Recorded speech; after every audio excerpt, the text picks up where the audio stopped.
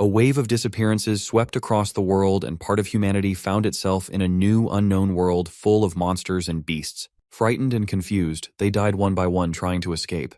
To survive, they had to fight, grow stronger, and stand up to the monsters. Among the survivors was a certain Kang Hansoo, who was confident and had no intention of running away. He knew absolutely everything about this world and was sure that this time he would make it. And do you know why? Because he is a regressor. He has already been through all of this before, and now he intends to become even stronger than last time. You're probably wondering what kind of world this is and how it all began. Well, one day, an evil god became so bored that he created a new world and called it the Abyss. He brought all kinds of creatures and monsters from every existing world there, before finally sending humans in. To escape, humans had to defeat the final boss, a dragon. But in the end, no one was able to do so. Kang Hansoo was the strongest and was part of the last squad that tried to defeat the dragon. His special power was that, unlike the others who had thousands of skills, he had only 7, but he could upgrade them endlessly. That's how he became the strongest. However, even so, he and his squad were unable to defeat the dragon. Realizing they had lost, the mage of their squad used a last resort, a crystal of space and time, sending our hero back to the past. Will Kang Hansoo be able to change everything this time? Let's find out. Here Hansoo is thinking that after 5 years the door of the abyss will open, and he has at least 5 years now to become strong. He also realizes all his skills and strengths are gone. He remembers that a little appeared at this time, and then a little monster who is addressing itself as a fairy says that he is an assistant fairy and is here to tell them something. He is asking them to listen to him carefully. While Hansoo is thinking that these bastard fairies ask people to beat each other, the assistant fairy then welcomes everyone to the other world and says that he will give a surprise opportunity to everyone. But without listening, people start yelling at him that the other world doesn't exist, and also that he should stop saying such nonsense.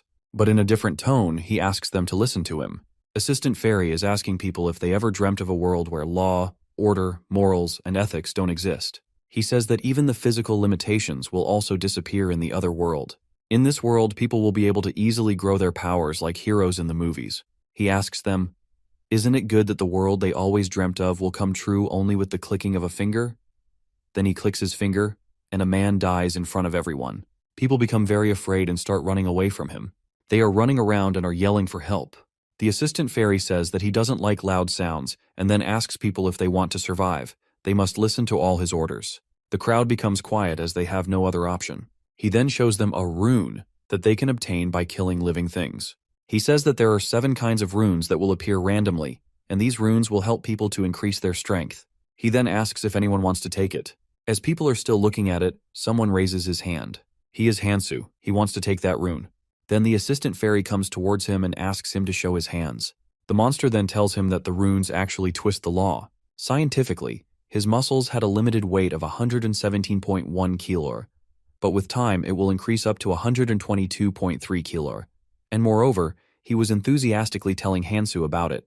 But on seeing his cold reaction, he starts thinking that there must be something wrong. But he just tells him that runes have different effects on different people and flies away. He tells him that these runes have abilities they can't even imagine. He then tells you that no matter what ability rune is given to you, it will never be a bad one. He advises them to order more runes if they want to survive. People then start fighting to get the runes as much as they can. As people were about to take that rune, he said that, judging from the reaction of the guy before, he didn't think that they needed the rune. He then tells them if they touch their right ear, they can see how many runes they have. "Monster, tell that human they mostly require 10 runes. Hansoo is thinking that after this rune his power has increased to 1, and if he gets more runes, he can also increase the mana and magic powers too. "Monster, tell them the only necessary thing to do for acquiring a rune is to kill a living thing. It doesn't matter what they hunt. What matters is to kill a living creature." He then gives weapons to all the people and advises them to forget about their pasts and live their new lives, and then say he will give them a tutorial about it, and as they turn they see a bunch of monsters coming towards them. The monsters are not staring at the humans while people are thinking about what is going to happen with them. Then a girl starts talking. She advises them not to act impulsively, and also tells them to calmly move backwards. Now people start moving backwards while Hansoo is looking at them. But they realize something is off about it, and then suddenly they all get stuck between a magical barrier. The whole crowd is begging to let them out, but suddenly the walls of the barrier start coming closer. On the other hand, monsters are coming towards them too. Then a man sees a door in that barrier and passes through it. A number 49 appears on that door. They realize that only 50 people can pass through it. Now people are running towards that door as they all want to survive. But Hansoo, he is silently standing there and saying how pathetic they are, as he knows that 100 need to get in together to fight against the monsters. He remembers that 40 people died when he was here before, and out of the people who couldn't pass the door, only 10 survived. He thinks this time it is a different story, as he knows everything about what is happening and what he needs to do. So he moves forward to clear the area so he can go to the next stage. Then a monster tries to kill a man, but Hansoo comes forward and saves him by killing that monster. He is now killing the monsters one by one and says it's uncomfortable for him, as this body of his is actually from 10 years ago. Then he sees his strength level, and his dexterity have increased by 0.1. It doesn't only increase the speed but also the reaction speed too, which means the person with high dexterity can do the same action much faster than the other people. He then starts killing other monsters too. The monsters, they are acting strange on looking at the blood. He knows that monsters are afraid of blood. He just keeps on fighting with the monsters. Finish them. While people are wondering that a young boy is killing all the monsters alone. Here people see a bunch of monsters coming towards them, but now they also start fighting with them. Hansoo thinks that he wasn't supposed to rush things, but he doesn't have time to drag out such trivial matters. He remembers that there were many travelers, including in this place too. T are actually unmeasurable if they count them from the whole world. They say that in the first year, which is the first 3 months, they will remain in the protected area, and after these months they will be thrown out of this protected area into the real world of monsters, where they have to fight to save their lives. While taking the rune, Hansoo says that whatever it is, this is their chance to become stronger. He is now thanking Keldian that he made the right choice of sending him to this period. The fight is over now. A lot of monsters, and even people died in this fight.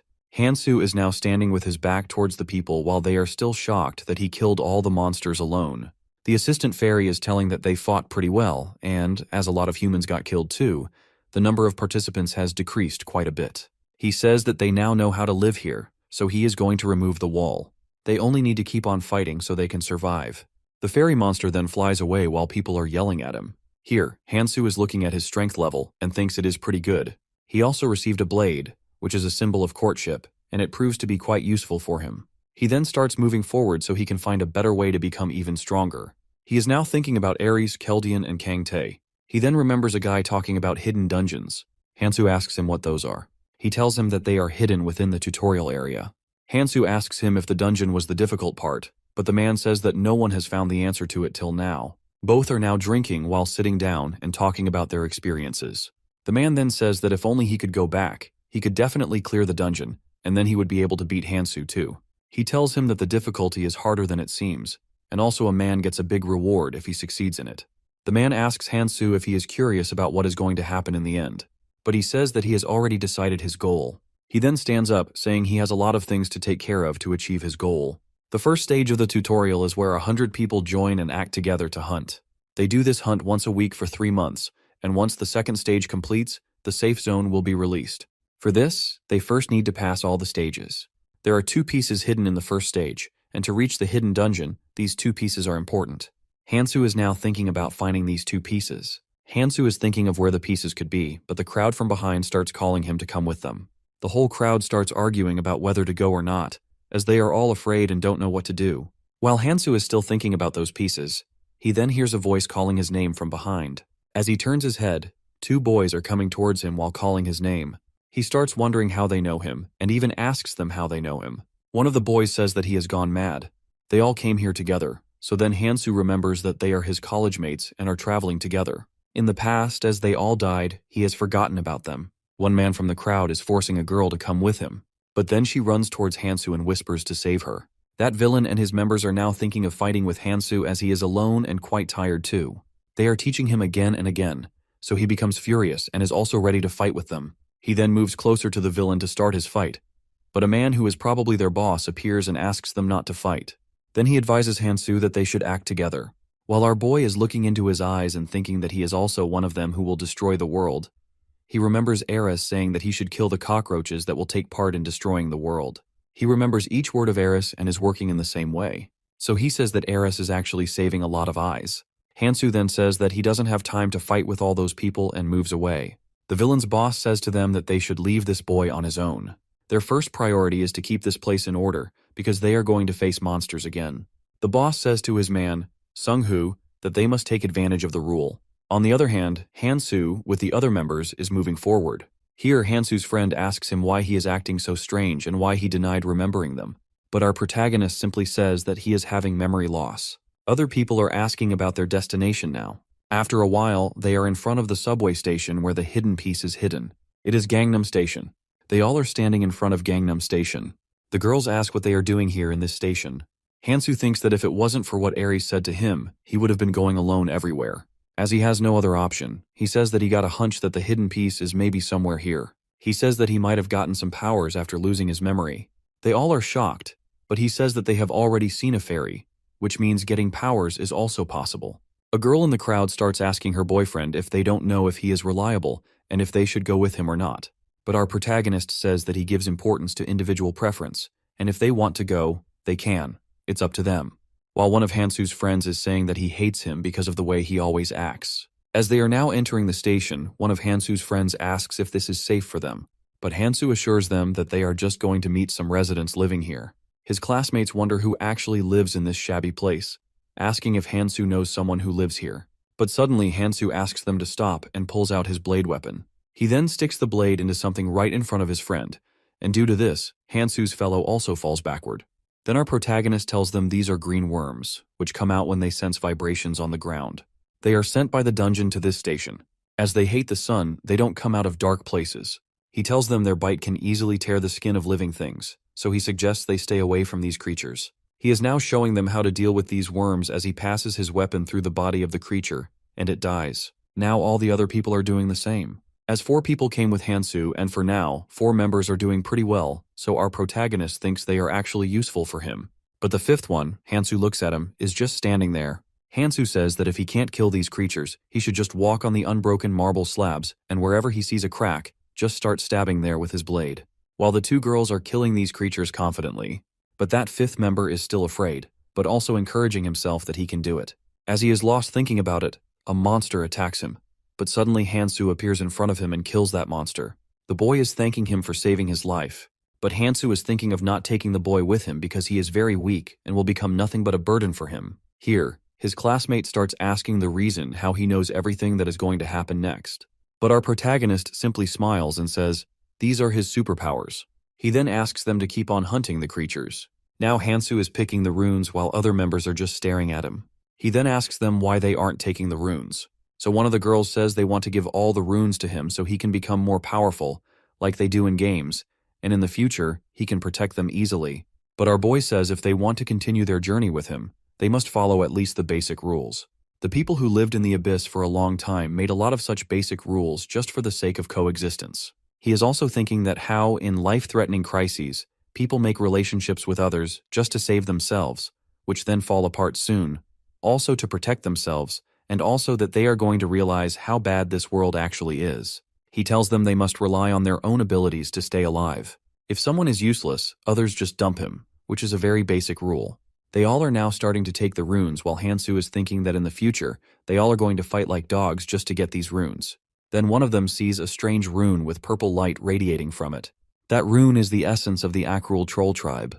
Hansoo's bully classmate is holding it in his hand and thinking that if he succeeds in taking it, he might gain superpowers. He then asks Hansoo if he can take it because he found it, and according to Hansoo's rules, whoever finds the rune will take it. So our protagonist agrees with him. This rune gives defense skills and regeneration powers. Runes and their abilities are defined by their ranks. As for the smart ones with plenty of magic too, they have like 100 such runes. He is now thinking about Ares and other members. As he remembers, Keldian himself has around like 1,000 runes. As for Hansoo, he is different. His rune limit is only 7, as he is different from others. He is restricted to taking only 7 runes, and when Ares found it, she was disappointed by the fact that if they knew it earlier, they would have helped him learn stronger skills. But our protagonist, he has greater strength than others. Due to strength, his limited skills kept on evolving all the time. He remembers that his ability, Essence of Dororo Lizard, which only added fast regeneration later on, became so strong that it was enough to rival Kang Tae's immortal arts. Due to this ability of his, Ares gave him the name of 7 Stars, and that ability is also the reason for him standing side by side with them. Also, they sent him back because they believe in him, so he must not disappoint them. Now he just needs to think about learning the most powerful 7 skills, and is thinking he might become stronger even before leaving the tutorial zone. While on the other side, Jin gets a physical resistance state due to the Akrul troll tribe's essence. Jin is thinking that if this keeps on, he is going to catch up with Hansoo sooner or later. As they are moving forward, Jin puts his arm on Hansoo's shoulder, and while looking back, he says that the stronger one should walk in front because it's going to be very dangerous. But then our protagonist tosses his hand aside. Now they are going further down the station while the girl is asking him why they are going this far away. He tells them that they are going to take a subway, and they all are now asking how there is even a subway here. But he remembers the boy he met before coming here told him that on the 3rd floor of the station, as he passes through the portal on the stairs and somehow boards that train, then he can easily get his hands on that hidden piece.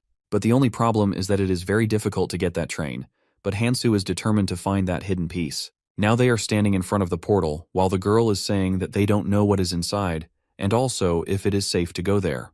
But Hansoo says that whoever wants to leave, they can. It's up to them. But as soon as Jin says that he will go inside, the girls become furious and get ready to go inside, while the couple says they will wait outside and are going to hunt the worms. But then someone says he will also go inside. It's that frightened boy. So Jin laughs at him, saying he was very afraid a few minutes earlier, and now he is acting all brave. But the boy replies that it's not his concern to think about him. Now both of them are arguing with each other, but Hansoo asks them to stop their nonsense and starts moving forward.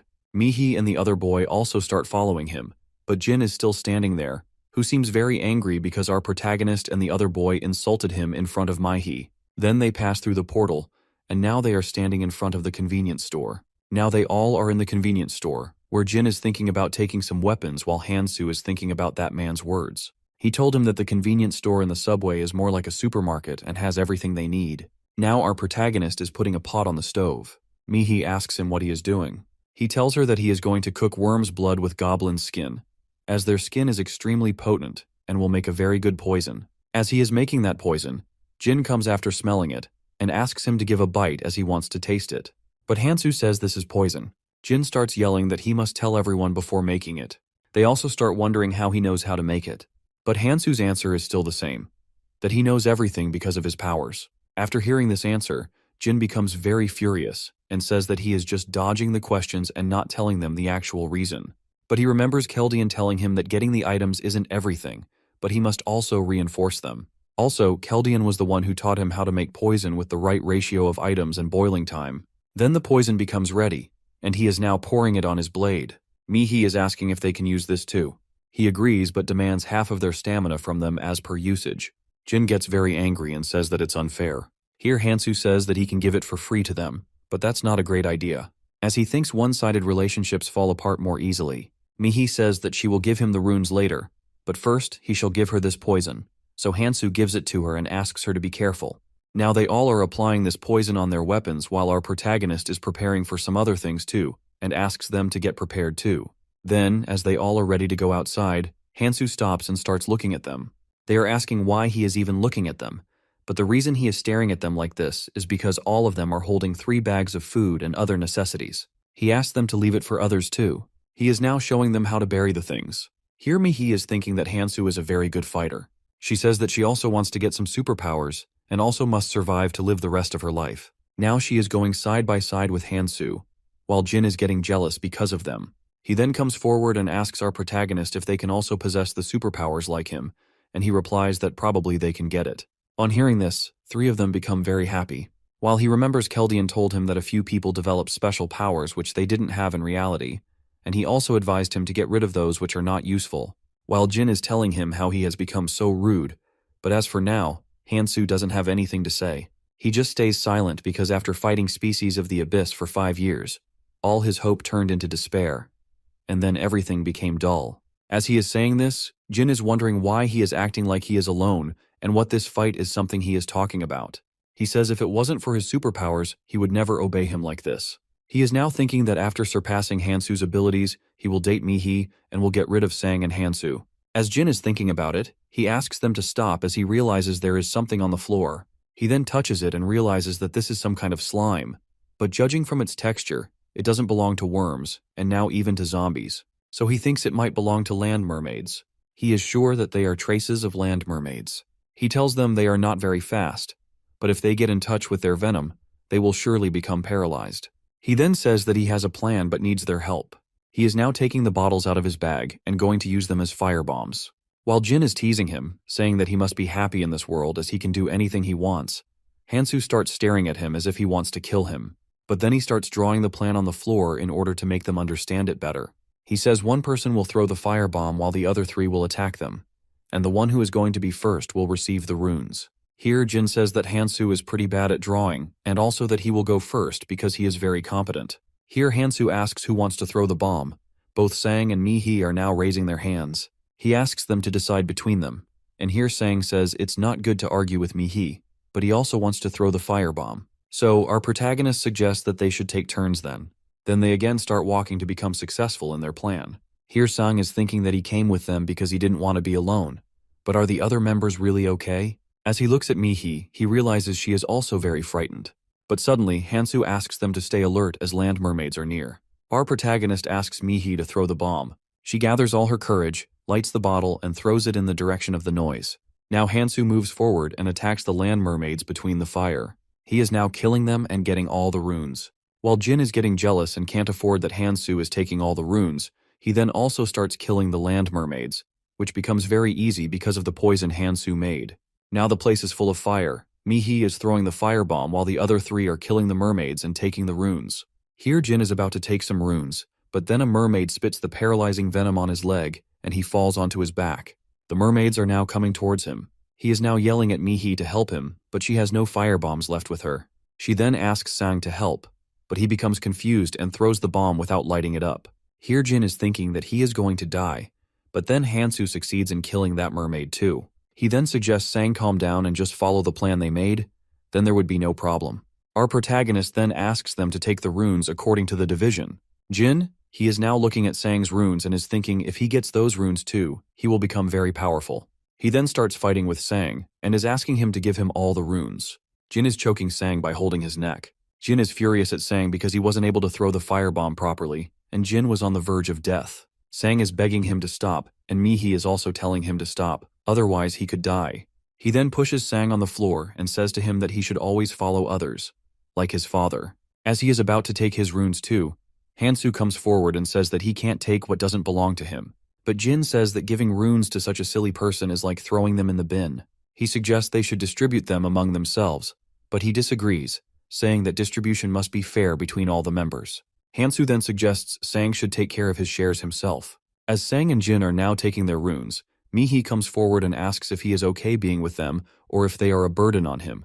But he says that he can't complain to them about something they don't know how to do. She asks him if he is going to be with them until the end, because she thinks that he acts like he will leave them any moment. While walking in the front, he says that it's up to them to follow him. As they are doing pretty well at this moment, they shouldn't think about it.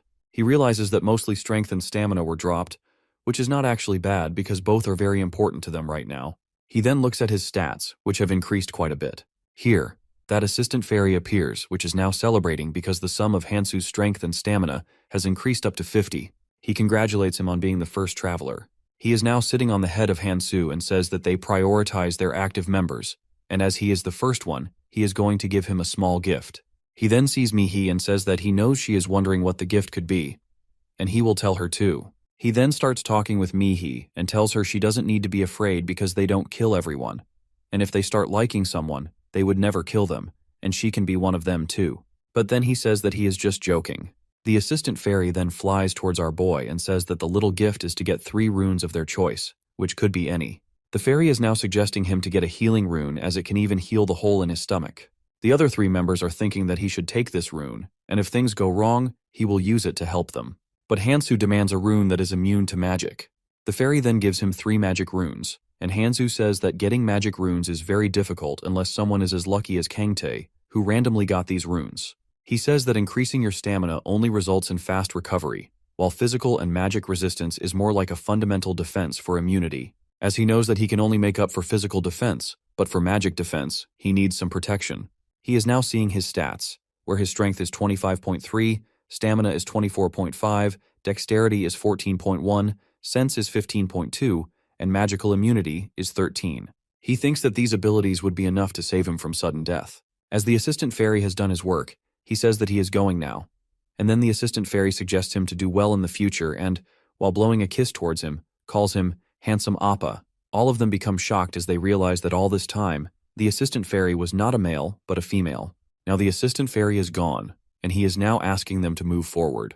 While they are still standing there and just digesting what just happened, he asks them what's wrong with them, but they just deny it, saying nothing is wrong.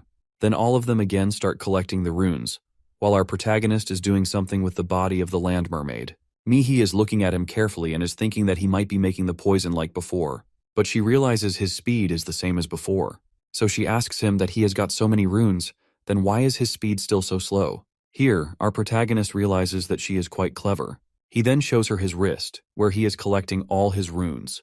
He tells them they can put their hands like this while thinking about collecting the runes, and then they can easily collect them. She asks him how he even knows about it. But he again says that it is because of his superpowers. As she says that she wants to try it too, Hansoo suggests her not to do it because these runes fall out of their bodies once someone dies and become meaningless, and also that they slow down the hunt. Here Sang asks him why he is collecting them then.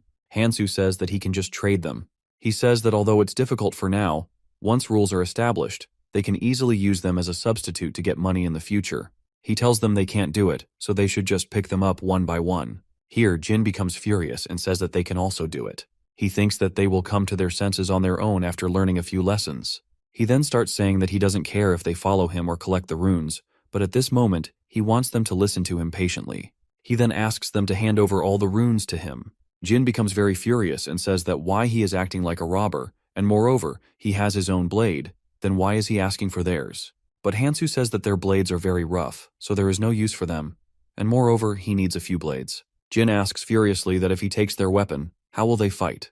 Jin says that he wants them to stand behind him with a thumb in their mouth, but Sang is about to say that he can give his, but Jin asks him to stay quiet. So our protagonist asks him if he can fight the guy down there. Jin says that he can, and he is not afraid of him. Hansoo thinks he needs to do something about it, so he gives them two options. The first is that Hansoo will go out of their team, and they will go on their own.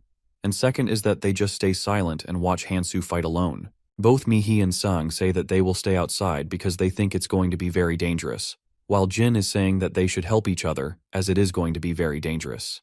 He thinks that Hansoo is going to leave them behind.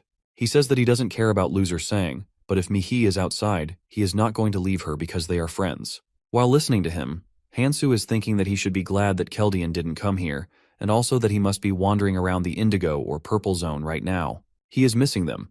And with tears in his eyes, he says that they must not stop here and need to get everything done as soon as possible. But then, as they are arguing about it, he says that it's fine. They all should go together downstairs. Jin laughs and says that this is the right thing to do. Jin thinks that there must be something down there, the way he was urging to go alone, and he must make use of this opportunity. After a while, Mihi, Jin, and Sang are running upstairs, and they are very frightened. Mihi says that she was right about there being something dangerous downstairs. So Jin says that how would he know that the monster is from a different dimension? They are talking about a gigantic snake which they saw downstairs. Jin says that Hansoo is not in his right mind as he is fighting alone with the monster. On the other hand, our protagonist is fighting with the snake, and due to his abilities and magic resistance, he is easily bearing all the magic of that snake.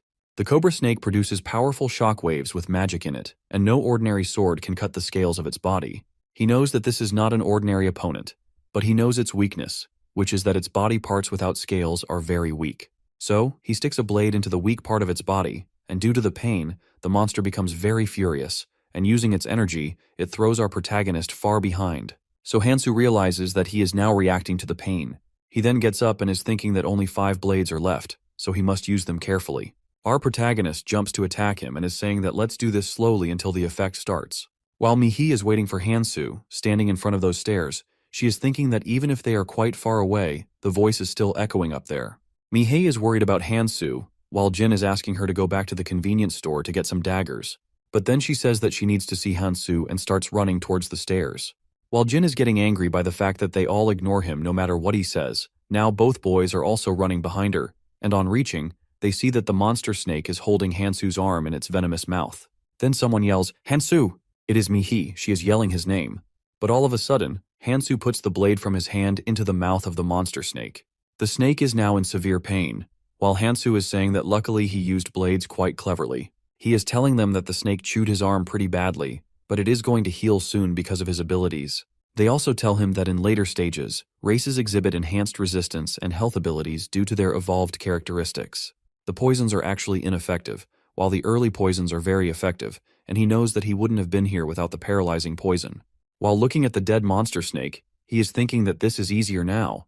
Here, Mihi is asking him if he is alright, but he asks what they are doing here. She says that they came because of him, but now she thinks that she got worried without any reason. She then asks if his arm is alright, but he says that this is just a minor scratch, which is already healing now. While looking at the dead monster, Jin is thinking that he can't believe Hansoo fought with this monster all alone, and thus he also starts thinking that there is a huge difference between them. He then picks the rune, which is scaled snake shockwaves, as the monster was very strong, so its rune is also amazing. Jin says that he is getting jealous. Here, Hansoo is thinking that to activate this rune, he must have a magic rune, and he tells them that his limit is only 7, so he will not take it. Here, Sang says that he is willing to take this rune, but Jin starts arguing with him, saying that he is so cowardly, he will not be able to use it. He then asks our protagonist to give it to him. Both are now arguing about getting the rune, while Mihi is asking them to stop. But Hansoo says that he will not give this to anyone, but he will sell it. And if they want to buy it now, he will give them a discount of 5%. Jin asks if it can be paid in installments, so our boy says that if someone guarantees it for him. Here, Hansoo asks Mihi if she has decided something, so she says that both of them don't trust each other, and then who is left? He remembers how she got more runes than others, and he also thinks that she has great survival instincts. Then she gives him an agility rune, along with 3 sense runes and 7 each of stamina and strength runes. But then Hansoo says that since it's 5%, he is going to take only 6 of the strength runes. She is quite happy seeing that he is very thorough. He then says that they must not think he is being mean, but he is showing them that if they rely on free things here, they will surely die. Now he asks them to move forward while he is thinking that if a scaled snake is here, then a Zooterium must be nearby too. He is standing in front of crystals and is breaking one of them, while Mihi and Sang are talking that he is going to use his powers again. Now both are asking our protagonist about the crystal. They are wondering what he is going to make now. He then takes the pot out of the bag again, and Jin asks if he is going to make a poison again. He says that scales off this snake are very strong but not enough to protect them. Therefore he needs to create something new. The 11th of 134 weapons that can be made with the materials of monsters. The needle has a limited area, which makes it difficult to cause secondary damage, but if they can pinpoint their weaknesses easily, they are confident that they can hit the same weakness. Then the needle is the best choice. He then crafts a weapon which is quite blunt but still useful. Here, Jin says that he wants to buy this weapon in return for all his runes because he thinks that Hansoo made this weapon with a lot of effort, and that's why he thinks it might be very useful. But Hansoo says that he might have given it to them, but he used all the material with which he can make the same weapon. Jin is angry that he used all the material for himself. But now they are going towards their final destination, as the lights are on and the subway is also there. Moreover, Hansoo is also quiet now. It seems like there is no more fight. He then enters the train and asks them to get out, as only one person can ride it. But Sang says that this isn't possible because the train is very spacious. Here, Jin gets very angry that they fought with him all the time, and now he is leaving them. He says that there is no rule in this world, and so no rules say that he can't board it first. Moreover, he points his weapon at them and says that they can just get out of the train, or maybe they can settle with him here. It's up to them. While smiling, he is asking them to choose any of the 2 options. The 3 of them are standing outside the train, and Jin is saying that they can attack him together, and if they succeed in killing him, they will take all his weapons and runes. But if they don't, they will just apologize to him because he is sure that Hansoo will not kill them. As he is about to take his weapon out, he then sees Hansoo staring at him from inside the train, but gets very scared. Jin stops and thinks that if he made a little move, he might have gotten killed by Hansoo because he is very strong. Then our protagonist says that he will see them later, and the train door is closed now. Here, Mihi says that they shouldn't have provoked him like that because they pretty much owe their lives to him. She then suggests they keep moving forward, but Jin says that this is the reason he is better than them. He says there is nothing wrong in fighting for strength because this is the reason they all are here. He then says that he is going to become very strong. On the other side, our protagonist is in the train. He is now gathering all the information about the train and about his journey. He is telling them that the subway will stop at 20 stations during the journey, and on each station, he is going to find different artifacts, and after passing the station, he can't go back to it. He is thinking that such a kind of structure causes mental conflicts. He says that even if he succeeds in reaching the end, it is not guaranteed that everything at them will happen according to him. He is at the 12th station and has collected the Laroon circlet, Katal's nails, Ograng's steel gloves, and overall he has collected 8 items. Maybe the weapons are of good quality because they get them with hidden pieces. The Laroon circlet, after combining with the sense stat, helps find the weakness of monsters in the first half.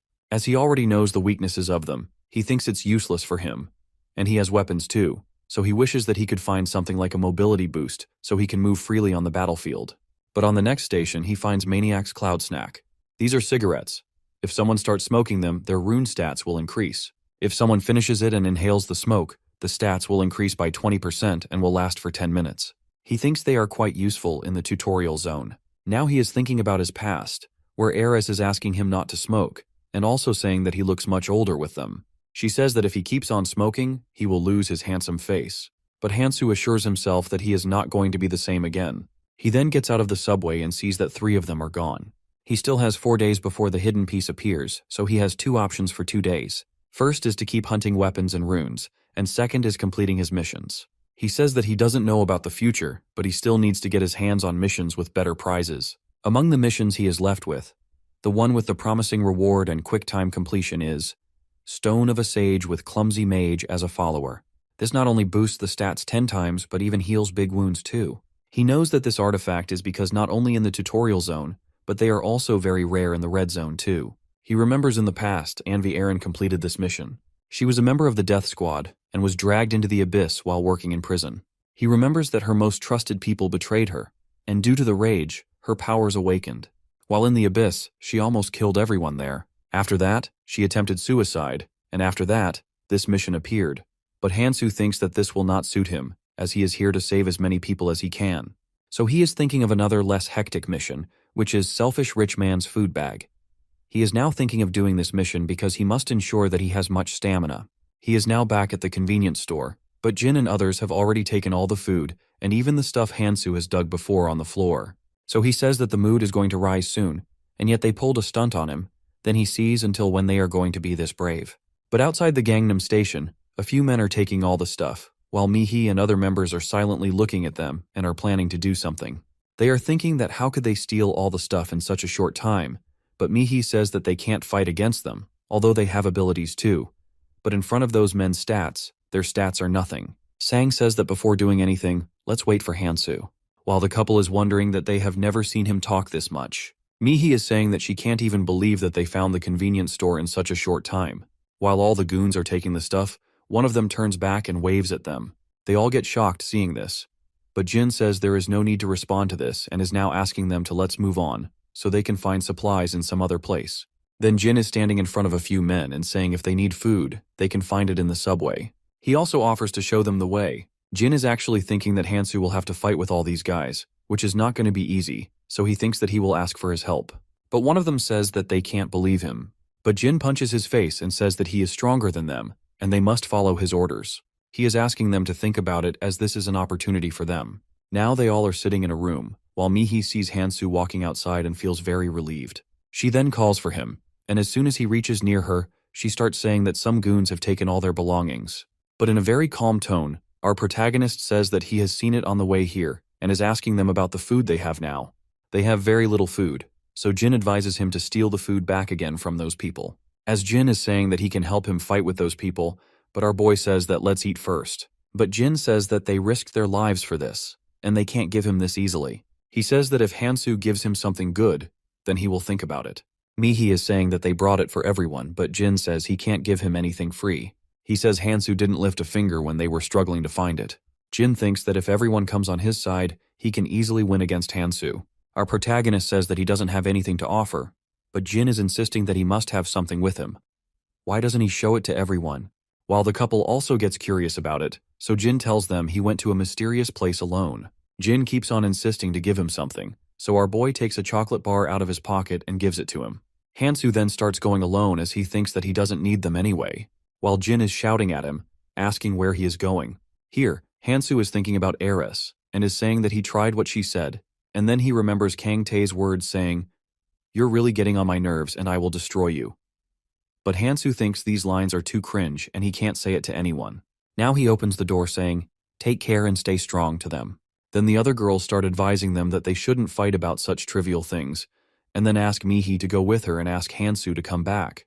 But Jin says that let him go, he is just acting like this to get free food, and when we give it to him, he will come back crawling. But then Mihi runs towards Hansoo, saying that she is going with him while holding his jacket from behind.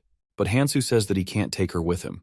As she is about to leave his jacket, He says that he also told her if she wants to come with him, she can. But Jin says that he can't let her go because he gave a few of his own runes to her. He says that he doesn't care about Sang, but he must not let go of Mihi. Here, Sang says that it doesn't matter because he is also going with Hansoo and Mihi.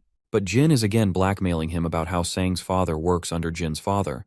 But Sang becomes furious and says that they don't even know if they are alive or dead, so how is he going to tell all these things to his father? Sang says that he doesn't have any reason to listen to him anymore, and will not listen to him like he used to before. While the three of them are walking, Jin is yelling from behind, "There is nothing left in other places, and I have all the food, so I know they will come back to me." As they are walking, Hansoo sees a jacket hanging in a shop, so he starts wearing it while saying that they must do something, and they need to make a plan for it while Mihi and Sang are looking at him wearing the jacket. Sang is thinking that he doesn't have any powers, so if Hansoo gets into some trouble, he will become useless. And Hansoo also knows what he is thinking.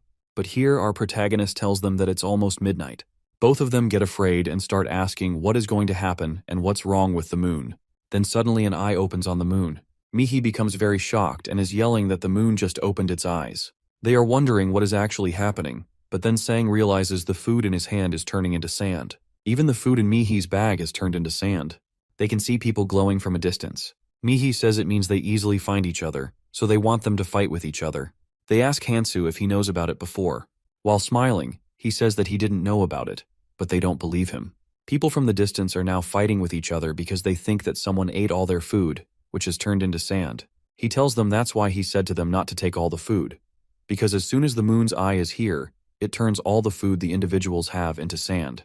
Now Hansoo is going somewhere, while Mihi and Sang are asking him where he is going. Hansoo says he needs to do something that is necessary. On the other side, all the food Jin and the other members had also turned into sand, and they are shocked seeing what is happening to them. The girl suggests finding some food now, while Jin is getting angry at the protagonist because he realizes that Hansoo knew this too because of his superpowers. Meanwhile, the men to whom Jin told about the food supplies are looking for him now and are very furious. Jin suggests the other members scatter, and then they will fight with them separately. But the other girl suggests he go to Hansoo. Jin becomes very furious and starts saying that he left them in danger, and now she wants them to go and beg Hansoo for help. The couple is now trying to manipulate Jin by saying that if those villains couldn't find them, they will go after Hansoo and other members. They are a danger, and Jin should help them. Jin also starts thinking that a temporary alliance is fine, and as he is very strong, he should go and help Hansoo. Now they come out of the back door, but suddenly something sticky grabs Jin's legs, and he falls on the ground. Other members are thinking of helping him or not, but suddenly the villain and his men appear from the back and are now asking them to run away. Otherwise, he will take them too. Jin is still asking for their help, but they are now running for their own lives. The head of the group is now telling about the sticky thing around Jin's legs, which is Orun's flypaper. He then asks him about other members of his group, but Jin remains silent. So the man strikes his foot on the floor, and suddenly the floor under his foot breaks into little pieces. Jin becomes very scared and is now saying that he will tell them everything about the other members of the group. Now the man whose nose got broken by Jin comes forward and is smiling at him, saying that he wants his revenge now, but Jin says that if they are going to work together, then they should do everything in moderation. So that man asks his men to start beating him in moderation, and now all of them start hitting Jin with their legs. While the couple is running to find Hansoo and other members, Jin says that he will kill them once he gets out of here. The couple is now standing in front of Hansoo, Mihi, and Sang, who are calmly eating their food. They start walking towards them like nothing happened and are saying that let's eat together. But our protagonist gets his weapon out, and after pointing it at them, he is asking them to go and not to come here again. But they see nothing as their fault. It was Jin who did all this. But Hansoo starts smiling and says that his powers told him things are not going to remain good for them. They ask him that his powers tell him such things too. He starts telling them how his powers told him that both are going to be very dangerous for him if they stay with him. Meanwhile, that villain and his members are now standing behind that couple. Here, Mihi is getting very scared. They are now telling about the selfish rich man's food bag, and the requirements of it are pretty simple. Cook and eat as much as possible while the moon's eye is out. This condition is simple, but the other condition is to not share the food with anyone. The man who eats alone and doesn't share with anyone gets the food. The people who made the missions have a very twisted sense of humor. Everyone needs to stay calm under all situations. Meanwhile, Jin is also standing with those men and is severely injured. The girl asks him if he is all right, but he gets furious and says why she is asking him now, as they were the ones who left him behind. But she says that she just went to get some help. But Jin starts yelling at her, but then the head of that group taps his shoulder and says that he needs to calm down. The man says to Hansoo that he has quite good skills and also asks him from where he got this meat. But Hansoo says that meat is everywhere and he doesn't need to explain it. But one of the men says that some people ate it before but are still suffering from dehydration due to its toxicity. But our protagonist tells them they need to boil this meat in goblin's blood and it will become edible. Jin is telling them he has superpowers, and due to this, he got his hands on quite good things in the station. Then the men suggest they should fight with him, as they are large in number. But the man orders Jin to go to his friend and eat with him, as they are friends. Jin is thinking why this man is giving him orders, and also that Hansoo is not going to create a scene in front of all these men. As Jin is walking forward, but Eris is yelling at him to not cross the line. As soon as Jin puts his one leg beyond the line, Hansoo cuts that leg with his weapon, and Jin falls on the floor. He is now yelling at Hansoo that how he cuts his leg just for the sake of a piece of meat. He is now telling other men that they must kill him because a boy who cuts his leg for a piece of meat will do anything for runes. Now the boss is ordering his men to kill Hansoo, because after some time he will get more powerful, and they will not be able to survive against him.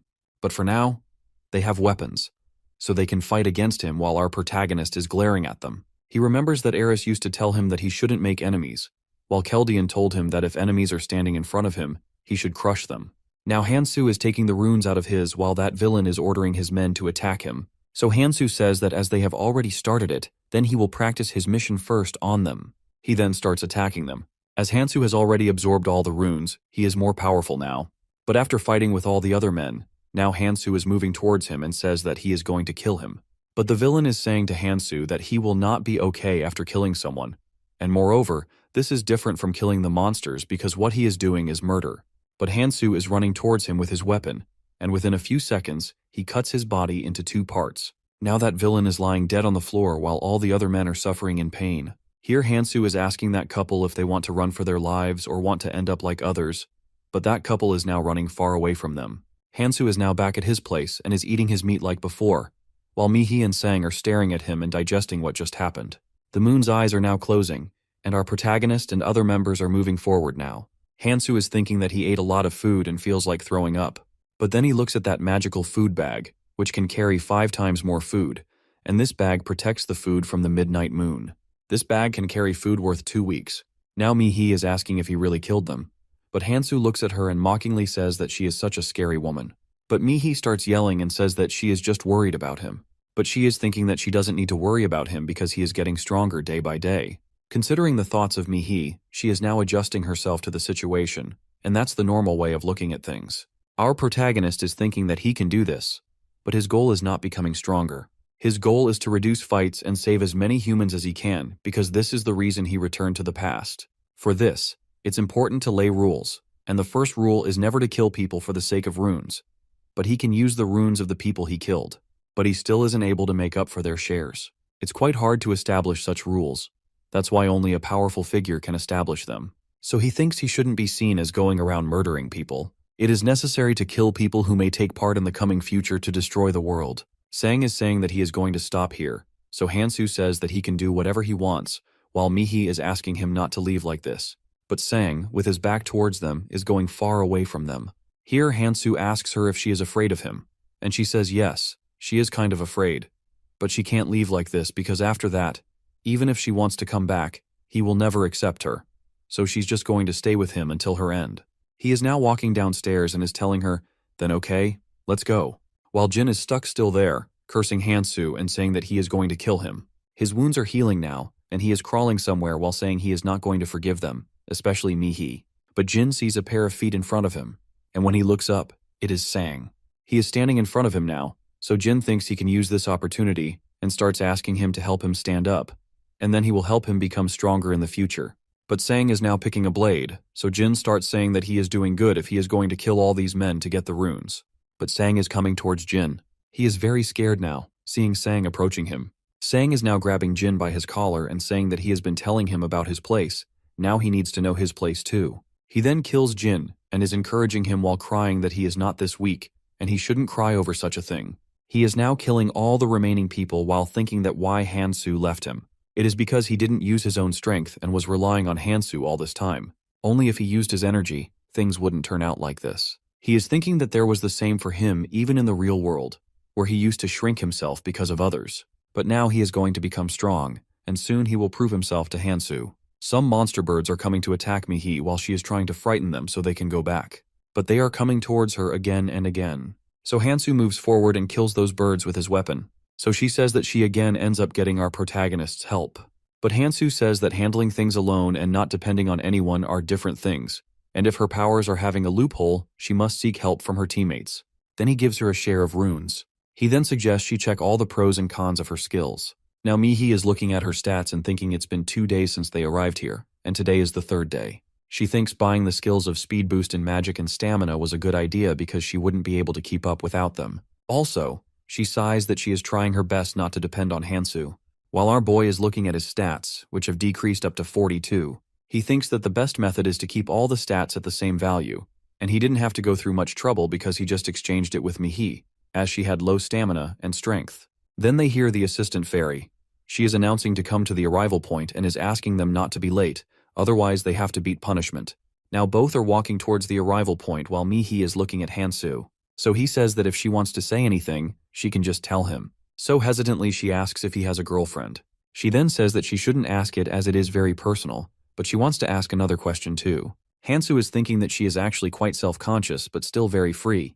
And also if Kang Tae were here, he was going to be very happy hearing this, and would think that he is very famous. But he is thinking about Eris and also that he can't lose her again, but he just says that he doesn't remember anything. Now both have arrived at the point. Mihi is thinking that there are a lot of familiar faces here, but something is off about it. Now the assistant fairy is saying that she has 2 pieces of good news for them. The first is whoever will survive in this place for the next 72 hours can leave this place. She then asks the crowd to clap, but everyone is blankly looking at her. But then she again asks them furiously, so everyone starts clapping. She then says, "Let me show you the main start of the event." She then shows them a huge palace, which is a magical altar, and tells them that this is the main venue of the event. She then tells them a carnivorous beast is present inside it, which they have starved for a day, and now he is very hungry and is dying to get out of here. She tells me that the altar is very fragile and the beast can come out. In no time then, they have to fight with that monster or die out of its hands. But she then tells another news, which is that they can put this monster to sleep so it can't collapse the altar and not come out of it. She then asks if anyone knows the method of how to do it, but everyone says that they don't know. She starts telling them that they just need to feed him 5 people a day. People are thinking since it's 5 days, they need to feed that monster thrice, and the survivors are around about 60. So they need to feed a quarter of the people here so that monster. Then she shows footage of other people who tried to fight with that monster and died. So they all become afraid and are thinking that they should choose the option of 5 people. But then one of the men raises his hand and says, "How can they choose people?" But she says it's up to them whether to use force or draw lots. It's their choice because what she wants is 5 alive people daily for 3 days. Then she says that they have 1 hour to choose it, and then they will be safe for the next 24 hours. After that, the next day, they will have to choose 5 more people. Then she starts the timer of 1 hour, while people are yelling that they are going to die now. Here Mihi asks Hansoo about what he thinks is the right choice.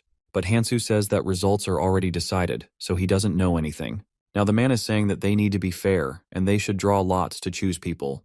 But then Sang comes forward and says that they don't need to be fair. Then the man asks Sang to give them another method, and while walking forward, he says that they have a very simple method, and while saying it, he breaks the pole with his hand, and says that they should sacrifice those people who are of no help. All of them are now looking at him as he broke the pole so easily and Sang, thinking that all he has is one power, but now people are focusing on him. He is saying that 100 people already went missing before them, and to fight what is ahead, they must need to be strong, and they can't do it alone. So they must join hands. And for this, they don't need weak people. He then asks Hansoo if he is right and also asks him if he sees a difference in him. Sang asks our protagonist to join hands, as he doesn't have any intentions of being his enemy. But Hansoo says that this method is quite good, and if he listens to his suggestions, they might not need to sacrifice anyone, and everyone will make it out alive. All the people are shocked on hearing that such a method really exists. But then one man says to our protagonist that he must not be thinking about fighting with that beast as they all watch the clip of how he killed all of them, and even if they all try to fight, they can't because the beast's powers increase upon feeding on people. But then Hansoo says to that man, no one is asking him to fight. So the man asks in shock whether he is going to fight with that beast alone. Here Hansoo says that yes, he is going to fight with him alone. But all the people are now talking about how he is going to fight with the monster alone. But the other man comes out yelling that he is not in his right mind about fighting with that beast alone, and they only have 1 hour. Otherwise, All of them are dead. Here, Sang is thinking that he still hasn't caught up with him, while Hansoo says that he can fight with him, but it's difficult right now, so Sang thinks that he might need a few people, so he says that he can help him fight the monster. But Hansoo says all of them are interrupting him, so they ask curiously what he wants them to do. So he says that if he can raise his strength and stamina by 30 each, he can easily fight with the monster. But then he says, let him make another suggestion, which is if all of them give him their runes, then he will take the responsibility of killing the monster. If he then combines strength and stamina, which become 100, and agility and senses, which become 50, and also after using the cloud snack, it is possible, as he knows it because of his years of combat skills. And after this, he can acquire the hidden piece too. He is thinking that even Eris, Keldian, and Kangtae weren't able to win it. It was Berserk Monarch Clementine who figured it out. Even though it is for a hidden piece, he needs to become stronger quickly, and he doesn't care who gives him the runes. He then says that if he reaches that level, he can enter the altar and kill that monster, and also that they don't have much time left. While that man says the weaklings don't possess this many runes, he then starts asking people for runes. But a boy steps forward and is saying to that man they will sacrifice him first, as he is the weakest. He then asks him if he even has runes or not. But that man is asking to respect him as he is older, but the boy is about to get the weapon and is saying that either he give all his runes to someone like him or sacrifice himself to the beast. He then says that all people here will vote on it, and let's see what happens. But that man then asks Hansoo to take away the runes of that man. As the man is saying to Hansoo that he can take the runes of the stronger ones here, another boy starts hitting him and is asking him if he is in his right mind. But the aged man is saying that he has a family and he needs to make it out of here alive. But people are suggesting sacrificing him so that monster can stay quiet for a little while longer.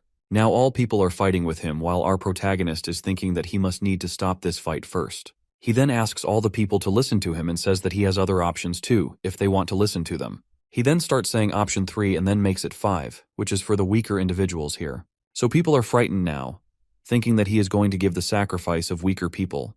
And then someone yells that if he is really thinking of giving the sacrifice of people just because they are weak. The time is even less than 30 minutes now, and Hansoo has already entered the altar while Mihi is standing in front of it. Here Sang comes and says that she should have just gone with him. But Mihi asks him if he really doesn't know anything about Hansoo. She also wants to go with him, but he will never agree with it, and she can't keep following him. While Sang is thinking that if he really meant to be left behind, he asks her if she is going to wait for him. While turning her back towards the altar and walking ahead, she says that if she does, Hansoo is going to scold her, and there will be no difference between her and other people. She remembers Hansoo saying to the weak people before entering the altar that they are left behind because of their weakness, and they shouldn't be just taking rest while all others are running around to get runes. He then says that if they want to survive, they all must take 2 runes for themselves. Also, that Hansoo, before going to the altar, made an offer with Mihi and said that she could pay him back by hunting for the next 72 hours. And he also tells her that she can do it, as she is very strong. She then says to Sang that Hansoo always keeps his promises. So she is sure that he will keep this promise too, and now she needs to keep on moving forward so she can catch up with him. But Sang says that she can go with them if she wants to, but politely say that she is not interested in it. Now she is walking in the front while Sang is thinking that she has gotten quite brave and strong. He also says that his strengths are still not good and he needs to do something. Now few people are calling for Sang, and one of them introduces himself as Park Suyol. He is now asking if Sang is the leader of those people who came here with him. But he says that they are just friends, but they do follow him a lot, so Park says that this is what a leader does, and he is pretty awesome. While Sang and Park are talking about it, all the others are looking at them. Park then says that he realizes Sang knows Hansoo pretty well, and he wants to talk about him with Sang, so he also agrees with it. While our protagonist is at the altar, he is thinking that Goblin's poison will not work, and he should use paralyzing poison instead. He then eats the flying cat beads as they recover the stamina while fighting. Now he is coming downstairs where that beast is, and is thinking that to fight with this monster, he needs to use a lot of cloud snacks. He then takes the cloud snack out of his pockets and puts it in his mouth. He is now going to create a new rune with different runes. As when the rune surpasses the stat of 100, it becomes a different rune and changes the colors from white to red, and then orange, and then yellow. The stat between 99.9% colorful runes and 0.01% colorless runes is very small, but as the gap increases, it becomes pretty significant. As for this monster that comes out at the tutorial phase, a normal rune would do. Hansoo also knows that the more difficult and impossible some challenge looks, the more amazing the award would be. One on the other side sang, Park and a few other people are now crossing the magical barrier, while Sang said, let's go and help Hansoo quickly. He is saying that carnivorous beasts have 2 specific race skills. The first one is fear. They paralyze their prey with fear and then feed on them. This increases their stamina by carnivory. And Hansoo is glad that they don't know about the swamp yet, which is sucking the blood out of organisms. And if they do this, it will be very difficult for him to compete with the monster. His weapon is just going to make a small wound, but he knows an accurate method, which is restricting its movements. He is poking at the second meridian nerve of the beast with his weapon while the monster is suffering in pain. He then thinks, let's wait until he can't move again. The beast is now trying to paralyze him with his fear skill, but he is immune to magic. And moreover, Hansoo has fought with a lot of dangerous monsters, and this is nothing in front of them. As he had different traits from others, he mastered himself with combat experiences and knowledge. He remembers how Kang Tae used to say that combat is about prediction, and how our protagonist used to laugh at him. But now he can actually see it, as he can see where it is moving and where it is going to target. So Hansoo is thinking that if he didn't increase his strengths, he wouldn't be able to fight with him, so fighting the beast inside the altar was the best choice. He is now thinking about the cloud snack and time left, while Park and other members are looking at them fighting from above and are saying that Hansoo is quite brave because he still looks relaxed as he is fighting with the beast. Here Park says, let's get down quietly, while Sang starts yelling at Hansoo that they are here to help him. Park gets furious at Sang for his shouting because he is afraid that the monster might see them, so he asks him to stop yelling, while Hansoo is laughing and looking at them. Now Sang is also helping Hansoo, while Park is saying to other members that they will kill both of them after they are busy fighting with the monster. And seeing them fighting, he also realizes that Hansoo is not like a normal human being. He is more like a tiger, a silent monster who is full. He then starts telling them about what happened last night and how Hansoo fought with a lot of men easily, and without hesitating, he killed them, and it seems like he was enjoying it. He says that once he succeeds in killing him, all other people and even Mihi will be under his control. The monster's movements are getting dull while Park and his members are coming down, but as they reach it, both of them are not here while the stairs of the altar are collapsing. They are now thinking that they are stuck here, so they should rest for a while, but the monster appears in front of them. They are thinking that Hansoo will help them, but Hansoo is going upstairs. They are saying to him that he can kill the beast with their little help, and are thinking, why is he giving up at the last moment? He is saying that he was going to kill that stamina, but Neo, because of them, will not be able to, because he will also gain its stamina because of them. He is thinking that he will fight with the beast once it finishes them. Now he is looking at the paralyzing poison, which is very little now, and he needs to do something if he wants to kill that monster. They are now looking for Sang, and he appears, saying that he hears all of them falling, so they realize he is the one who broke the stairs, and now they want to kill him. But he says that the beast here is already waiting for them to freeze in fear so it can eat them. Once it gains its stamina, they are all going to die. Now all of them are yelling to get Hansoo's help, while he says that they are here willingly as a sacrifice. Now they realize that Sang has brought them on purpose. The beast is now feeding on Park and other members, while our protagonist is saying to Sang that he knows why he took them here. Sang has also realized how he can help Hansoo now. He then asks Hansoo to use him. Hansoo asks why he would use him. So Sang says that he knows Hansoo is different from others, as he is far-sighted and he has different goals. He says that he realized it when he fought with Jin and other thugs. He didn't kill any of them. Even when Alter arrives, he could have easily gotten rid of people, but he didn't. So Sang asks why he doesn't kill people. He says that anyone can tell that this is not your personality, so again, ask him to use him. He says that in return, Hansoo can take Sang with him, or let him just follow him. Sang says that this time Hansoo didn't have an option, but next time Sang will not let anything happen to him, and he also assures him that he will change himself. Sang tells how people will get out of their way because he stands out in the crowd. So Sang says that he can easily kill people and get rid of them because of him. He says that he can follow his mission while he kills the people who are behind him. He is thinking that he can also grow his abilities while he is with Hansoo. Sang says that he must tell him his mission and how he wants to achieve it. But our protagonist asks him, what if such situations happen that he can't join him right away? He says this is a sign that there is something in the second tutorial, so Sang asks him to take him with him so he can become stronger too, and will help in the future. He is asking him for a chance and saying that he will make up for all the mistakes he made in the past. He again says, please use him. But then he says that he must not misunderstand his words. Hansoo then asks him to meet him here at 1 tomorrow because the monster is not going to be here at that time. Our protagonist also says to Sang that he can take all the runes because he is the one who killed them. Now he is walking, saying that we should meet each other with a smile next time. Our protagonist is thinking that he is still not sure if he is reliable or not, but indeed he is going to need him in the future. He then remembers Eris telling him that he is going to pass to save lives, but he also must kill those who come in the way and act as a punisher too. Punisher is an essential factor possessed not only by Alice but also by Monarch, and they get their hands dirty instead of their Monarch and help their Monarch to get closer to his goals. Our boy's thinking that initially he wanted to use Anvi Aaron, but he can use Sang for now, but he also doesn't know if he can trust him or not. He is now thinking that in the second tutorial, people are going to get scattered forcefully, and he is now sure if Sang will still think the same or not, but he can use the Punisher until he has him. He then says that finding the hidden piece is going to be his only goal, and he will kill the monster at once and get rid of it. Now he is telling about the second condition of hidden pieces, which is before the carnivorous beast escapes the altar, take it down, and he will find the hidden piece. After he kills that beast, a portal opens, and when he puts his hand in it, a ring appears, which is Vampire King Nurmaha's ring, and he then realizes that that's how Berserk Monarch got this ring. So he realizes this is why no one could get it. The second tutorial has started, and there are various standards to categorize the artifact. How it's important to keep your eyes on colors. A regular artifact is not more valuable than the superior color artifact. But he also tells us there are always exceptions as the traveler gradually develops the rune, the same way the growth-type artifact absorbs the rune and changes its color. The most important artifact to flaunt is the numbering series. In solo numbering, 9 is Nurmaha's ring. With the name numbering series, it's not like there is only one item. As in the past, Clementine was the owner of Nurmaha's ring. He remembers that this is not symbolic of him without any reason, because in the faces of 8 authorities that originated from his hands, people were torn into pieces.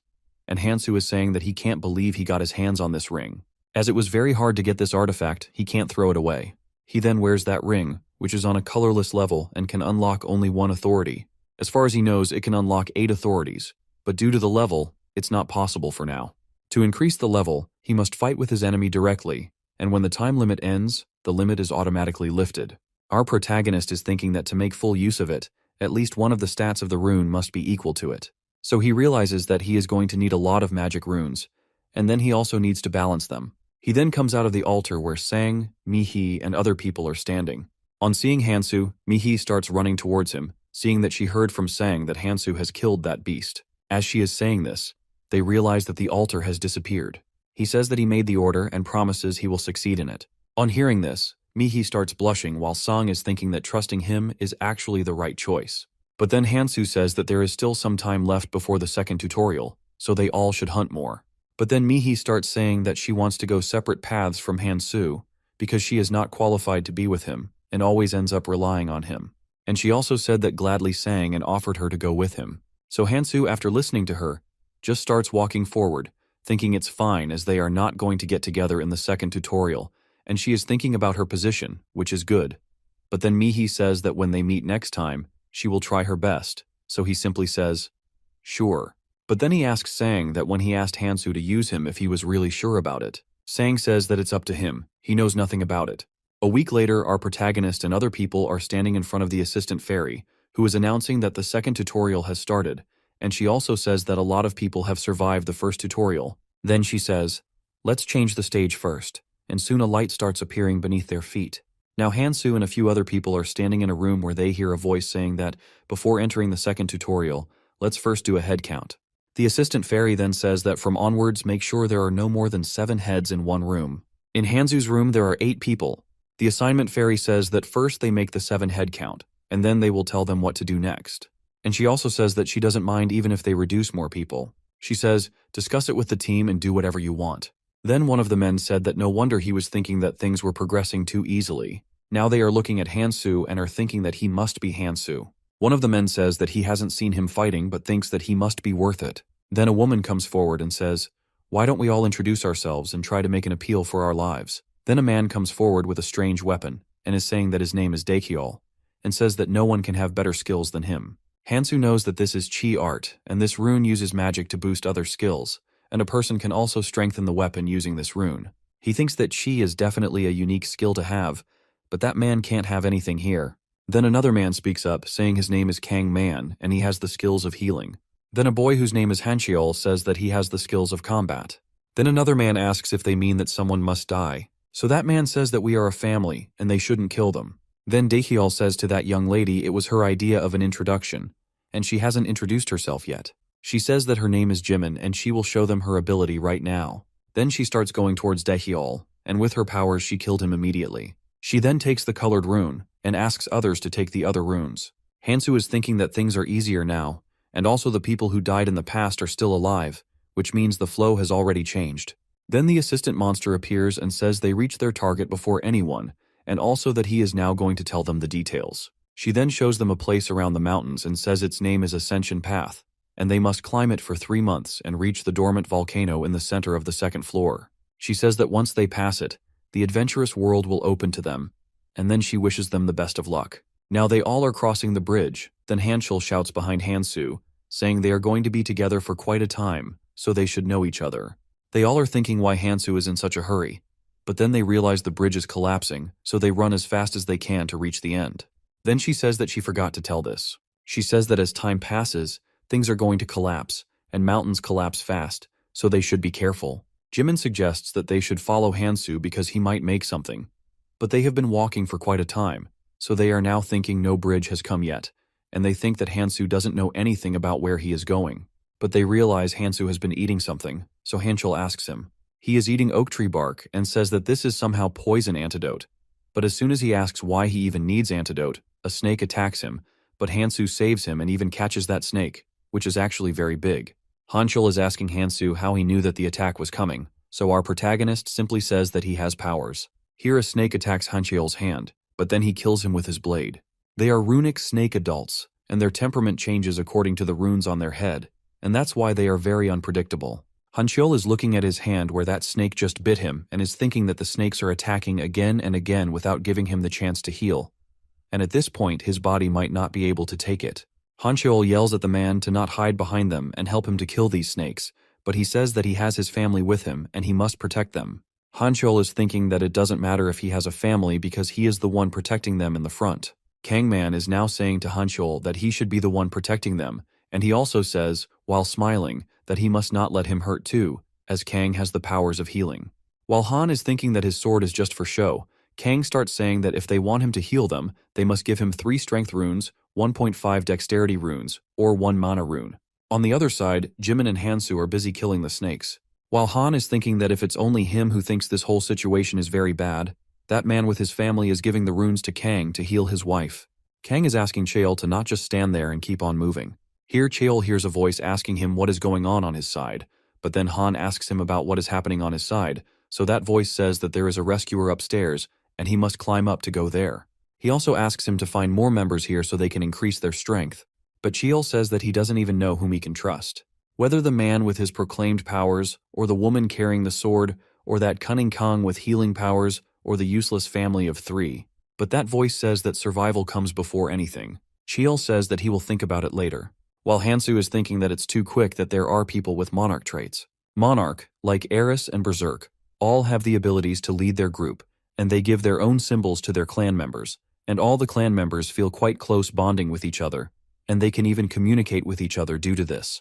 But he says that there is a limit on the number of people Monarch can have, as they are busy now scouting people as their clan members. So our protagonist thinks if he wants to fight with them, he must have strength. Because if they want people to listen to them, then they must have strength to back it up. They have killed a lot of snakes, and are now collecting their runes. Now they are moving forward and are thinking they have left the habitat of those monsters. But Hansoo is thinking that it means they are near to the mutant runic snake.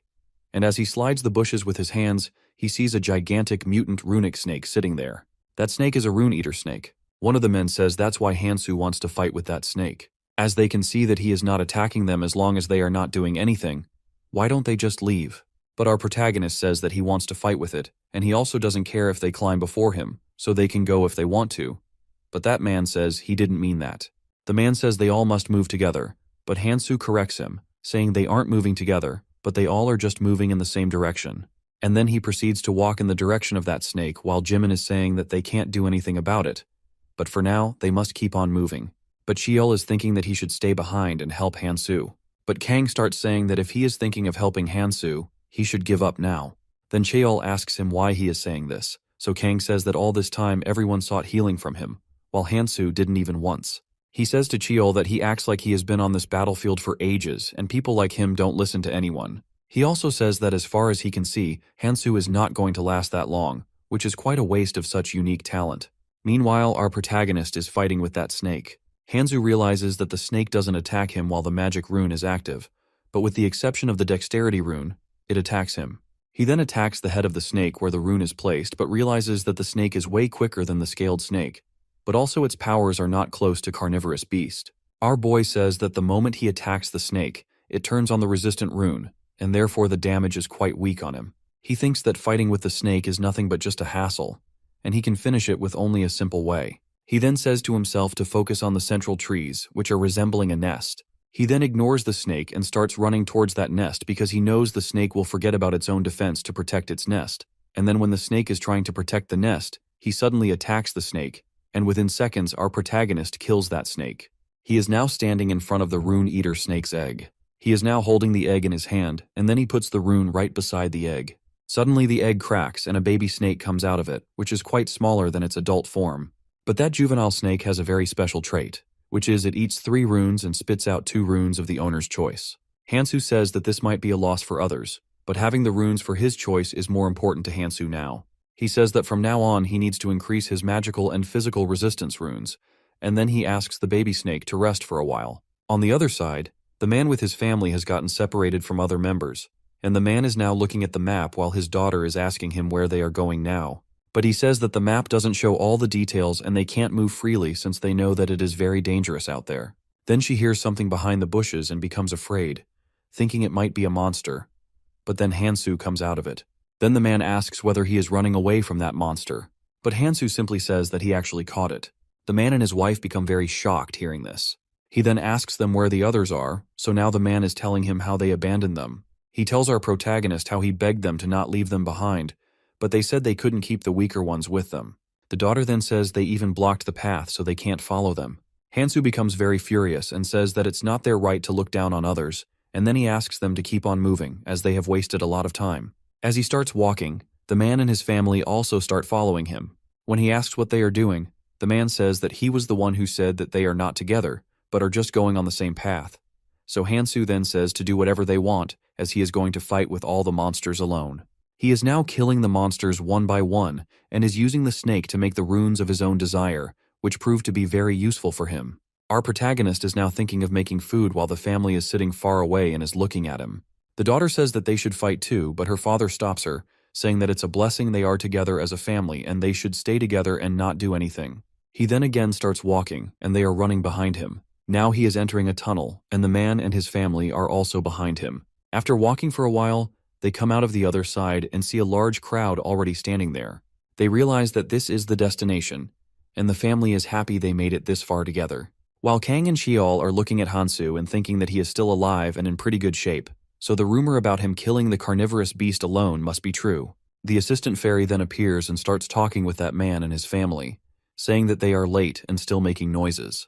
Then he closes the tunnel into him, saying no one is left now. She then welcomes everyone to the first floor dock and says that 75 people are left now, so they do not need to have many casualties. Then the ticket appears in front of everyone, and she is now telling them that this special event is for these tickets. She tells them to move from the first collapsing floor to the second one with this ticket. She tells us there are some floors that are loaded with monsters and lava, but if someone's luck is good, they might end up on a central or southern island, which is full of treasure. She tells them there are few rules that they must know. Only 3 people will take a boat with the help of 3 tickets. But if 3 people use 3 tickets, they will scatter into different islands, which can be anywhere. But if 2 people use 3 tickets, they can go together but can't choose their destination. But if one person uses all 3 tickets, they can go anywhere they want. She tells them the outskirts are collapsing, and the difficulty varies for different islands, and they must choose the better position. She then says they can check the map too, and only 30 minutes are left before this first floor collapses. There are 25 boats in the front waiting for them. She then says they all know survival is necessary by whatever means, as it becomes more fun. Now people are fighting with each other for tickets. Meanwhile, that man is kneeling in front of Hansoo to protect his family. The father is saying that they need more tickets to reach the island together and safely, and as Hansoo is very strong, he should help them get more tickets. The man says if he does this, he will save innocent lives, but Hansoo says he should take responsibility for himself and his family. But the man is begging to help him while someone is standing far away and is looking at them. He is Sheol, who is now coming forward and then hits that man with his legs. He asks our protagonist while holding that man by the collar why he is even listening to him. He can just snatch his tickets forcefully. He then gives an offer to Hansoo to come with him, and he can even provide him the tickets if he needs them. He says that he doesn't like his teammates, and he knows Hansoo also thinks the same. He then tells him about his powers, which were given by his leader, and says that he can have them too if his leader accepts him. He then suggests they should stay together, but Hansoo refuses it. Cheol says that he doesn't know about the clan yet. That's why he is saying this. But Hansoo remembers his time with Eris and others and thinks that he knows it very clearly. But Hansoo says this time he is now going under a monarch because it will distract him from his goal. As he is thinking about this, Cheol throws a ticket in front of him, saying he got it from that man. Meanwhile, that man's wife and daughter are crying for help. Cheol says that he is going to meet others on Central Island, and this ticket is a gift for him. Meanwhile, a man sees this ticket and starts saying whether they want it or not.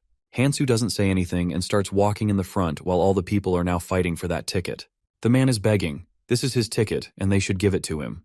People are now hitting that man, and when his daughter comes forward to save him, a man kills her. Now the man and his wife are crying at the daughter's death and are thinking that it's all planned to keep them as a family, so they should see this. The monster is now saying that on this stage everyone is meant to kill others so they can survive. While Jimin is now coming towards our boy and is asking him why he rejected Cheol's offer, Hansoo then says it was because of his own reasons and also what she wants to say now. She then says she also wants to make a proposal and then takes off her gloves, and he realizes she is also some clan member. She then asks him to join her. He asks her if she is here because of the sympathy for him, but then she corrects him, saying pity. She is the last one, as everyone has already left the first floor. Now only one boat is left, and people are now begging Hansoo to take them with him. He is thinking that he should have saved all of them, but he can't because in the tutorial area, the fairy's powers are strong. He then starts killing all of them because he knows that fairy will throw them in poison and will enjoy the melting and suffering and pain. He says they can resent him all they want, but he is actually helping them in his own way. The assistant fairy is now saying that he comes out pretty good, and also says that she will not tell anyone how he killed all the people here. But Hansoo says that he shouldn't regret what he just did because he is here to win, and now the next task is to reach Central Island. He is now sitting on the boat to go to the Central Island. Assistant Fairy is now welcoming the 1,121 survivors to the land of opportunity, which is Central Island. She is now telling people 3 things that are very important on Central Island. The first one is defending the castle that houses the crystal. The second is getting stronger in the underground dungeon, which is unique to this region. And the last one is fighting the monsters. Now people are fighting with the monsters to survive. A lot of people are getting killed while doing this. Inside the castle, the monarchs are talking about how they are suffering from a lot of damages, and they need to make some rules now. Park Jung-wook is saying if they fail in this, not only will they lose the crystal, but they will also die at the hands of monsters. While the Ajun Yun Hwajung clan monarch is saying they should wait for other monarchs too. Hong Xia of the Noah clan monarch is saying powerful ones are already here, so they don't need to wait. Lee Gut-K of Smog clan monarch is asking for their suggestions on what they should do now. Jung-wook says the biggest problem is defense, and for this they need to gather more people who are not linked to any monarch, even by force. Xia say that they don't have the right to force them. Jung-wook says another attack is coming within 3 hours, and if they couldn't do anything, then all of them would die. They are saying that the number of people leaving to fight the dungeon is quite a lot, which is a very serious matter. These people have formed a group and given it the name Basement Alliance and are actively fighting, so he thinks that the fight with them is not going to be easy, as they are only capable of defense. But then one of them says they should send the clan members to the front of the basement, but the other monarch starts yelling that then how are they supposed to protect the castle? But then one suggests the weak clan should go first so they can reduce the losses, but Xia is thinking if only all 1,100 focused on defense, then things would be a lot different. Initially everyone was doing this, but then someone came back from the dungeon with an artifact and became powerful, so now a lot of people are leaving for the dungeon. Xia is thinking about how they are going to protect the castle, but then Jimin calls for her while opening the door, but she says she doesn't have time to listen to her. She tells her she has important news, which is that someone is fighting with the Basement Alliance. A man is kneeling. In front of someone said he was not going to switch himself to the Basement Alliance. He was just going to hunt for a few days so he could become powerful too. He is Hansoo, and then he throws his weapon towards that man, which passes through right below his shoulder, and he falls back. Then our protagonist says that man is dismissed now, and now he is moving closer to him, but the man is begging him to stop. Here Hansoo says that this man's stats are surely weaker than his, but why he still can't win against him. Then another man attacks Hansoo with a knife, saying he can't order them. Here Hansoo says that the knife has the skills to enhance its cutting powers, which is a pretty good artifact for a colorless one, but even the knife can't do anything to him because he is resistant to the magic. Hansoo is now hitting that man again and again, and now saying that it's not fun just hitting him without making him die. All the monarchs are thinking, who is he? Then one of them says, He is the man Hansoo mentioned before. One asks what a magical beast is doing with him. While Hansoo is ordering all the people in the basement and the clan alliance to join forces and rotate between hunting and defending. He asks the monarchs if they have any opinions, but they simply say that he can have as many useful men as he wants and make them join his clans. He then says that people outside will listen to all the monarchs, and there is not going to be any problem. But they realize this is going to be in their favor and not his. They all wonder what he is actually trying to do. They ask him what he actually wants because he can't simply help them unless he has his own ulterior motives. But our protagonist says that he doesn't want anything until everyone is following the rules. But one monarch says to Hansoo, what if he changes his mind and wants to end the clan alliance?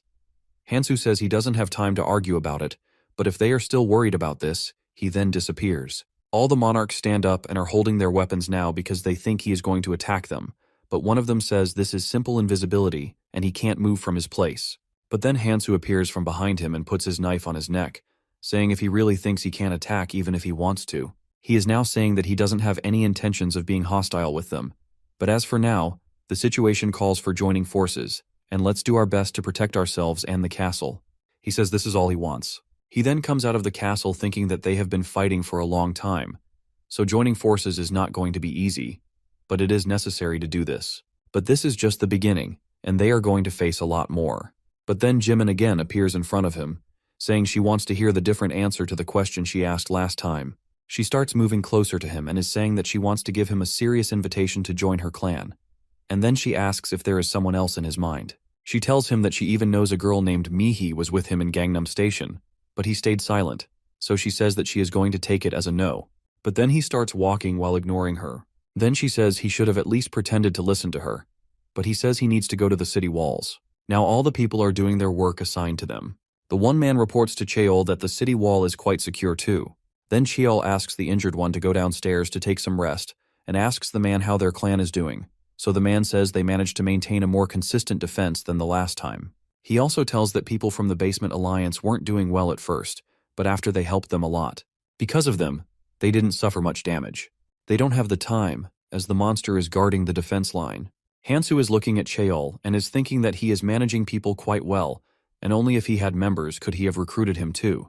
As people are busy thinking about how to fight Castle, they say that she knows they have been waiting for her. She asks if they have been resting very well for 2 days, but all the people are thinking that the assistant fairy is not a good sign. She then says, from today onwards, demons are going to appear in the defense battles. She assures them that they are not that powerful, and also that they have been fighting for quite some time but got nothing. But fighting with the demons and killing them will give them a crystal. She is telling them this is a great opportunity, as they can exchange these crystals for the artifact from the exclusive store. Even with the help of these crystals, they can also buy an escape ticket to escape this place. Only 5 people can team up with each other. Then she said, best of luck to everyone, and disappeared. While a demon is now coming to attack the people. They all are yelling at each other to go and fight with the demon, as no one between them knows how to fight a demon. Here Hansoo asks everyone to move aside and is now going to fight the demon. He realizes the demon is quite powerful, and also that he doesn't have Cloud Snack now. He has also increased his resistance and defense with the help of Rune Snake Eater, but his attacking power is not that strong. So he says that he will use the artifacts he got from the dungeon. He is now using the rogue's light stepping boots. He says that he is going to use speed to fight with him. The demon then attacks him with its full power, and he falls on the ground. Now Hansoo is using his magical sword against the demon's powers. While Cheol is wondering how much he has gotten stronger, he is fighting with the demon alone. Here Youngwook orders Cheol to get ready, as this is their time to grab the chance. But Cheol thinks this is not a good decision, and asks him, Captain, that they shouldn't fight. But the captain says if they don't fight, others will try this. Grab the opportunity. Monarchs are running towards that demon, thinking it is only one and they can kill it. While Jimin is Shia, they are going to join too. But she says they should just wait, as she wants to know the capability of Hansoo. Our protagonist is fighting with the demon while people are standing behind him, as they are also going to attack the demon. On seeing this, our boy starts thinking that the demon is going to use its race skills, and thus he can't afford to get distracted by others. He realizes this demon hasn't used this skill for quite a while, and he is thinking maybe there is a reason. He remembers that the demons have race skills that vary among them individually and make them unpredictable. He realizes maybe it is because this demon uses area of effect attacks. He is now yelling at the travelers to stand back, as they can't handle such a demon. Kang is saying to others that he is having a bad feeling about this, and they should step back and just watch the fight. but the other man says they need to stay closer so they can at least take part in the finishing blow.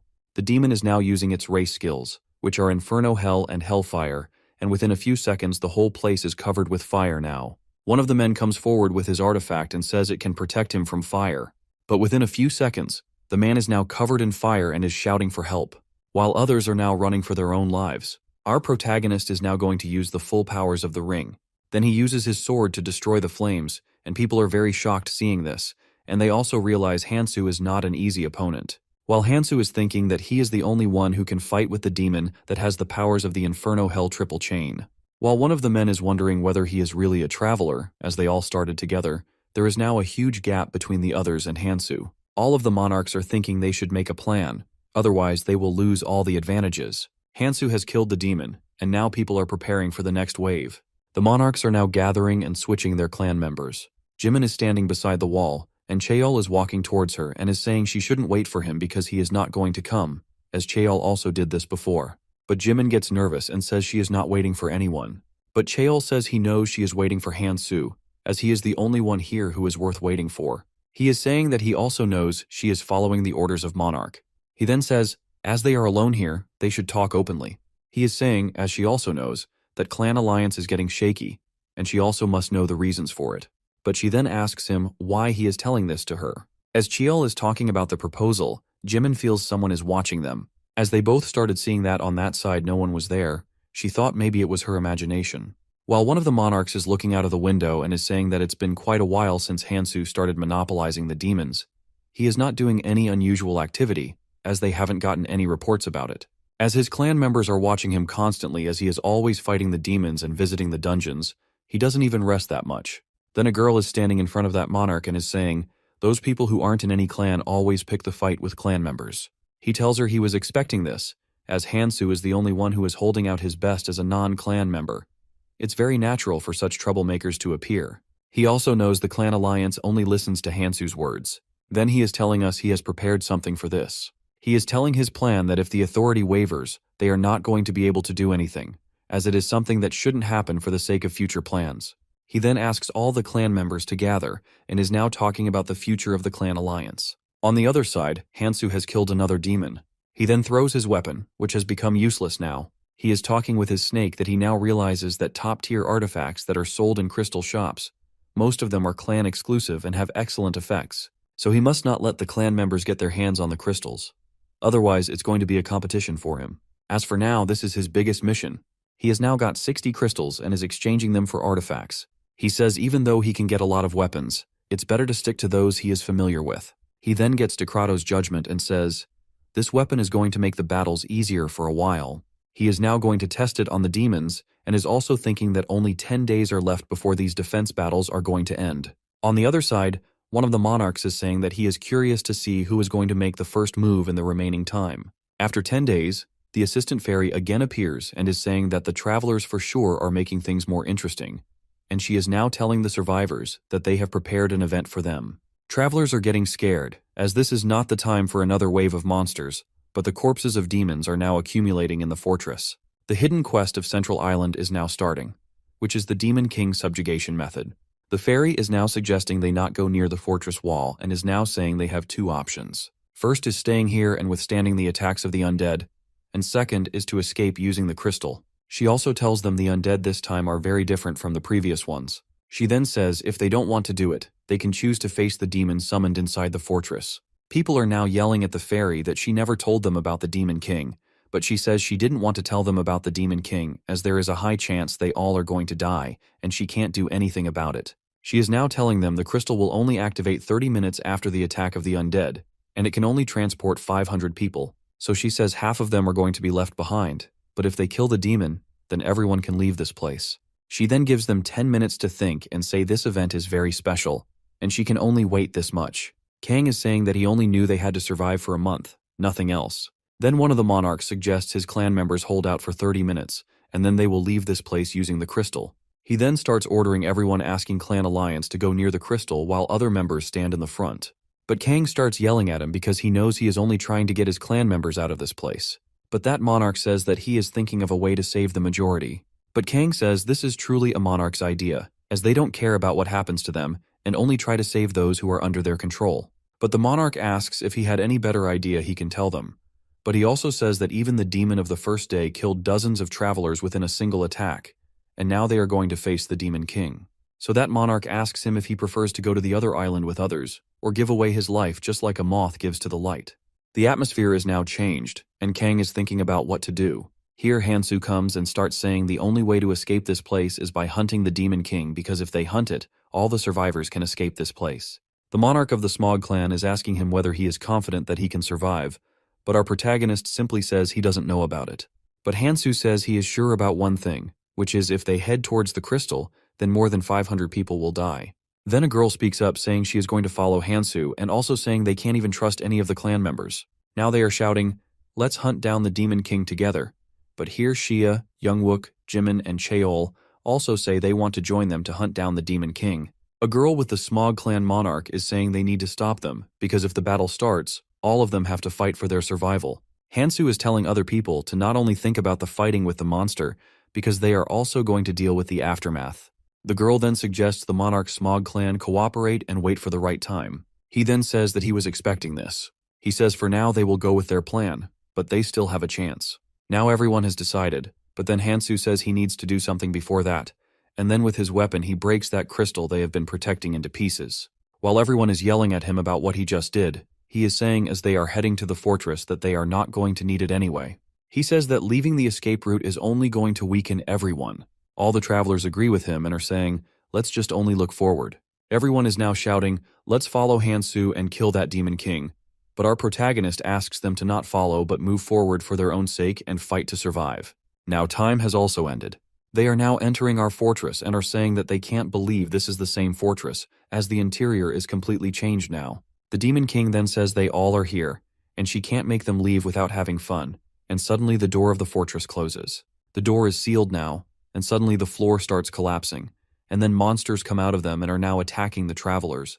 But Hansoo asks them not to panic and tells them these suckers are no better than the demons they have fought before. He asks them to fight the monsters while he is looking at a door and realizes the Demon King is beside it, which is the main problem as of now, and somehow he needs to pass through that door. But then the Demon Gatekeeper comes out of here. Our protagonist is asking people, as they have got two enemies now, they all should split into two groups. Those who are in charge of giving buffs should move to the back, while those who are good in ranged attacks should come to the front. He also says those who aren't good should manage the surroundings. While Youngwook starts saying rushing like this is not good, Hansoo starts running towards the gatekeeper without listening to him. He realizes this gatekeeper is modeled after the gatekeeper in Abyss. It's actually weaker than that, but movements are similar, so he can easily predict them. Moreover, he can now use the Decretos powers. He then binds that demon with the chain, which can stretch up to 12 meters and is now using the suppression method. Because with the help of this method, he can drain the magic of the opponent and cast the curse, which can decrease its stats. He is now asking others if they are just going to stand there. So Youngwook asks clan members to prepare for the attack and make sure they honor their clan's name, while Shia is also ordering her clan members to attack while low resistance stays behind. So Jimin says she is going to attack first. While the demon is also summoning the Hellfire, Hansoo is asking them to keep on attacking while he needs to find the spot from which Hellfire is coming, and then he can handle it. While Jimin is saying that the Hellfire is going to make his attacks useless, he says he just needs to get rid of the spot of ignition stone from where the Hellfire is drawn. He then breaks it, and suddenly the flames around the demon disappear. Our protagonist then says not to worry about it anymore, as this demon can't use the flames now, and he asks them to keep on attacking. On the other side, the demon non-clan members were supposed to fight with is killing them, and they are doing nothing and are saying that Hansoo is supposed to fight with this demon too. While the monarch of the Smog clan is happy seeing that they all are wavering now and things are going to get easier for him. Now the monarch of the Smog clan is thinking of turning people against Hansoo and is now saying that it's all his fault, as he is the one who dragged everyone here, and now people are dying because of him. While fighting with the demon, Cheol starts saying that he should also fight with the monsters, as he is the one here who is doing nothing. But that monarch says that he is far better than others, and he is going to prove it to them soon. He then orders his members to attack the monsters, and asks everyone to witness the powers of special unit forces. Now they are killing the monsters one by one, so Hansoo asks the others to join that side as well, and he is going to handle other things. He is now fighting again with the gatekeeper monster, so the girl with Monarch is saying that he is killing monsters alone, which actually requires 12 of pepper to fight with them. As Smog clan members are now fighting with the monsters, Hansoo says that he can now focus on his own fight. So now Hansoo, Jungwook, Jimin, Shia, and others are now fighting with the monsters. After a while, they have killed all the monsters, and now Smaug's clan members are giving the crystals to their monarch and are asking him to exchange them for artifacts. Then the girls suggest to the monarch they have created the special forces with the help of the clan alliance, so nurturing the special forces is now their priority.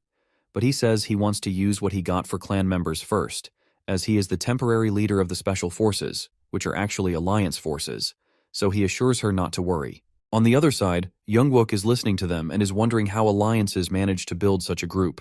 Shia is now telling him that she found out about their being secretive quite a while ago. It seems like they have gotten control of their unruly lord and are now appearing as a proper alliance. But then she says Hansoo, as the main person, doesn't seem to care about it. So now both of them are saying to our protagonist that alliances seem like they are trying to mess with you. But Hansoo assures them not to worry about it, as he has a pretty good idea about it. When they ask him about the idea, he asks them to keep watching them unless they take direct action, as he has already made all the preparations. Here Jimin and Cheol are coming towards them, and Cheol is saying that since they are going to fight in the front line, things are going to be easier, and they also can't go back, as initially they came forward on their own. Jimin says they are not sure about them, and what if they change their minds and again do nothing? They always help them, but in return those people just ignore them. But Jungwook says, whatever the case is, if they want to survive, they have to kill that demon king, so alliance forces are going to do the same. But now Shia is looking at the people, who are now very weak after fighting with all the monsters, and she is wondering if they can really fight with the demon king. But then a girl appears, and she is saying that if they want to survive and get out of here, then defeating the demon king is the only option. She then comes towards Hansoo and is now introducing herself. Her name is Seong Yi Yeon while she is talking with our protagonist. Jimin is getting very furious seeing this. As soon as she tries to touch him, he pushes her hand away and is now asking what she is actually trying to do. She says she just wants to introduce him to someone who is interested in him. She is now going away, saying if he is interested too, he can tell her whenever he wants. While Jimin is getting very angry, he is grabbing the shoulder of Shia very furiously. Sheol is now saying that he once tried to talk with her, but she ignored him. He wonders if she only talks to non-clan members. But without listening to him, Hansoo asks everyone to keep on moving. As they are now going to defeat the Demon King, the fairy again appears here and is asking if they are really going to kill the Demon King. She then says that travelers are very interesting this time. The assistant fairy then says they don't need to kill the Demon King to pass the portal, but they only need to survive for 30 minutes. As they hang for 39 minutes, then the Crystal of the Throne will activate. With this portal, the fairy is saying they can go to any island using crystals, and they can also use crystals to take the escape pass, but he tells them this is not an easy opportunity. Then she asks them to do their best, and then they will meet on the second island. Now they all are standing in front of the Demon King. The Demon King is now ordering all the spirits of monsters to arise and attack them. Hansoo realizes that this demon is the downgraded version with less than half of the powers of the original, which is in the abyss. He is now using mini crystals to buy an artifact, which is Decratos' Judgment's matching pair of chain sickles. He says that he is going to attack these demons with the two unique skills of Decratos' Justice, which are Split and Retrieve. He then throws the weapon towards the spirit, and using the split method, the weapon turned into multiples, and all the weapons are now stuck in that demon's body, so the Demon King becomes very furious, and it summons other monsters too. So Hansoo asks others to kill these summoned monsters while he is going to deal with the Demon King. As there are way too many monsters, Cheol yells at the Special Forces clan to come and help, but their monarch asks them to just keep watching and not do anything. Jimin then says she knew that they were going to do something. Hansoo realizes what the Smaug clan and their monarch are going to do, so he asks them to manage the Demon King for a while, but Jimin says they can't do it without him. As Hansoo is about to go, the Demon King again attacks him. Here, Jungwook comes in front of our protagonist and is holding out the Demon King's powers with his sword and is asking Hansoo to do quickly whatever he is going to do. While people with species forces are thinking they should also help a little now, suddenly someone stabs one of them from behind, and he falls on the ground. It is Smaug's clan monarch.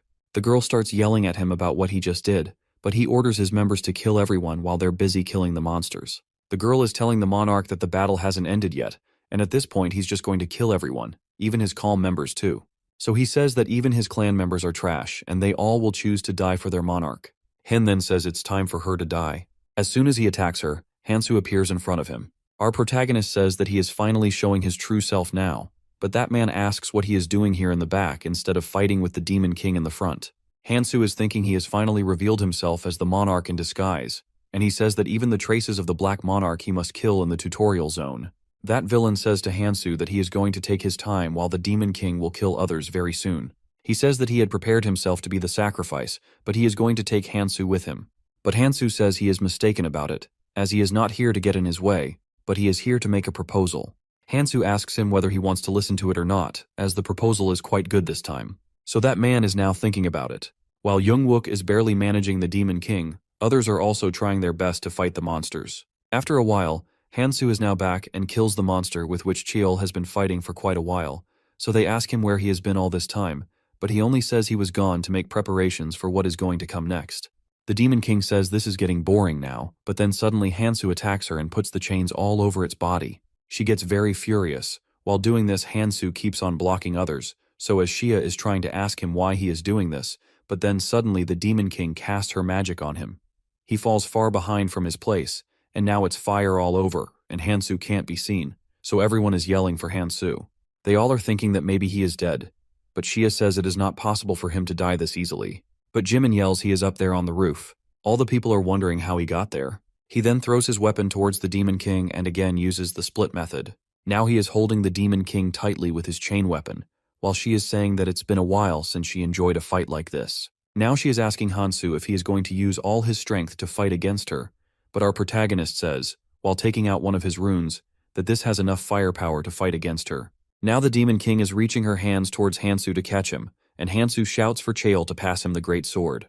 As Hansoo is about to catch it, but then suddenly the Demon King takes her gigantic hands from both sides of Hansoo and catches him in them. Now all are looking at its hands, but Hansoo appears out of nowhere in front of the Demon King and attacks its face, and now all are thinking that it's over and he has killed the Demon King. But they are also wondering why the crystal is not moving yet. Hansoo says this battle is not over. The demon is now laughing and is saying it's been a while since she felt such pain. So the demon says she is going to use all its powers for him now, and as she is gathering all the powers in her hand, suddenly Shia attacks the Demon King with her weapon, so the Demon King says there are still some insects left and she must kill them first. So she asks spirits to attack Shia, but Jimin appears in front of her and kills all the spirit monsters. The demon says she is going to make all of them disappear, but then she attacks our boy, saying this is the reward for entertaining her. Now the Demon King is making all the people fly and then making all of them fall on the floor with speed. Now all the travelers are shouting in pain, but they are still worried about Hansoo. While our protagonist is still fighting with the Demon King, he now throws his weapon towards the Demon King with all his strength, even though he is quite injured. But the Demon King says this attack is now going to do anything to her. She is saying if she could use her real powers and if she had a little more time, she could have killed all the humans. But then they look at the crystal, which is now opening because they have met the condition. So they realize that Hansoo has killed the Demon King, and are now shouting that they have succeeded in it. They all are happy that now they can go to the next island, but suddenly flames start appearing in front of them. Hansoo is thinking that both of the hearts of the Demon King are eliminated, but then the Demon King again appears and is saying that she is going to kill them before the fake body of hers disappears, and even if she has to pay a price for it, she will willingly do it. But then the assistant fairy appears and says that it's enough for now, and those who violate the regulations will have to face punishment. So he says the Demon King is the one who is going to disappear now as punishment, and not the travelers. Now a magical hand is holding the Demon King, and the assistant fairy is saying that she never gave her the permission to use powers like this, and she acted independently, so according to the rules, she is the one who is going to get punished. But the Demon King is saying to the fairy that she is the one who brought her here, and now she is the one who is stopping her from using the powers. She says she can't leave unless she kills these people. Fairy becomes very furious, and while thinking she hates such half-breeds, she asks the Demon King to shut up, and then suddenly the magical hand kills the Demon King by squeezing it hard until its whole body starts bleeding. Then the fairy says it's time to give them their reward for defeating the Demon King, but she says they can have only one reward, and Hansoo will choose the reward, as he is the one who contributed the most in defeating the demon. She then gives him the rune and says when he uses this, all the stats will temporarily increase up to 99.9% for a day, and when this effect ends, all the increased stats will drop 0.01%. She then says to think of going to the next island, and while going, she says she will meet them there. Now Hansoo is looking at that rune and is thinking with this rune his mission of coming to Central Island is fulfilled, and he realizes the power he just felt with it is definitely the power of the abyss. But he still has a long way. But then Cheol says after all the efforts of killing the monsters, they only got one reward, but his monarch says not to worry about it, as everyone here knows that he is the one who killed all the monsters. While they are talking about their Shia, say that the Sman clan wasn't supposed to stay silent on Hansoo getting the reward, but they are actually silent, which is very odd. But Hansoo says they don't need to think about it, as it's already over now. Shiel asks him what he actually means by over. The people are now looking at their hands, and the tattoos of their monarchs are disappearing, which means their monarchs are already dead. They are shocked and are thinking that the Smog clan has kidnapped them. Shia says she can't believe they used a special forces unit to kill all the monarchs, while Hansoo is smirking mysteriously. On the other side, a man is standing in the forest, which has now killed all the monarchs. He is now thinking about a few minutes ago when the disguised monarch Tej took all the other monarchs with him as he was ordering his clan to kill them. While the Smog clan's monarch is saying that it was very easy doing all this because other monarchs were wary of Hansoo. He also remembers that Hansoo gave him the crystals and said that he could use them to make his clan members a special force, as he had done before, so he must know how to do it. But Hansoo asks him not to make any mistakes, and then he will turn a blind eye to whatever he does with them. Here, one of his members reports to him that there is someone else here besides them, and suddenly someone attacks that member. So the disguised monarch is asking to show up and is saying to his members that if they are not showing themselves, then he is sure they are not a lot of people, so he orders his clan to kill them. But then their feet suddenly start sinking in the ground. As they are wondering what is happening with them, a voice says that he used an artifact here, which is actually temporary, but it is also consumable, which acts after a certain time. Then the man appears behind that monarch. He gets shocked and starts asking him how he knew they would be here. But that masked man is not listening to him and killed him within a few seconds. Now he is killing the other clan members while they are begging to leave them. But he is moving forward, and without thinking, he is killing all the clan members too. Now that man removed the mask, he is singing. He is now remembering that when he asked Hansoo to use him, that's when Hansoo told him to go to the Tower of Central Tower and wait for the people there, and when they come, kill them. Hansoo also told him if he does this, he will become stronger than anyone, but it's up to him if he wants to trust him or not. Sang is now thinking that trusting Hansoo is the best choice he made in his life. Now he says he just has to wait for now. On the other side, a mysterious man and woman are talking and saying that they haven't gotten any signal from Lee Guktae, which means he is dead by now. The girl says that it means the people on Central Island have failed. So that man tells her Gukade last contacted them from the fortress, so it means he must have died there. He tells her he has already expected this, but as for now, they have an annoying disruptor who is going to come to the Tower Island soon, and they must stop him. As using the crystal is the only way to come to this island, that man, who is actually a monarch, and his clan members are waiting for the travelers of the Central Island to come here, and they must kill them immediately. Now they are talking about this map, which was given in the Ascension Path. It shows hundreds of islands, and they are divided into 3 main stages, which starts from the first stage, where the Ascension Path starts, and moves towards the next stages, which also include the Central Island, and finally ends at the last stage to complete the tutorial. Islands among the 3rd stage are supposed to give the best rewards. Hansoo is telling them that chasing after the stages to become stronger is understandable. They ask him what he means by this. So Hansoo again says if they are going to Toei Island for better rewards, they should reconsider it.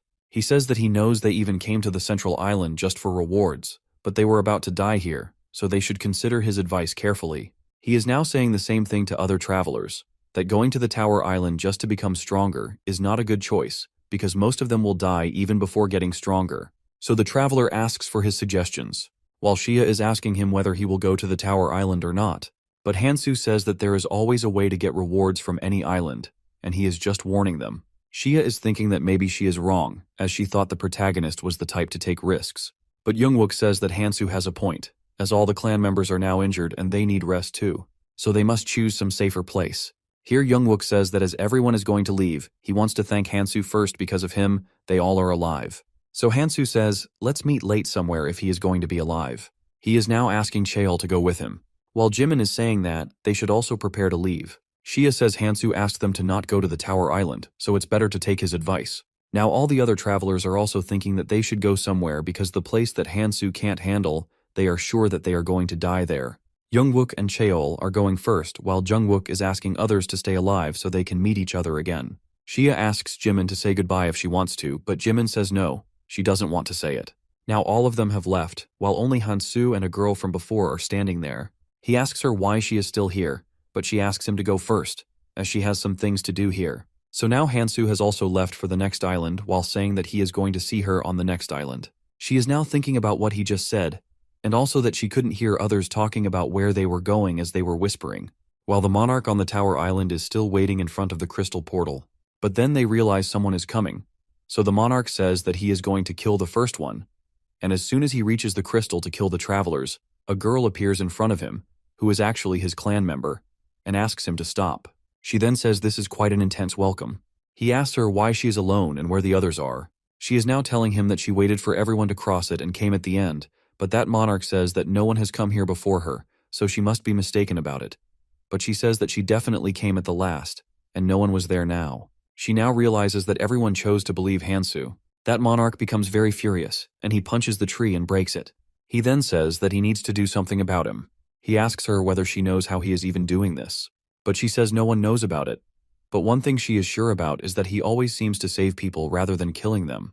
He then says that this man is going to be the hurdle for him. So he asks his members to order the clan members on other islands that if they spot Hansoo, they must kill him. But the girl with him says that he is as strong as monarchs. But that monarch says, as Yi-Yan told them before, he doesn't kill people, so it's worth the shot. He then grabs the girl and is saying to her that she must not forget what other monarchs did to them, and also must kill the people who are going to be in their way. Now he orders Yi-Yan to tell all the clan members while moving ahead, but Yi-Yan asks him to wait for a while. That monarch says he can't wait anymore and is now heading towards the tower. Now everyone has left, and here Hansoo comes out of the portal and realizes everyone is gone now, as he thought before. Our protagonist is now walking in the forest while Sang is standing behind the tree, so Hansoo asks him to come out. Sang is now greeting Hansoo and is telling him that he did what he told him to do before. But without listening to him, Hansoo demands to give him the things he asked for. While giving him the earring, 7 siblings sang, saying that he is still the same as before.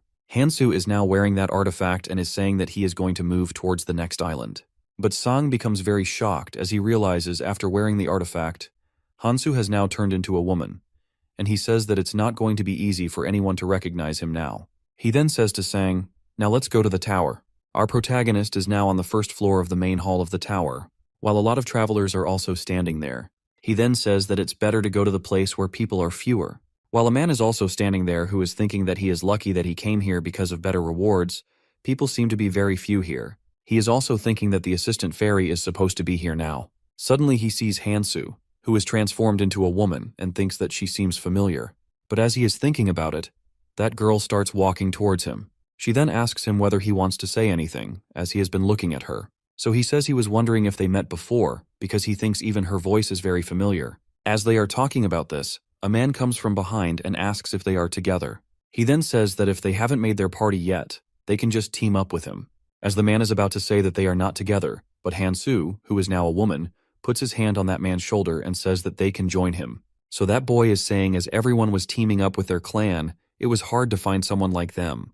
The man says it seems like there is a limit on the number of people per room, and also that as they go higher in the tower, they are going to attain better rewards. But another man says they don't need to think about this, as they only need to enter the room, defeat others, and those who survive are going to get the awards. So he doesn't need to make friends with others. While a girl who is very scared is asking them what they think, how many are going to make it out alive? A man stops her, saying that she already knows who is going to die. He suggests not to waste time and is also telling them to keep the enemies separate from their group because this is the way they can easily kill them. After a while, all of them are now fighting with the gigantic ants. Hansoo realizes that wearing the earring of 7 siblings cuts his stats in half, and he can't fight like before. But he still needs to do something to assess his level like before. He is now running towards one of the ants and stabs it in its stomach. Now he is thinking that before he used to kill such monsters barehanded, but now he needs to at least hit twice to kill the monsters. The girl is thanking him for saving her, and also says that she must have been fighting with a lot of monsters, as she is very strong. She asks her if she ever met someone stronger than her. She says that she heard from people that there is a boy who is very strong, and he helps the people. She also tells her that he used a chain-like weapon, which is very strange. But Hansoo, who is now a woman, tells her to stop asking such useless questions and keep on moving. But the other man says why she is creating a fuss about talking like it is going to kill them if they talk. The little girl is still talking about Hansoo, and I'd say that she also heard how that boy fought in Central Island, and then she said that boy's name is Kang Hansoo. As they are talking, the real Hansoo, his woman form, is walking ahead, while that man says that he is somehow familiar with Hansoo, as both of them started their journey together. The little girl gets excited and starts saying it means that he is Hansoo's friend, while Hansoo is getting annoyed because of them. That man asks her how she knows about Hansoo. She tells that she heard it from the travelers. She then says that he is Hansoo's friend, so he must know where he is right now. But that man says he doesn't know about it, as Hansoo is always running around without telling anyone. While the man is also thinking that if all the rumors are about a strong guy whose name is Hansoo, it must be that guy he knows. He then looks at the other girl and realizes this girl kind of resembles Hansoo. He says that he first thought Hansoo could only talk but couldn't do anything, but he remembers that Hansoo is the reason many people didn't die, including him, in the first phase. So he knows that our protagonist must be way ahead of him.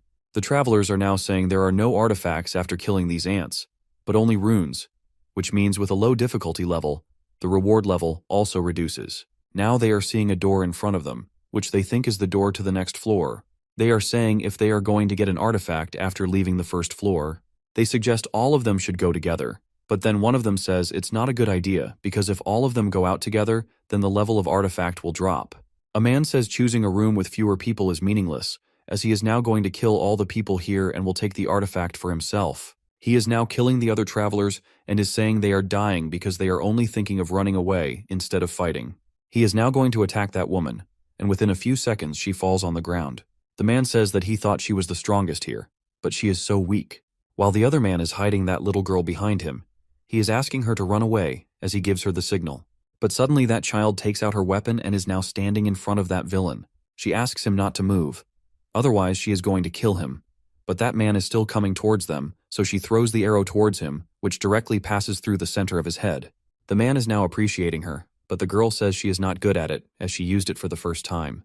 But as the man is saying she did great, the girl suddenly throws the arrow towards that man too, and he dies on the spot. Now she is collecting the runes. She is also reporting to her monarch that there is no chain user in room 10 of the first floor, and also telling him that she killed other people too. She then says that she is going to find him on the next floor, while behind her that girl is standing up. Then the monarch says, "Go and find him," as now she is ready to go to the next floor, but then the other girl asks her, "What if he is really here?" and then throws the chain weapon toward that girl. That little girl is shocked to see that this girl is actually Hansoo. Hansoo, who is a woman, is now holding that girl while the girl is saying she is sure that she saw her becoming unconscious, so she says it means her acting skills are quite good too. She also advises her not to think about contacting her monarch. She then kills that girl and is thinking that they only put one person here, and also that she didn't expect them to give up so easily on finding Hansoo. She remembers that in her previous life they were told that hidden dungeons aren't separate entities, and Tower Island has a structure in which we must pass through a dungeon to go to the next floor. She realizes it means there are dungeons besides the third floor. She finds out this is actually the ultimate goal of the tutorial zone. She is now standing in the main hall of the second floor, and is thinking that she needs to do some things before the artifact she has right now is of higher ranks, except for the growth-type artifact, and Nurmaha's ring others are low-efficiency artifacts. She knows that she needs to get new artifacts to make up for the colorless ones. She remembers what Kang Tae told her and is saying that she is going to use the information properly. Only 50 people are now left to enter the second floor. They all are now entering it. The assistant fairy is now explaining to them the rules of the second floor. She welcomes them to the treasure room and says all of them have great insight as they all choose this room.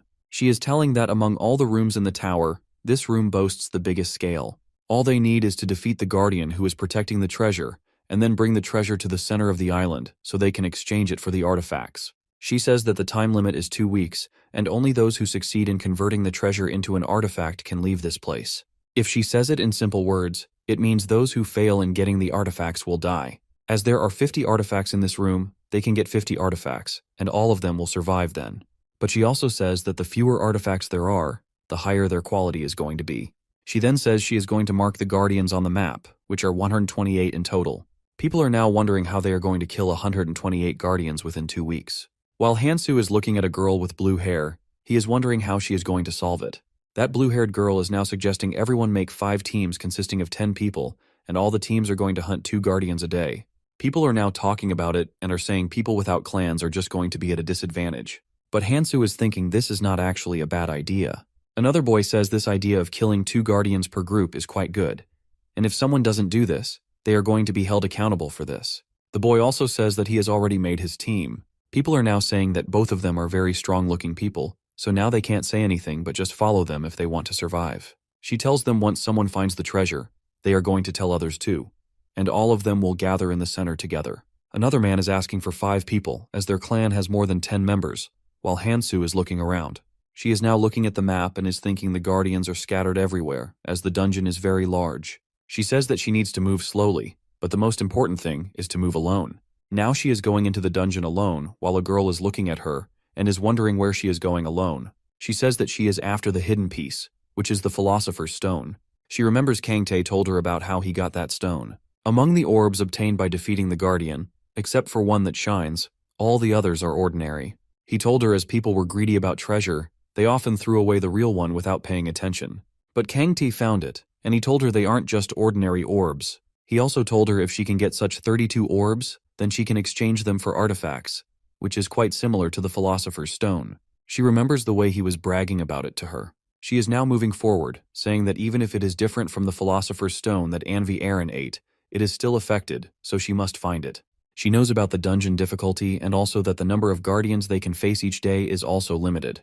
But she knows to go through them quickly, she must go alone. She is now fighting with the guardians, while on the other side people are hearing some sounds. Suddenly a voice congratulates them on eliminating the second guardian.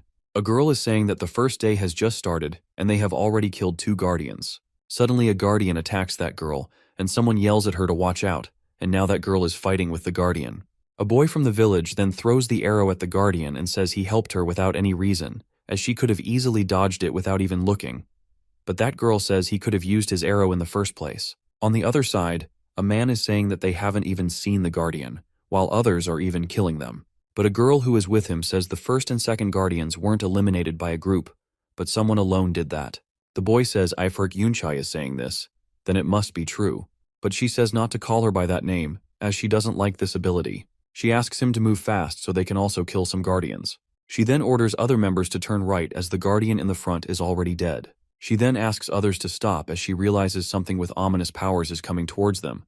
While on the other side a man is saying they shouldn't be looking for the guardian because even if they get the treasure, they might not be able to take it to the altar. So that man says they should look for the stronger people in other groups. But one of his members says they can't just stay idle like this. As others are going around eliminating the guardians, they should also do something like killing even the little monsters roaming around, which will also give them the strength to fight. But that man says they only need to focus on those people who are coming back with the treasure, as no one is going to notice if a few people went missing. That man is telling it to its group if they can't find it within the 2 weeks, they are going to die eventually, while a boy and a girl of another are listening to them silently. The girl says it's going to be very difficult if people start acting like this, but she also realizes the weird feeling she got wasn't coming from these guys. Here Hansoo speaks up from behind them, saying in such a situation they need order more than anything. All of them get shocked and are now asking her who she is. The boy is thinking she is full of bruises, and still she is alone, while the girl realizes she has been getting the weird feeling from her. The boy then points out the arrow and asks her why she is here standing behind them, but she calmly says she is here to make a deal. But the boy asks her why she is so sure that we are going to listen to her. She says that being on guard is quite good, but they are doing it on the wrong person. But she says that she wants to speak with the clan monarch.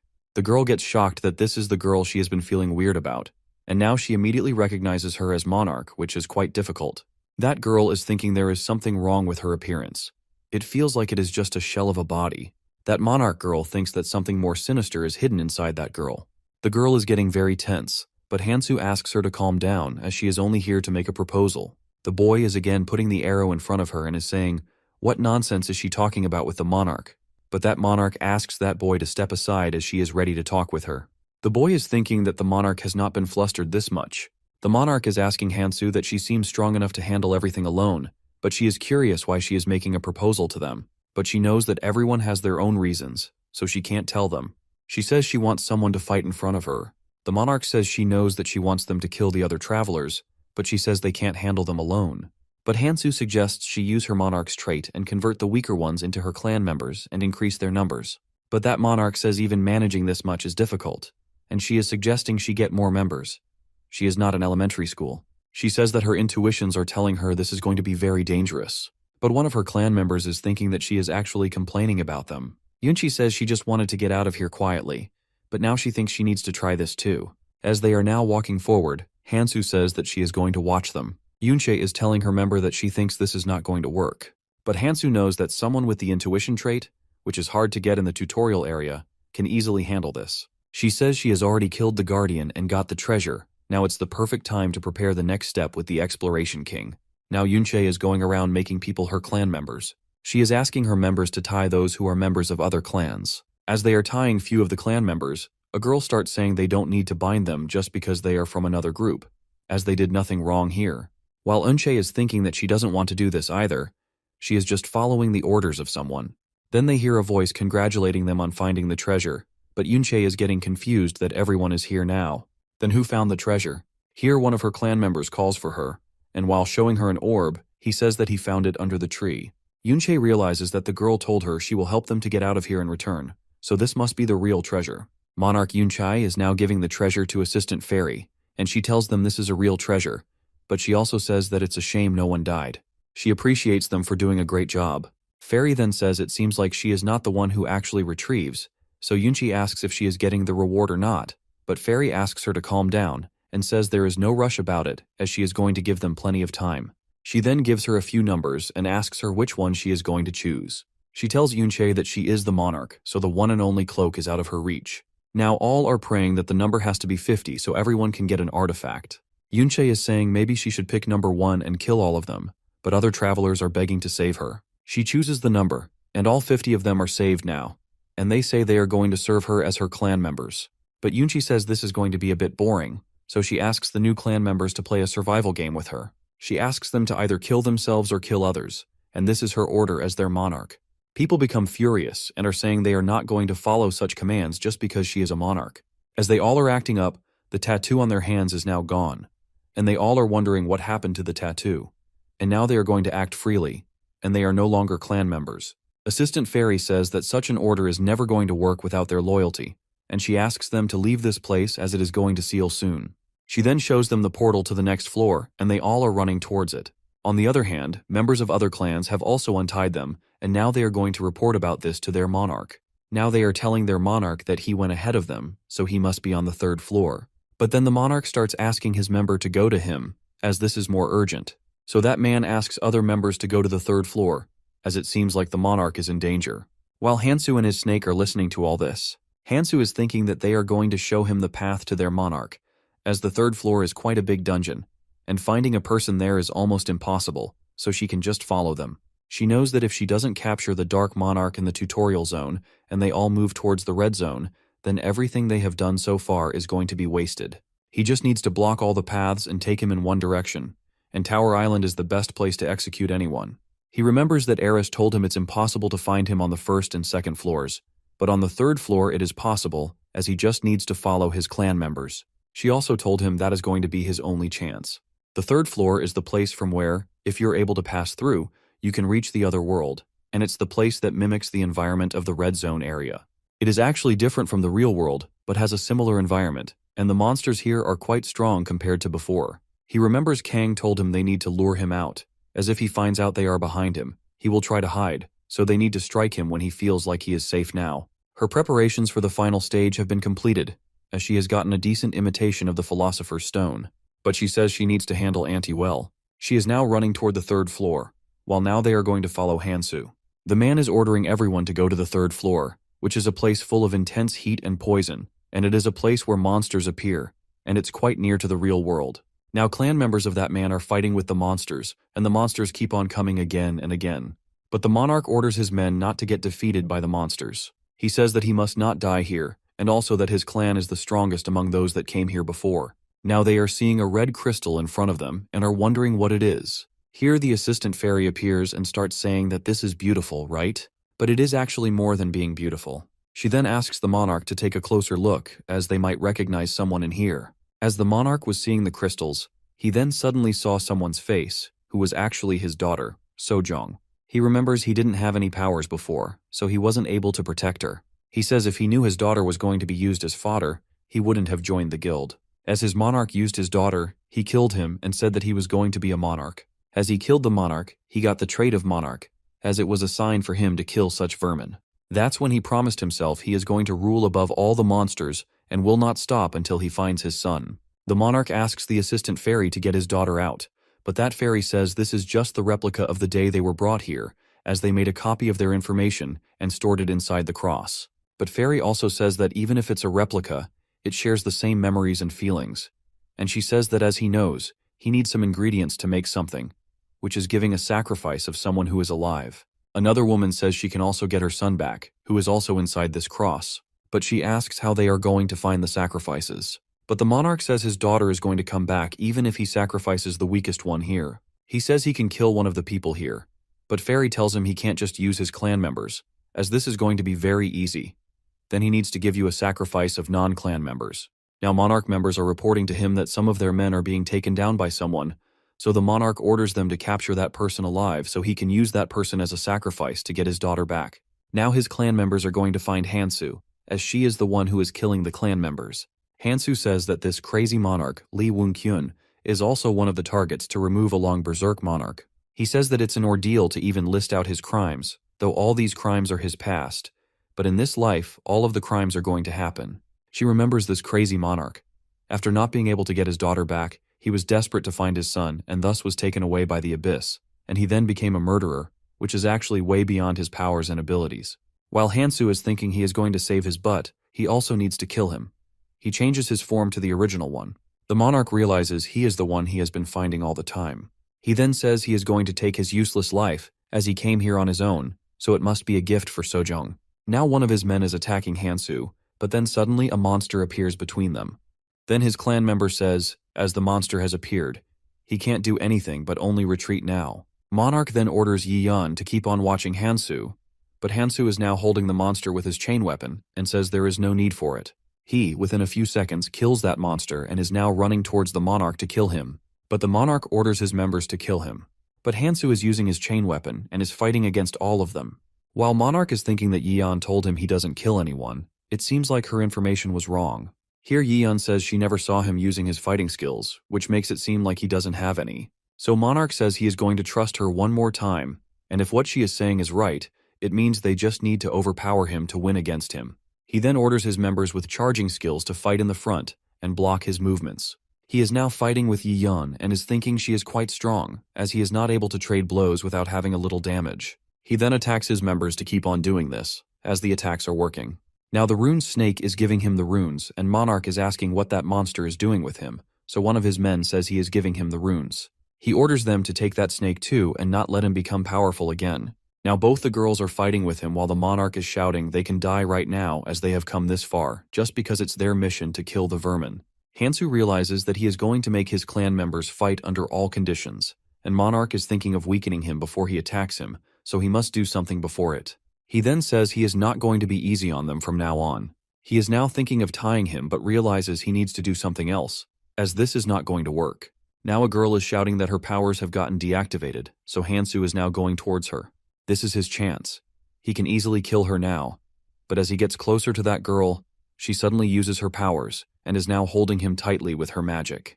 The monarch is now saying that it doesn't matter if he is really powerful, he is still just one man, and now he has to pay the price for barging into his territory as the monarch is going to kill him soon.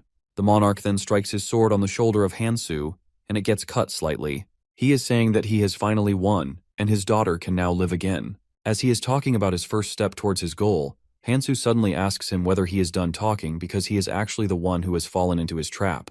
Our protagonist then says no one is here now to defend him, so let's see how he is going to protect himself now. Hansoo then takes his weapon, but he takes out another weapon, saying he knows all these tricks and can't fall for them. But Hansoo says he seems to be getting the wrong idea, as our boy never said the chains are his only weapon. Our protagonist then takes out the bladed weapon and stabs it into the monarch's stomach, and he falls on the floor. His clan members are now yelling for their monarch, while the girl is saying she is not going to spare Hansoo now. The monarch is now asking his clan members to strike him before his wounds get healed.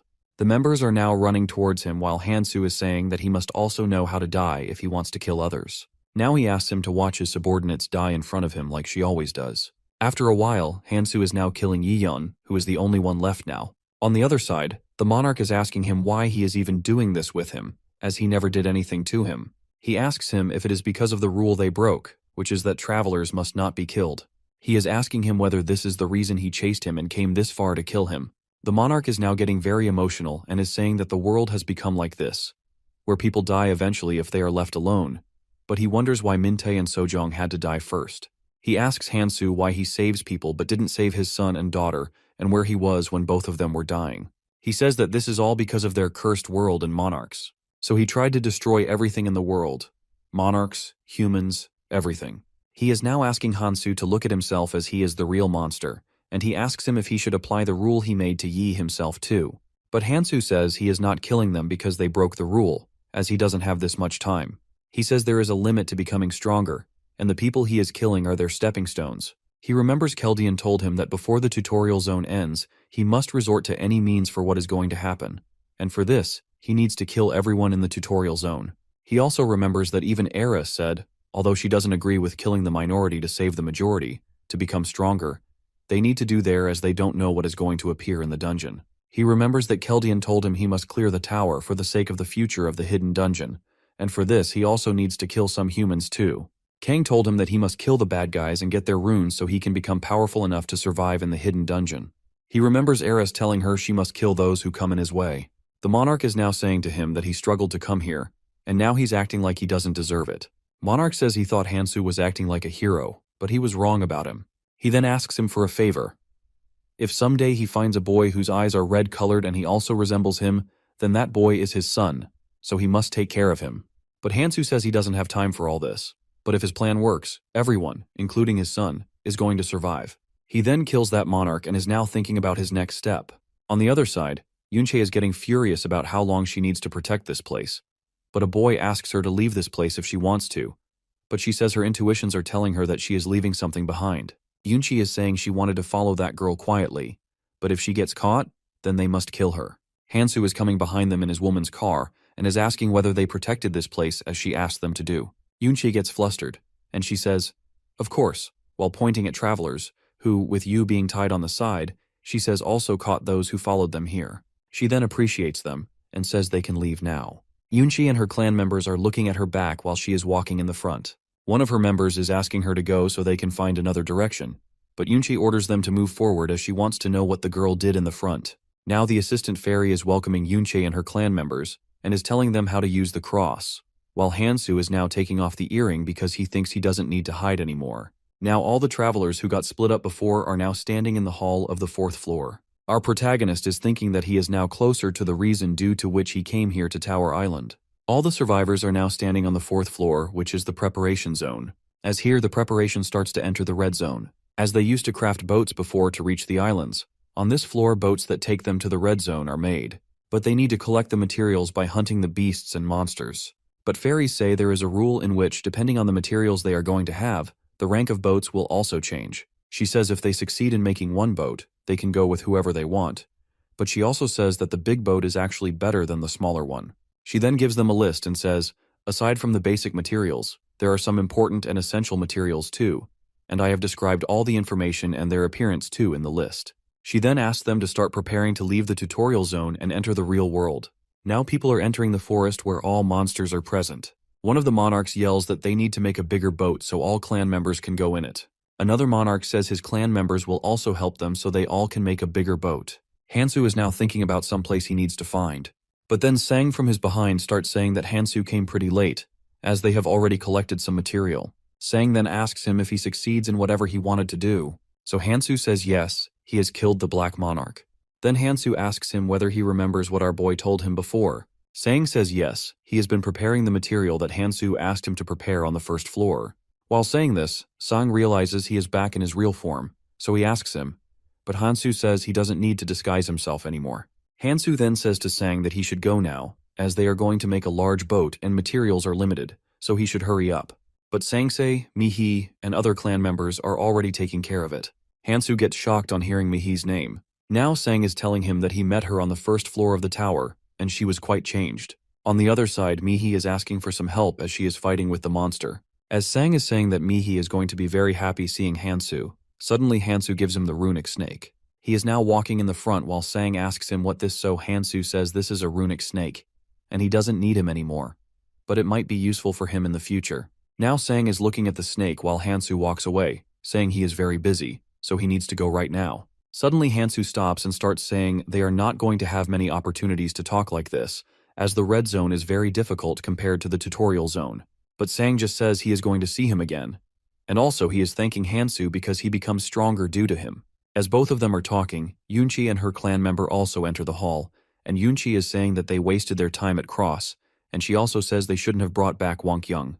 But her member asks her to stop talking, as someone might hear them. Now Wang Kyung is also entering the hall, and Yunche is asking him to hurry up, while he is just worrying about his daughter. Here, Yunche asks him if he still doesn't remember anything, so he says the last thing he remembers is he was on a stroll with his daughter while his daughter is also coming out of the portal. Yunche is thinking that she wanted to have someone strong who will lead their way, but she didn't know that reviving them would mean losing their memory. She is now asking her twin clan members to stay behind them, as she is now walking forward because she says she needs to talk with the fairy, while Sang is silently listening to all their conversations. On the other side, Hansoo is walking in the forest as he needs to kill the monsters.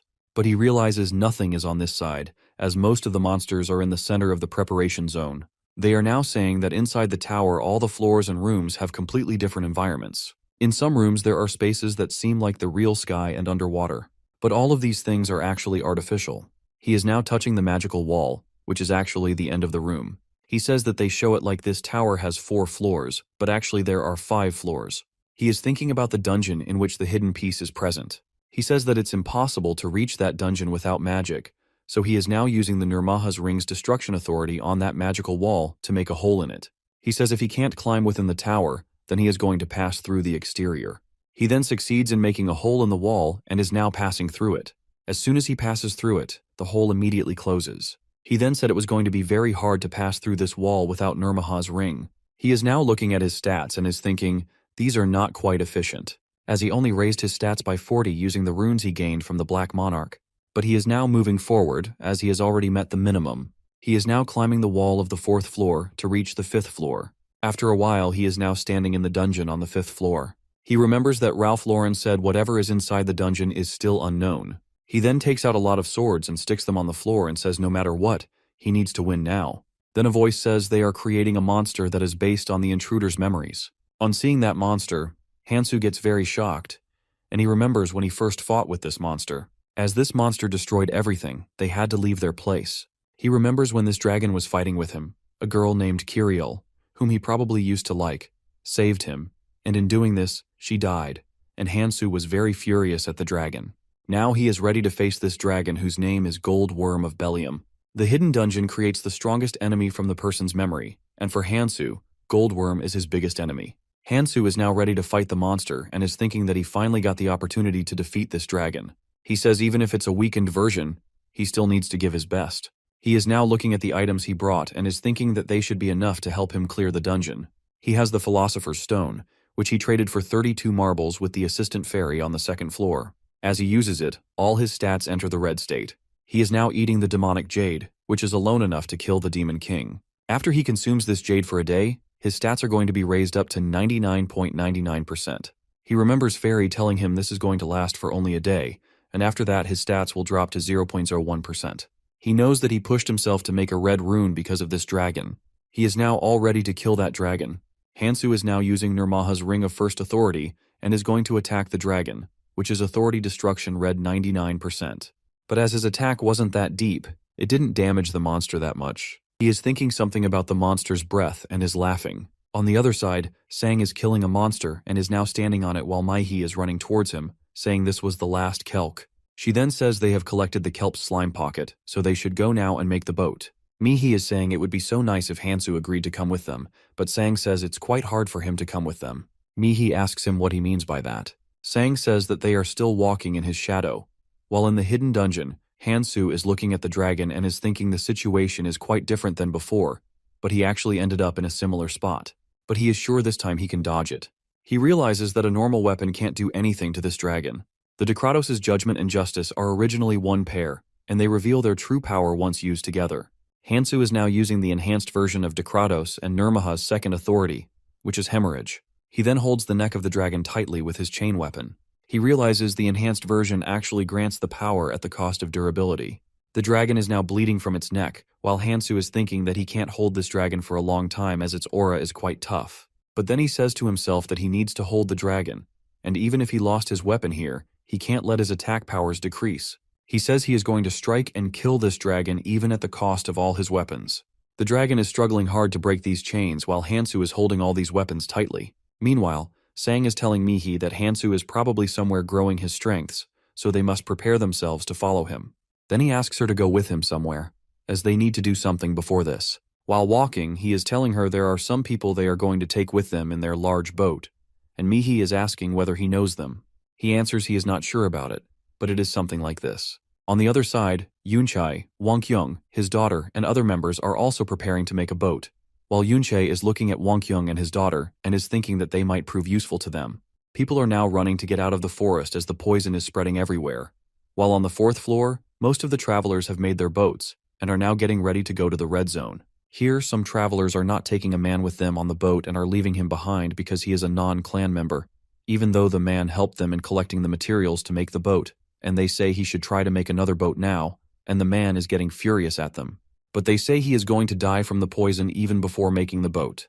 The man is now running to make the boat and is regretting that he shouldn't have trusted those people, and moreover, Assistant Fairy never told them there is a time limit on making the boat. He is now running to find a Kelk's pocket slime, but then he hears a noise. Suddenly a hand comes out of the magical wall, and he is Hansoo with a lot of wounds and cut marks on his body, and even his clothes are torn. The man is shocked and asking who he is. Hansoo is looking at the floor and is thinking that he still has time, as the ground hasn't filled with poison yet. The man is asking how he gets out of this wall, and the main question is how he succeeds in breaking the wall, as with that man's attacks, the wall doesn't even get a scratch. While Hansoo is just ignoring him. Now our protagonist is walking in the forest in order to find material to make a boat, and that man is running behind him. Hansoo says he is very busy and doesn't have any time to talk to him. The man realizes he is in a hurry, judging by the look on his face. But then Hansoo is not wearing a shirt, so he asks him if it's a habit to walk around naked. Our boy says he needs to make a boat, and that's why he is in such a hurry, but that man says he can't make it alone in such little time. But suddenly a man falls in front of them. A few people in the front are fighting with the Galapagos crocodile. As they are saying they can kill this monster, Hansoo starts running toward them, saying he is going to kill the crocodile. All of them are wondering how he is going to kill a crocodile without any weapon. The man whom Hansoo just met is also here, and they are asking whether he knows that man who is fighting with the crocodile, but he says he doesn't, as he just met him. Meanwhile, with one punch, Hansoo killed that crocodile and is now trying to take the materials out of its body. He takes something out, but he realizes it's a parasite of the crocodile, not the material he needs. Now a man is offering him to combine their materials so they could build a ship together. The other man says he can give them his materials too, but the man is saying that the Galapagos parasite can only be used to make a 20-seater, and there is no room for him. Both of them are now arguing about it, but Hansoo just throws the parasite towards them, saying he doesn't need it. He then says he is going to make a 500-seater ship so they can do anything with this parasite. The core item needed for a 500-seater ship is the Knockrock rock lizard's heart, and the materials to build a larger ship are quite difficult to find. The 4th floor is now filling up with the poison, and it's unclear how much time is left now. The man is thinking that he is really going to make a 509-seater ship by killing the monster, which can't be caught alone in such a short time. He then asks those men to tell the others who are still here that if they bring Hansoo all the other materials as a boarding fee, he will let them go on his ship. Now all the travelers are thinking he is really going to accept them with these materials, and they are waiting for him in the hall on the 4th floor. The man who got scammed earlier has brought the materials again and is praying it not to be a scam, just as before. Now all of them can hear a noise coming out of the forest, and they are wondering what this is, but suddenly someone throws that lizard out of the forest, and it falls in the hall between the travelers. Hansoo also comes out from behind the lizard and is asking them to prepare the ship so they can get out of here, while all the travelers are getting shocked that he really killed that gigantic lizard alone. Hansoo is now saying it fairly that he has brought the heart of the Knockrock rock lizard, so let's trade. The assistant fairy, while looking at the time, says that he does have a time, but he needs other materials too if he wants to make a ship. He then takes out Kelt's slime bag, 3 of Aran and other materials too for being allowed to board the ship, and the last material is the silk rope of Arak. But then the fairy asks him, "Where is the heart of the lizard?" While the man is thinking about what artifact is in that satchel, Hansoo says it's behind him and then gives it to the fairy. Then the assistant fairy congratulates them on collecting all the materials. She says there are still some materials left, but as he brought all these materials alone, she wants to give him a reward. The poison is about to reach them while Fairy is asking the people to applaud. All the travelers are getting furious at her and are asking her to build the ship.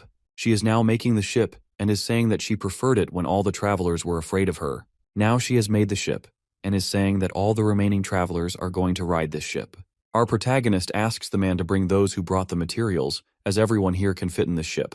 People are now running towards the ship and are thanking Hansoo for saving their lives. Fairy then says they don't need to worry about the sailing, as she is going to take care of it, as this is their first trip. People are now boarding the ship, and she is saying that they can relax now, as the arrival time to the red zone is going to be in 3 days. And she says that she isn't going to interfere with them from now on and is happy that she is sending all of them to the red zone alive. She then starts the ship and advises them to survive for a long time. Now all the ships are moving in the red-colored ocean towards their destination of the red zone. They realize the ocean is made up of poison. People on Hansoo's ship are saying that they should be thankful that they got a ride, otherwise they wouldn't be able to see this sight.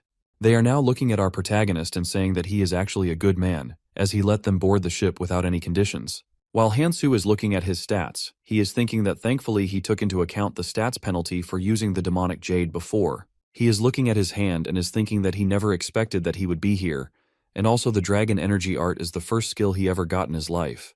He says if he got this skill in the past, he wouldn't have liked it, but as for now, as he can only learn 7 skills, then the dragon energy arts are actually more than enough to be his first skill. As he is thinking about this, the people on his ship start yelling that the ship beyond them is getting stranded. People are drowning in the poisonous ocean and are shouting for help. As a man is crying for help, suddenly a human-like creature comes out of the ocean and kills that man. People are now yelling, "There are monsters in the ship," while these monsters are killing the travelers one by one. But then someone suddenly changes the direction of Hansoo's ship, and people are now looking who is doing this, and they all realize it is actually Hansoo who is changing the direction of the ship. Hansoo is now sailing the ship while the man is saying that they are not safe here in the ocean, as the monsters are killing all the people here. He is now saying that if they get attacked, it is not possible for him to save everyone. The man is asking him why he is so desperate to save others. Here our protagonist again remembers what Keldian and Eris told him, to save as many innocent people as he can. He is shouting at Hansoo to stay at the original course because if they get a little closer, then all of them are going to die soon. Now people who scammed that man get on Hansoo's ship and are now again fighting with the man, as they heard him saying to Hansoo that they should leave them here dying. But Hansoo throws his sword toward them and asks them to stop fighting as it's coming. Now all the travelers are standing in their places and are thinking about what is coming. They realize these are the guards at the entrance to the red zone, which are accursed survivors. Hansoo is saying that such creatures, which only exist in the poisonous sea, have a very simple attack pattern, which is to make a hole in the bottom of the ship. Hearing this, the man starts yelling that they are going to drown if this happens with their ship. They are now planning to stop them, and for this, they need to do ranged attacks from above the sea. And then Hansoo jumps in the sea so he can stop the creatures. One of the men is saying that he is crazy, as he is jumping in the poisonous sea without any weapon, and also that he is going to die soon because of poison.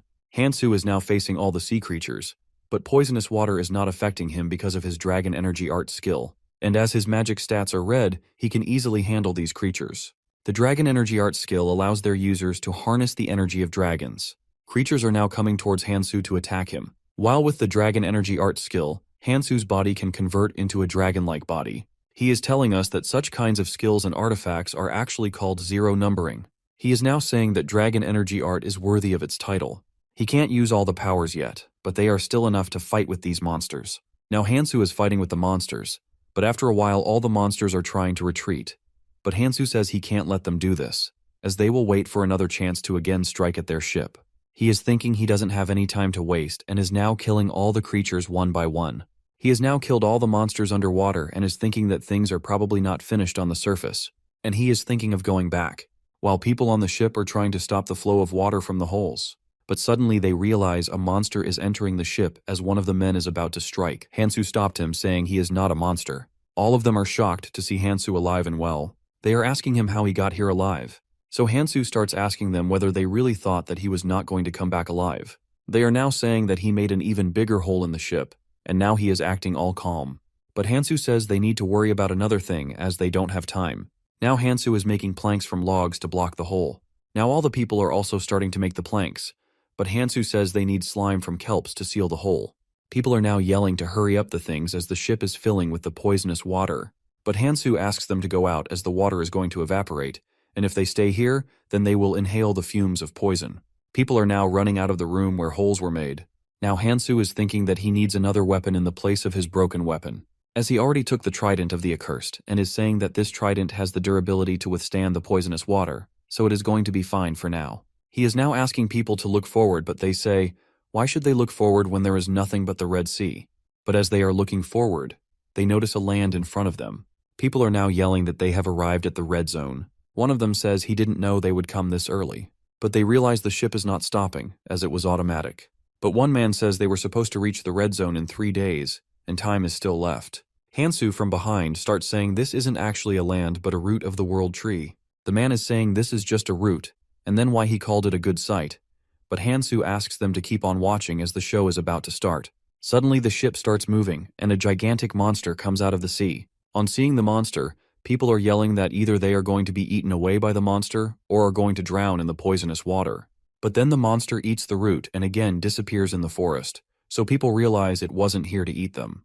Hansoo is saying that even though this was just a root, still it was the size of a small island. He is telling them after the ships depart from the tutorial zone, they all arrive at one of the thousands of roots, depending on the root fairy sets for them. The calamity fish, which devours the root, is one of the 5 calamities to dry up the world tree. Elfenheim lived in the red zone. In order to protect their species from the world, they created a world tree, which is made up of arcane genetic engineering. But they were unable to stop the 5 calamities, and then Elfenheim began its descent into ruin.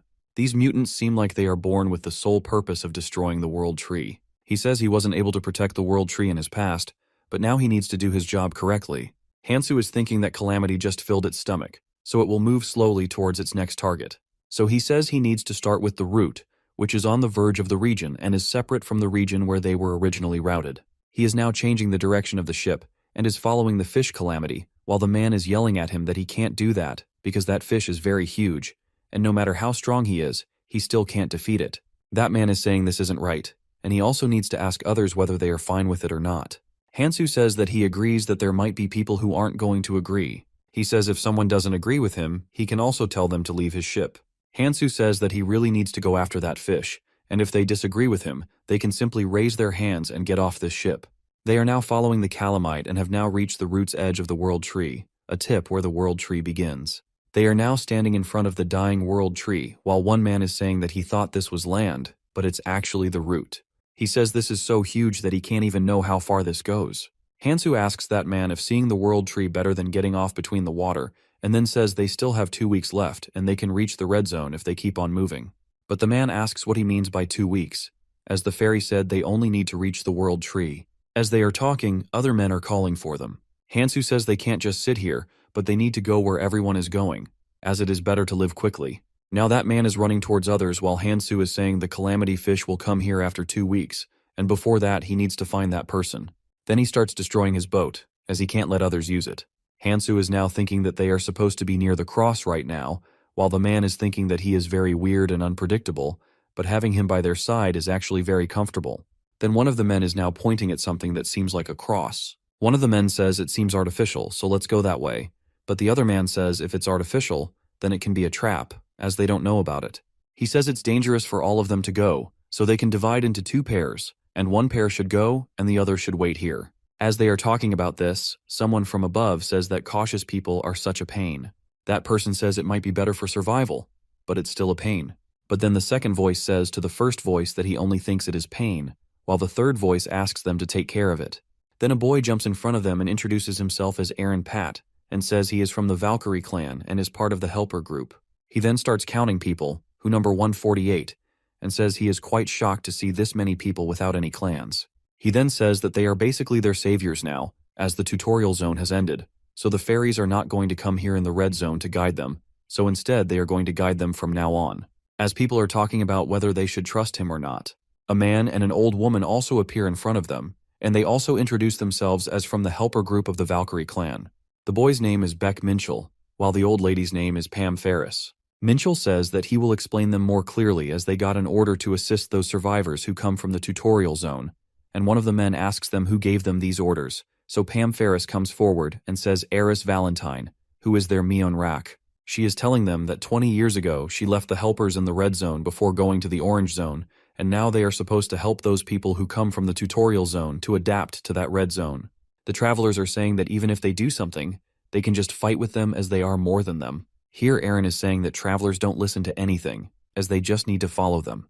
But Minchell says he is the one who doesn't listen carefully because he told him to do the things carefully and to not scare the people. But travelers agreed with them and said they were ready to follow them. But Minchell asks him what he just said. But suddenly Minchell and Aaron start arguing as Aaron says that even the stray dog has better listening skills than him. but Minchul says to Aaron that he can't do everything alone as he is weaker than him. Now Ferris asks them to stop as they don't have time. She then starts walking to show them the way, and Minchul is asking them to not jump above them just because they think they are in larger numbers because 30,000 helpers have been living here for years. They get very scared while Minchul is thinking that newbies get very scared after even listening to the numbers. He is now telling them that red zones have their own powers and no one touches the newbies. As they are now walking, they suddenly hear a voice coming from a side, but Minchul asks them to ignore it. But they see someone is fighting over there, so they all stop to look at it. Here Minchul realizes the skills are quite familiar, but then he says the woman is fighting over there. Hansoo is fighting with that woman. She is furious at him as he just came out of the tutorial zone, and he doesn't know how dangerous the red zone is. A girl is now standing on the edge and is looking at the calamity fish and is asking herself if she has the right to get revenge for her parents. She is saying that she thought it was going to be for her and her siblings too, who will eventually come here too. It seems like she is talking with someone as she says, "Master, everyone says you're crazy. You claim you're going to kill the calamity fish, but in fact, no one is ready to kill the fish, which is actually bigger than a mountain." As she is talking, she hears footsteps from behind her, and he, Hansoo, asks her whether she is Sophie Verage. She gets very shocked and asks him how he knows her name, and she is also thinking that, judging by his appearance, he seems like a newbie, as he doesn't even have weapons. But our protagonist says he wants to talk about calamity fish with her, and he needs her help, but instead of focusing on what he is saying, she asks him if she has ever seen him before. She asks whether he is Quadratus. Hansoo is thinking of using Kang Tae's advice. He then starts saying that it is going to give her benefits too, as if he succeeds in killing the calamity fish, then the chances of survival of her siblings are going to be increased. As he is about to talk about calamity fish, she gets very furious and starts attacking him, saying he knows nothing about this fish. Hansoo is asking her to talk, but she keeps on attacking him. So our boy realizes she must be very pissed off. She then uses the skill of 3 jade frostlight orbs on Hansoo, while he is saying he is still not skilled enough in dragon energy arts. Hansoo is going to use his skill's special move, which is species transformation, and is saying that it's going to be a burden for him later, but it's actually worth a risk. The Tri-Jade Frostlight. It is a move that instantly freezes whatever touches it. She is saying that he won't be able to escape his attack, which even freezes the air. She also says that she made sure he didn't die so she could hear her source of information. But Hansoo comes out of it saying she isn't the only one with abilities. He is now using the Nurmaha's authority, which is destruction, to destroy all the words. She gets very angry but also asks him if he really got the transformation powers from the tutorial zone, which are actually rarely possible. She says she can't lose now. As she remembers, her members left her behind, saying she is actually wasting her time on Calamity Fish. She is now using her powers like Monumental Air Path, Book of Alice, and Solidification. She says she didn't stay here so that people can look down on her. Now they are fighting, but after a while she loses it against Hansoo, and he asks her if she wants to continue it, but Sophie says it's actually pointless. But Hansoo says he is fine with it if she wants to fight. But she says she isn't an idiot, and moreover, his special move isn't even perfect yet. There are 3 opponents that determine the rank of energy art. First is runic scaling and emulsification values. Second is energy and strength of mana barrier. And third are its special abilities. But depending on the special abilities the energy art has, it can change in powers and can be used dramatically. She is thinking that she wanted to push him towards the brink of death, but the way he is facing all the attacks without any scratches, his energy already seems like top tier with the red zone. So she says she agrees with them he is strong, but is he actually strong enough to kill that fish? She remembers that a lot of people gave up after she ate thousands of people, and she thinks it's not an easy task to fight against the fish, which can eat the whole ship alone, and no one is going to have any idea about it. As this fish is also considered a natural disaster. She is telling him that now there are even idiots who worship that fish too. She says she is tired of fighting alone and asks him to go before he ends up like her, as this is nothing but a waste of time. But Hansoo then says that if he thought killing this fish was easy, he would never have come to her. He then says he has a plan, but he needs her help in it. But Sophie says she doesn't have any intentions now to keep on continuing it. But Hansoo says this is going to be her 14th attempt to kill that fish. Then why is she giving up? But she says no matter what, she is not going to fight against Sophie. He is now telling about that girl whose name is Sophie Verage, and whose parents got devoured by the fish in front of her. And she kept challenging the calamity fish for the 13th time but never succeeded. She says all these numbers are actually meaningless without any success, but Hansoo says to her that she has always survived being eaten by the calamity fish all these 13 times. Here Hansoo says without him she is going to fall again, but he is here now, and they can find the solution together. He then says he is going to make it possible for her to kill that calamity fish. Here Sophie asks him why he is so eager to kill the calamity fish, and Hansoo says he wants to save the lives of 1 billion people. When she asks him what he is talking about, he says it's actually 1.5 billion people he wants to save. Eren has been listening to all their conversations but is now walking silently as they must not catch him. But Hansoo appears from behind him and is saying, "Why is he going away without greeting them?" Sophie then asked Eren what he was doing here. On hearing the name, Hansoo remembers he is Eren Pat, and he was here in his previous life too. He then asks him to show him all directions. They are all now in front of the cross, and a lot of refugees are already present there. Minchul is saying that the refugees from the end of the routes need to move frequently. He is telling them that if the calamity fish eats this route too, then they will have to relocate from this place, so they are trying to keep it to a minimum. Minchul is now telling them that they will give them an introduction at the center building and will also help them settle in the upper town. While pointing at the food, he says before that they should eat something. People are happy that they're going to eat real food after a long time. Now a lady cook is welcoming them and also putting a plate of weird food in front of them. All of them get disgusted seeing this and ask her if she really wants them to eat this weird slime. But she is telling us now that this food has all the nutrients, and all the people here eat it. She then points out some boys who are sitting in the corner and are vomiting continuously, and she says that she warned them not to eat anything from the red zone, as everything is very poisonous here. Now all the travelers are eating that weird food. She then says after they are finished eating the food, she is going to give them extractors so they can harvest it too.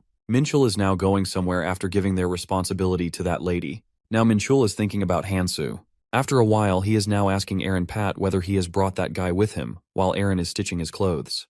Minchul asks him what happened to his clothes, so he starts yelling at Hansoo that it all happened because of that crazy man who was fighting with Sophie. But Minchul says that he told him he is just going to peek and will not get caught.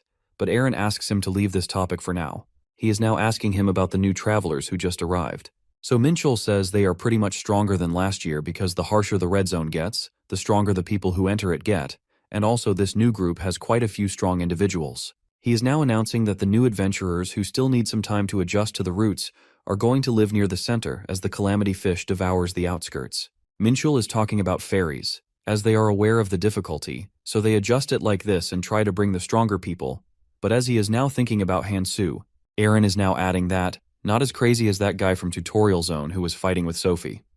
And also the rumors are now spreading fast, so that guy is going to show up soon. Meanwhile, Sophie is asking our protagonist to get the extractor, as he can't survive without it. But instead of answering her, he asks her where she was all this time. Sophie is getting annoyed as he is answering her question with a question. But she said nothing about it and is telling him that she had to stop by somewhere. She then gives him the clothes and says she got these clothes in a rush, but they are still better than walking around half naked. She is also saying how guilty she is about fighting with Hansoo. As she is saying that, this Hansoo starts changing in front of her, so she gets flustered and starts yelling at him. But Hansoo says he is just checking the size, and he also thanks her for giving him the clothes. She is now telling him that they need to stop somewhere before going. They are now standing in front of the Helper Assistance Center. This center was created to help those people whose families were supposed to arrive. It is one of the regions left by Eris. Sophie then asks Hansoo to wait outside while she is now sitting in front of a woman who is welcoming her and saying that it's been a while since she came here last time. She is now asking her to give the list of new adventurers and also the artifact she left here before. So the woman immediately starts giving her the list, as Sophie is the VIP. As the Helper Assistance Center not only assists the new ones, but they also provide services to those who donate more. The woman is now showing her the list of the travelers who recently got rescued from nearby routes. And she also asks her whether she wants to check other routes too, as it is going to take 2 more days, so she can come back later. She is now looking at the list and thinking about someone, whether they are in this world or not. But then she says, as for now, she just needs to focus on Calamity Fish. As she is thinking about it, Hansoo disturbs her, saying they need to make a plan immediately, as they have only 13 days and 18 hours left, which is not that much time. Hansoo is now wearing those clothes Sophie gave him, and she is thinking they really suit him. But then she asks him for his plan. He says it is very simple as she guides him to go inside the fish, and he is going to use his special weapon on its weak spot. After hearing his plan, Sophie is thinking of quitting the idea of killing the fish. Sophie is now telling him that he can't kill the fish from outside, and moreover, it's not as simple as he is saying it is. But Hansoo assures her not to worry about it and is asking her if they can use a ship. She then says she has a 30-seater, but our boy thinks this isn't going to work, so they can use his ship, as it is a 500-seater ship. Sophie starts yelling that he simply left the ship docked outside, but our protagonist says he is not a newbie, and she is surely going to understand it when she gets there. Meanwhile, Sophie is thinking, technically, he is a newbie who just entered the red zone. So Hansoo is telling her that he has special powers, so as for now, they have a ship too. Now they only need to gather some materials, so he asks her to split up and find all the materials. Hansoo is saying if she wants the things to go smoothly, then she must trust him. While Sophie is focusing on his confident voice and assured look and thinking that he is so much like her master, she is now going to find the materials and is asking him not to back out on her. Suddenly, she throws a weapon towards him, saying his weapons are not going to last long in the red zone. She then says this weapon is actually better than his trident, so he can use this instead. He remembers in his past life Sophie gave him the same weapon as his master, so Hansoo is thinking sometimes situations change, but some things never change. She is now saying that it's all thanks to her trait, as they have already figured out the materials they need to hunt down the calamity fish. So Hansoo says he also knows it is a library. Sophie gets shocked and asks him whether he has some psychic powers. Sophie is now saying that because of her traits, she can find all kinds of information. Although she doesn't have all the information, in the red zone no one knows as much as she knows. But she is thinking that even with that information, she isn't able to figure out about Hansoo. Hansoo is saying that he is going towards the outskirts then, and also asks her if she is ready. So Sophie says she is all ready now and is going to resolve it this time for sure. She is now walking and is thinking that if she needs to make a poison that works on calamity fish, she needs to gather all the necessary materials. To get the fluid from the apon, she needs to lure it out of its nest. As she is walking towards the nest, a man named Yang Gaisu appears in front of her and is asking her what she is doing. He is now asking Sophie to hang out with him, but Sophie gets very furious and is asking him whether he has any death wish. She then asks him to go for now, as she is too busy to deal with trash like him. While saying she shouldn't say this to the person who returned from the belly of the calamity fish with her, he attacks her. Sophie then uses her manifestation powers and attacks him, saying she hates people who fight without knowing their place. But Gaisu then removes the hair from his forehead and reveals his magical eye, and is now asking her to think fast. He is showing her the eye and is saying that she should know he is not attacking her without a plan, as a whole organization is working with him. He then tells her that he doesn't only have the beacon, but also something that is related to her, so she should back out now. Otherwise, things are going to become pretty annoying. His skill is the 1,000-li eye of the man caught within jealousy, and she is thinking his skill is very annoying. He then says he doesn't have any ill intentions against her, but he only wanted to test her skills, as he heard she lost against a newbie, but he says her sharp abilities are the same as before, and he is sure that it was nothing, just a rumor. But she says that it's none of his business, and also that he should go now, as she is tired of going easy on him. But he says he first needs to find Kang Hansoo, who fought with her, and then he will go. But she says she is not going to tell him. While grabbing her arm, he says he knew that, and that's why he is going to use his investigation skills. And he thanks her in advance for her cooperation. On hearing this, Sophie pushed her arm out of his hand and asked him when he learned such a skill, and she also said that he could have just died in Calamity Fish's stomach that day. But Gaisu says he is not wrong this time, and also that she should have joined the Quadratus when he asked her before. Quadratus is an organization that worships the calamities that threaten the ecosystem of the Red Zone, and this organization turned the fear into revenge by serving the four of the calamities. They don't care about how these calamities are leading humanity toward destruction.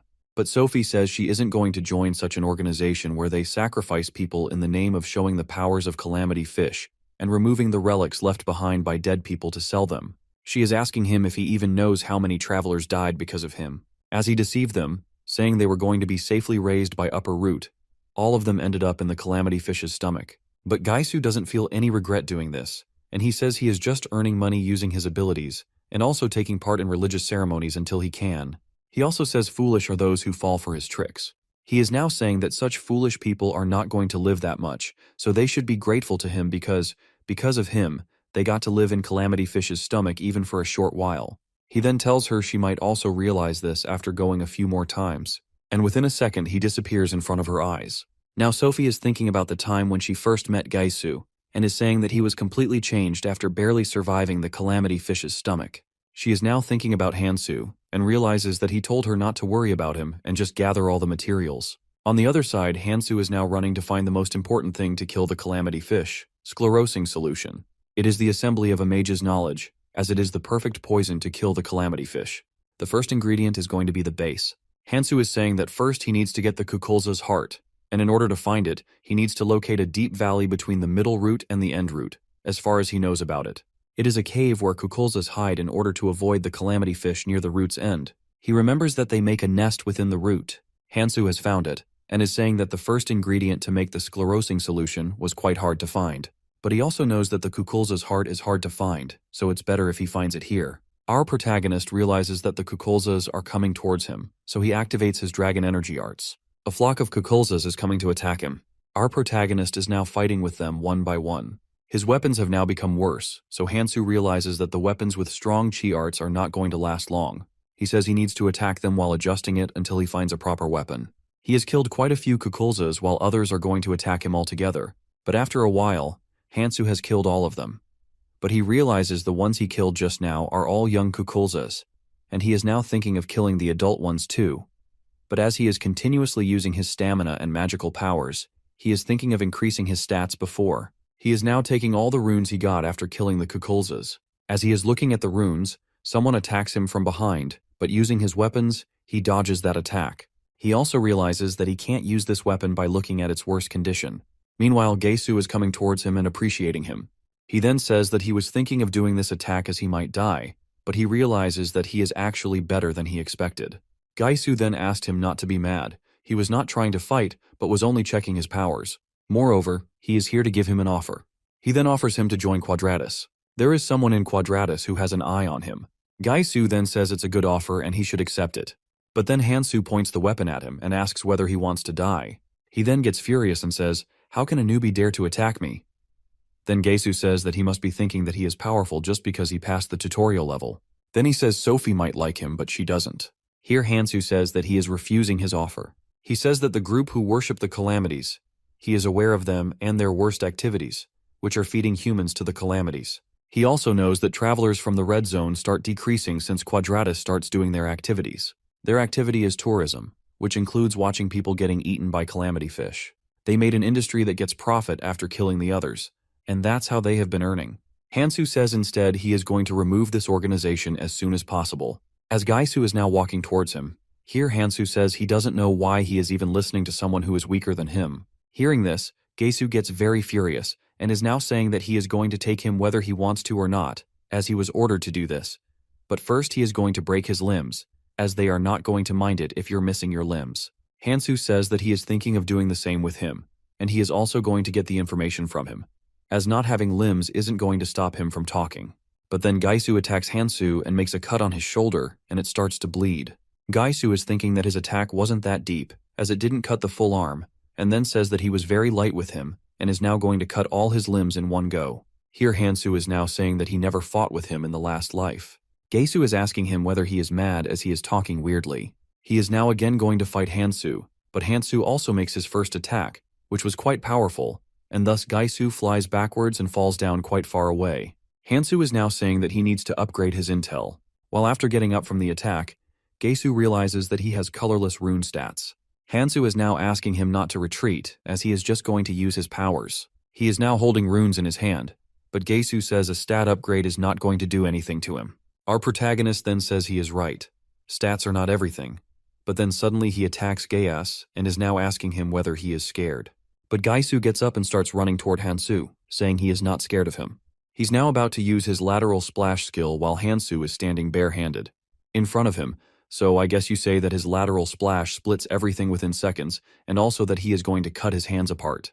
While Hansoo is going to use the Nurmahaz Ring's first authority, which is destruction, he then breaks Gaesu's lateral splash sword with his one hand. While Gaesu is getting angry that even Dispel specialists can't break it easily, Hansoo then picks Gaesu from his shirt up front and then throws him hard into the water. Here Gaesu is acting unconscious while Hansoo is holding him by his collar. Gaesu is asking him whether he used some skills to block his powers. Even while asking this, Gaesu is trying to use his defensive skill, which is Bronzed Jade. He is now thinking that he didn't use this skill before as it restricts his movements. But Hansoo has realized he is trying to play some trick, so he easily dodged that attack too. Our protagonist is now hitting Gaesu again and again. Finally, Gaesu agrees to tell him everything. Gaesu is also telling him that they worship the Calamity, and aside from the regular tours, they also hire different clans for this work. This time, he was ordered to take Hansoo with him, who completed the tutorial. He is now telling him about the requester who requested him to take Hansoo. He is Karlsmoren, who is part of Beacon. Beacon is a union of 6 clans, and they manage the top 6 roots of the world tree. Because they manage the topmost roots, these clans are also the strongest. But Hansoo remembers about Beacon and is thinking that they are supposed to be under the Miyamoto's command, so he is thinking that maybe more clans are involved in this. Hansoo is sure that they are preparing for their next tour now, so he asks Gaisoo whether the guy who gave him info is among the helpers. So Gaisoo is saying that some of the helpers are also in it, but this time he got the information directly from Karl's Morin. Hansoo is now saying that he has gotten all the information he needs for now, but Gaisoo says he wants to tell him one more thing about the third eye on his forehead. As he is about to say something, Hansoo stops him saying, "Is he talking about the 1,000-li eye of the man caught within jealousy?" He first gets shocked at how he knows about it, but then he says that he can share his vision with someone else using this eye, and their location is also exposed now. Hansoo is mocking him by saying it is very scary and he is going to run away. As he is turning back, Gaisoo is saying from behind him that Karl's Morin is the assault commander of Beacon, and he is not going to leave him. As Gaisoo is telling him about Karl's, our protagonist again attacks him and makes him unconscious. Hansoo is now taking Gaisoo's weapon and runes. He got his hands on Forgotten Relic and Mirror Clone, which are quite good. As he is looking at the runes, he suddenly realizes a magical bird is flying above his head, and his location is exposed, so he must be sent by the organization. Hansoo says he doesn't remember any Karl's Morin from his past life. It means he is probably not that powerful. But this is very annoying, as he is trying to find the materials and is very busy. He has also been hearing the voices of Goethe's monsters as they are quite near. He is thinking of killing Goethe's first before Karl's reinforcements arrive. Goethe's are herding monsters that form groups for hunting. Meanwhile, Goethe's are running behind some people of Quadratus. One of them suggests the others use the conceal skill. It is a skill that allows people to hide their presence. Then they all climb the tree and are now sitting on it. Chung, who is a member of Quadratus, is saying that they are goners, and that's why he doesn't want to play bait. Another member is asking how many more Goethe's they need to gather. So Chung says they need plenty of them for the tour. But he says if they are required to hold their breath to use the conceal skill, then it's going to be very tough for them. As they have gathered them in the valley, Chung is suggesting other members rest for a while before continuing to gather more Goethe's. Now Chung is saying why he is taking so long to take that newbie here. So the other member asks him if he is talking about Sir Gaisoo, who got the request of bringing Hansoo. So Chung says yes, he is talking about him, and he also says that maybe he is messing around somewhere. That's why taking so long. But then a blue carrier pigeon is flying towards him and is now sitting on his finger. Chung is shocked looking at it and realizes only one person can have such a quality of pigeon. Suddenly, he orders his men to get out of here, as they got an urgent order to head to Kukulza Lake. They are now standing in front of Gaisoo and are waking him up. As he wakes up, he realizes his legs are quite burned, so he says that it's a good thing he passed out where the poison was very weak, as even here his legs are very burned. He then asks them about Hansoo, but they are saying that he was gone when they reached here, as they only saw him lying unconscious when they reached the lake.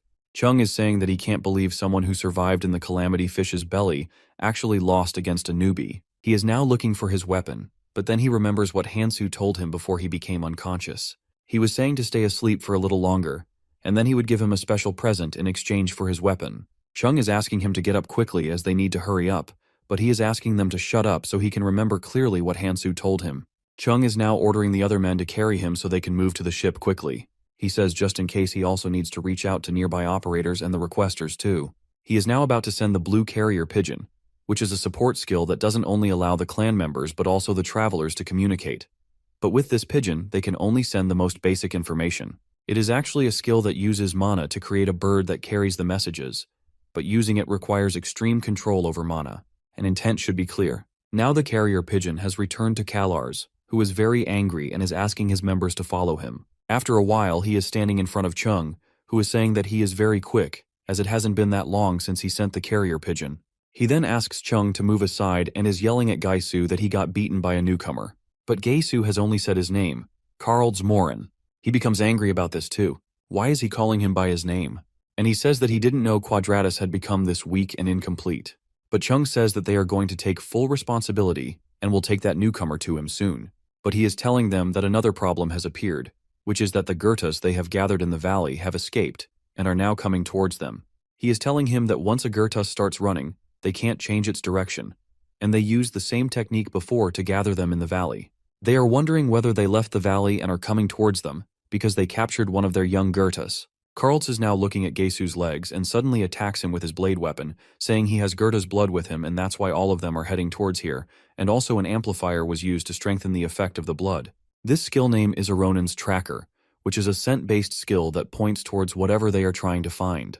So Carls is thinking that a newcomer who just came here from the tutorial zone already knows about the Goethe's traits. He starts laughing as he realizes something.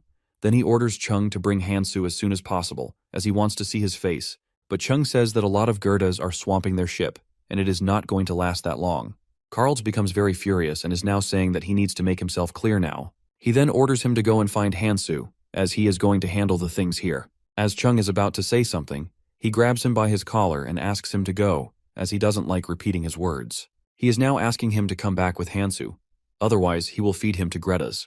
Chung is now gone to find Hansoo, while Carls is thinking that if Hansoo thought that such a trick of his could stop him, then he made a very big mistake. He is now killing the Goethas and is saying that he is going to make Hansoo regret what he just did, while Hansoo is looking at it from afar and is thinking that he has succeeded in his trap.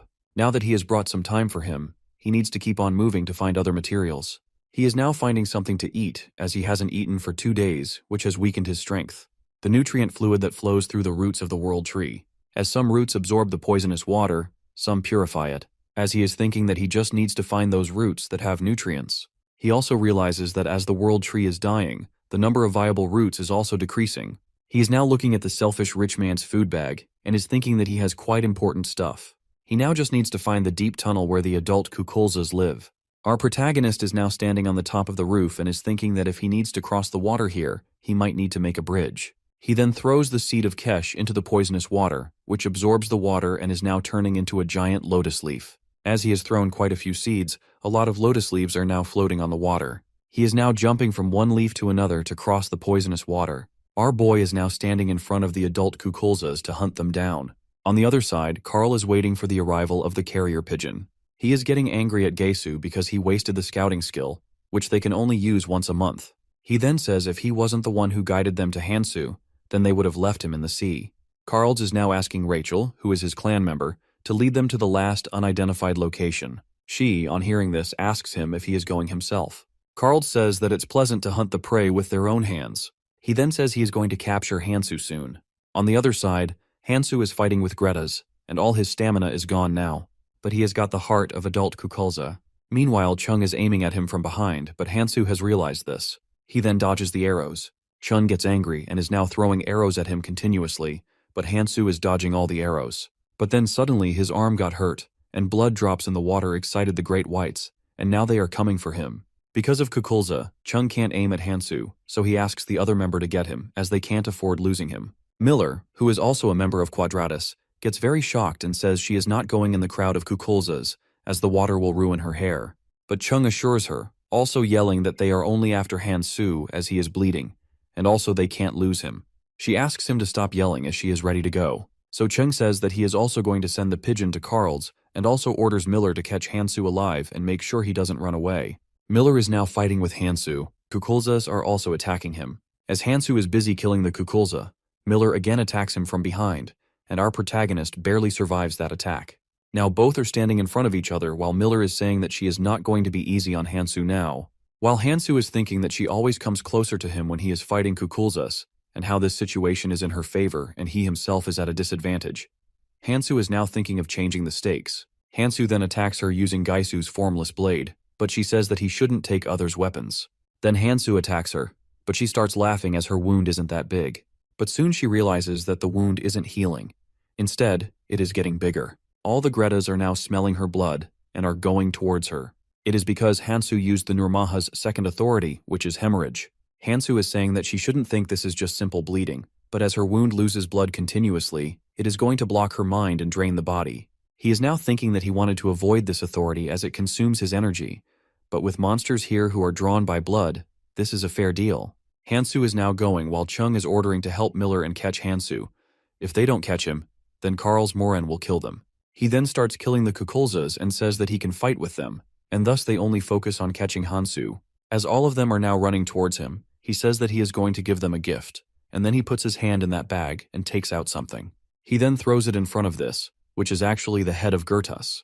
They are now looking at it while our protagonist is saying that Greta's blood is more than enough to make them wild, as they don't even think twice before attacking. On smelling the blood ofs, the Kukulzas have gone crazy and are now running towards them. Hansoo is now looking at the roots of the world tree, which are already drying, and is now thinking that at this rate, all the roots are going to dry up, leaving no place for the helpers to go. He is saying that he must move fast in order to save the world tree. Hansoo is disappointed, as he thought that things were going to get easier after getting into the red zone. He is walking forward and is saying that he is going to beat Keldian when he meets him. On the other side, old-timers on the route are now looking at the newbies. One of them is asking the newbies to go to the lower route, as the upper route is their territory. But the man who came with Hansoo is saying that there are no nutrients left in the lower route.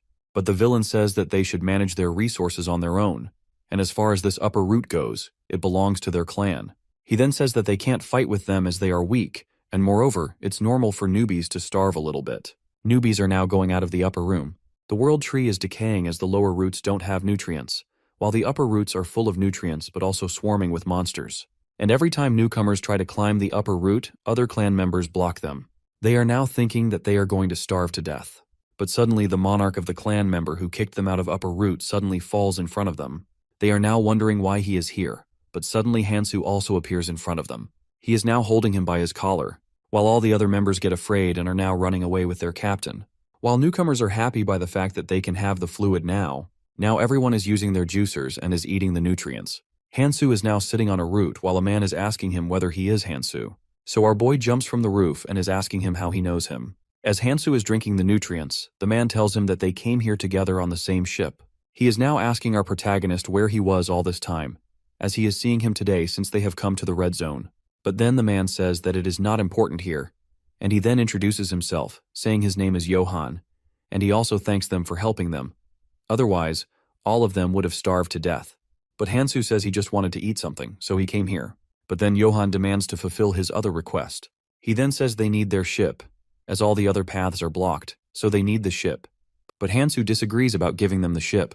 So Johan starts yelling that the nutrients are going to dry up any moment, and also the calamity fish is eating the roots slowly. He then suggests Hansoo use the ship to go further. But while cutting a fruit from a tree, Hansoo says this is not going to be an issue, as Hansoo is going to take care of it soon, so they all must stay here, as they are safe for now. But Johan says, how is this going to happen? Here our protagonist tells him everything that he is going to use their ship to kill the calamities, and then he assures him that they are not going to die. Johan is now shocked listening to this, but Hansoo is thinking logically. He is right because once the calamities are killed, the red zone will thrive, and all the people here will also be safe. So as for this, he is actually not wrong. Johan is holding his forehead and is saying that he can't seem to understand it, but he is going to believe in Hansoo, as he did many unbelievable things before, so this also might be true. But then Johan asks him why he worked so hard to save everyone. But now Hansoo is remembering the words of Ares, and is thinking that he needs to save as much humanity as he can, because this is the reason he is here. But then he stops walking and starts asking himself if this is what he wants. Johan gets scared and is now asking him why he is so silent.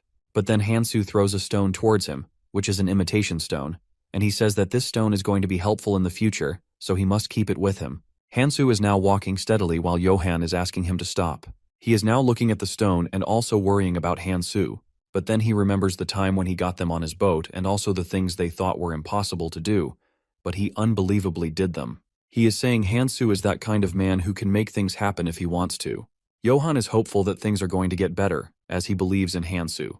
While Hansoo is now running fast to gather all the materials and is thinking it's natural to work for humanity, then why is he feeling guilty? He then asks himself to focus on killing the calamity fish. After a while, Hansoo is now standing in front of Sophia and is asking her whether she has all the ingredients. She seems pretty worried and says that she has all the materials except 2, but she came here just in case he wants to say something urgent to her.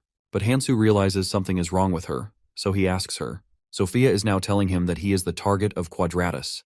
But Hansoo, in a very calm tone, says that he has met Gaesu and also knows that Karl's Moren is looking for him. On hearing this, Sophia gets furious and says that's why the assault commander's office of Beacon is looking for him. Here, Hansoo says that he managed to delay him for a while, but he is going to come back soon. Here, Sophia is telling him that no matter how powerful he is, he can't win against Karl's alone, so she offers him to work together. But Hansoo says that one of them is going to continue finding the materials, while the other one is going to act as bait for Karl's.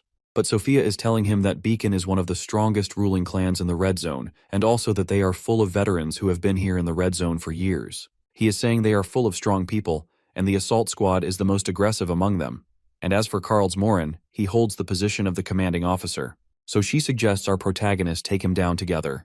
But Sophia suggests he gather all the materials before he knows their location. She is asking him to hurry up, but Hansoo is saying that this is going to be very difficult. And also he left one of his artifacts there, and he thinks that they have already caught on to it. On the other side, Karls is choking Johan and is asking him about the whereabouts of Hansoo.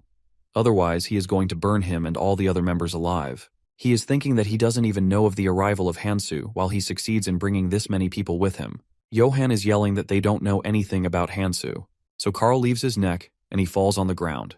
Now Johan is facing the earth and is breathing fast to catch his breath. But suddenly Karl starts pushing his face on the earth and is saying that he doesn't have any sense. Johan is now bleeding all over his face while Karls is saying people reek when they lie, and he knows that Hansoo has been here before. He then points at his nose and says he has a Ronin's tracker skill. As Hansoo tried to remove all his traces, he could still sense his scent because of this skill.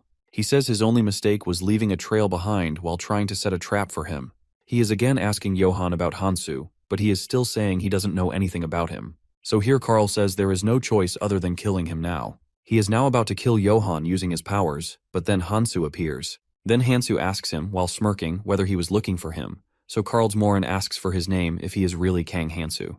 But suddenly he disappears like a ghost in front of him. Karls has realized that this is imitation stone, which is a consumable artifact, and it creates a crude clone. He says that it should have been in Gaisu's hands. He is now looking at the imitation stone and says even if this is just a bait for him, he will happily take it. While Johan is asking for help from Kang Hansoo, on the other side, in Kukulza's spawning lake, which Kukulza's made specially for their spawning. This lake was formed by tearing the world tree and filling it with the nutrient fluid. Hansoo is now sitting near that and is saying that it neutralizes the poison water entirely. He is now looking at his wounds, which have healed due to the nutrient fluid. Here Hansoo realizes someone is coming from behind him, so he asks him whether this illusion is gone now. But then Karl says that finally a rat like him has finally given up on hiding. But Hansoo says as a hunting dog his nose is worse as he couldn't find him without any help. Karls is now ready to fight with Hansoo, as he wants to check his powers, as he has listened to a lot of rumors about him. Moreover, he is saying that he is going to kill Hansoo soon. But our protagonist starts running, and says he wants to play hide-and-seek with him. Karls Morin is saying that he is not going to lose his sight on him, but then he uses the Fire Chi Jade art, which is actually Red Zone Jade art. Our protagonist then throws the seed of Kesh in the water and is now running on the leaves. But Karl is attacking him from behind. So Hansoo realizes he had finally fallen into his bait. So now Hansoo is going to use the sword on which Goethe's blood is applied. But Hansoo is also putting his own blood to give strength to the scent, as this scent is going to draw all the Kukulzas toward Karls. But he attacks him, saying he is not afraid of these Kukulzas. He then uses his powers to kill all the Kukulzas one by one, and is now saying that he is going to kill Hansoo too. He is saying nothing can change even if he runs away. So let's fight. Hansoo says that he is quite right about it. Hansoo is now thinking that the artifact Breath of Ahal, which makes people die underwater, so he knows that Karls is going to use it on him. Hansoo then jumps into the water while saying that he must stay on the ground, and when he comes out, he can attack him, as he says he prefers hunting to fishing, while Hansoo has realized that Karls is waiting for him to come to the surface so he can kill him. Our protagonist knows that if he goes on the surface, Karl will kill him, and he can't use the dragon energy arts because he doesn't have powers. Then they take out Alham's pocket and are breathing using that as air is stored in their buds, as he is thinking that he can stay in the water for a while now, but then Kukulzas again starts attacking him. Now Hansoo is taking something out of the bag and is thinking that as some odors attract Kukulzas, he takes out Arwan's gallbladder, which is a monster organ, and it has such a bad smell that even Kukulzas avoid it. All the Kukulzas on smelling this are now running back. Our protagonist is now swimming somewhere and is saying that the Kukulzas mix poison with nutrition fluid, and then they dilute it to form their nests in the lake, and Hansoo knows that all of their nests actually lead to the Sea of Poison, and as for now, he just has to get there. But Karls is even attacking Hansoo in the water, and it is because of Chi arts, as it is easier to track the attacks in the water. Suddenly, Hansoo's shoulder gets injured due to the attack, but the injury isn't that bad. So now Hansoo thinks it's his time to counterattack. So our protagonist attacks him now, and here Karl realizes that this is the relic of Gaisu. So he asks him whether he had this forgotten blade with him all the time. Hansoo says this weapon was too much for Gaisu, so he is going to use it from now on. Suddenly, Karl realizes that the breathing is getting difficult for him. As he is thinking that there must be something wrong with the artifact, he soon realizes that Hansoo has already taken away his artifact. He is now yelling at Hansoo to give back his artifact while our protagonist is wearing his artifact, and he now seems to breathe easily. So here Hansoo says that he will give Karl something in return for this artifact. He then uses the second authority of Nurmaha's ring, which is hemorrhage, and makes a cut on Karl's hand. All the Kukulzas are now coming out of their nests on smelling his blood. Karls is thinking that he should retreat now. He is now running away, saying he will come back for Hansoo. As he is gone now, Hansoo is now taking the runes to boost his stats, and he's also thinking that Sophie must be waiting for him. On the other side, Sophia is standing on the edge of roots and looking into the water while thinking that this is the place where she first met Hansoo. And she is also wondering if everything is all right and she should have gone with him to fight against Beacon. She is now wondering about the ship, as she can't see it anywhere, and she thinks it was probably taken away by people, as most people are supposed to go after the 500-seater ship. And with no ship, even if he manages to get here, it will be of no help. And he might get disappointed if she offers him her 30-seater ship. Suddenly Hansoo's ship appears in front of her, and she is wondering how this ship got here, but then she hears a voice asking her to get on the ship, and it is Hansoo's ship. He is saying that they need to leave right now. Now Sophia is standing on his ship while Hansoo is sailing the ship. Here Sophia says she can't believe he actually hid the ship inside the sea of poison. As Hansoo is now counting the runes, she asks him where he got all these runes. He tells her that he just got it from his friends, although they weren't willing to give him, and is now thanking them as his powers have increased. But Sophia interrupts him saying, "How did he do that?" Our protagonist gets curious and starts asking her what he is actually talking about. She says that she is talking about the method of using the Kesh seeds, as they can only find them near Lake Kukulza, and moreover, no one can find them on their first try, as they sprout after being tossed into poison water. She then says it hasn't been long since he has been here in the red zone, and he already knows about everything here. She can see his stats with her librarian's eye and is thinking these stats are high for a person who is a first-year traveler, and even further, he combines such items that even the red zone travelers wouldn't think of doing that. As for Hansoo, he is not strong in terms of his stats, but he pretty much knows everything. Like crafting, it allows someone to strengthen their items or create new things. Here, Hansoo has made the sclerosing poison. He is now putting all the bottles of this poison in his bag because they need to keep it safe, as it is the most important key to killing the calamity fish. Sophie is saying she would never think of using a poison against calamity fish. She then says she wasn't able to understand the recipe even with her skill and is asking Hansoo what he is in reality. But Hansoo changes the topic, saying he could have asked her the same thing. He then says 7 phantoms are the real reason who needs to protect her seat, and that's why she is here for the calamity fish. But she gets shocked and is asking him how he knows this. But Hansoo says this isn't the time for them to think about it. He then realizes the fish of destruction, which is the calamity fish, is now coming towards them. Hansoo is asking Sophie about the route to enter her, so she just says as long as there is no problem, they can just enter it through the gills. Now Hansoo is thinking that Karls is going to be here any moment, so he asks Sophia that she must listen to him, and if she doesn't, then he will not take her to kill the calamity fish. But Sophia assures him not to worry, as she is not going to be a burden for him. She then says she is with him just for the reason of killing the calamity fish and doesn't care about who he actually is. Then Hansoo says that she made the right choice, and he assures her that he is going to kill the calamity soon. He is now thinking that he should start changing the things from the red zone for his future survival, and he is also thinking that he is not going to get a second chance, so he must succeed in his first attempt. Suddenly a lot of arrows start attacking them, and a hull hit the ship, making a big hole in the bottom of the ship. Sophia is yelling that at this rate they are going to die soon. Meanwhile, Karls has approached them and is saying that Hansoo has been hiding quite well. He then orders Rachel to bring other weapons. After a while, Karls is now holding a weapon in his hand and is saying that he specially prepared it for Hansoo. Meanwhile, his members are attacking the ship continuously. So Sophia says that they must attack them too, but Hansoo stops her. But Sophia is still yelling that they are going to drown if they do nothing immediately. She is asking Hansoo to do something because even if it's a fairy-made ship, it's still getting damaged. While Hansoo is saying that the calamity fish is sensitive to the magic, so the attacks that sink their ship are probably not going to matter to the calamity fish. Here, Hansoo, tell Sophia that calamity fish only reacts to magic and powers. Meanwhile, he is also thinking that maybe it is because of the powers held by the world tree, so that's why calamity fish is good at detecting the magic, and also that even the smallest move is going to be deadly while they are near the calamity fish. Our protagonist is now saying to Sophia that it's actually true that they are currently at a disadvantage. So Sophia asks him whether he has any idea, while she is thinking she must do something too, as she can't stay useless. Here Hansoo says that by saying disadvantage, he meant that he doesn't know any suitable method to face the enemies without the use of skills, and he also says that they can call for help. She is now wondering if he is going to use another crafted item. Hansoo is now thinking of making a bait, as they only need to hold them for a while. Now Hansoo is holding something in his hand, which is a stone tied in a rope, and is passing it to Sophia, saying they should do fishing. Sophie becomes happy and is saying that she was actually right in trusting Hansoo. Meanwhile, Carls is saying to his members that Hansoo isn't that much more powerful, as his own ship is going to sink soon. He then orders his men to bring all the harpoons, as he wants to drive Hansoo into the water himself. While Chung is saying that they have been tossing something in the sea, maybe it's like a trap.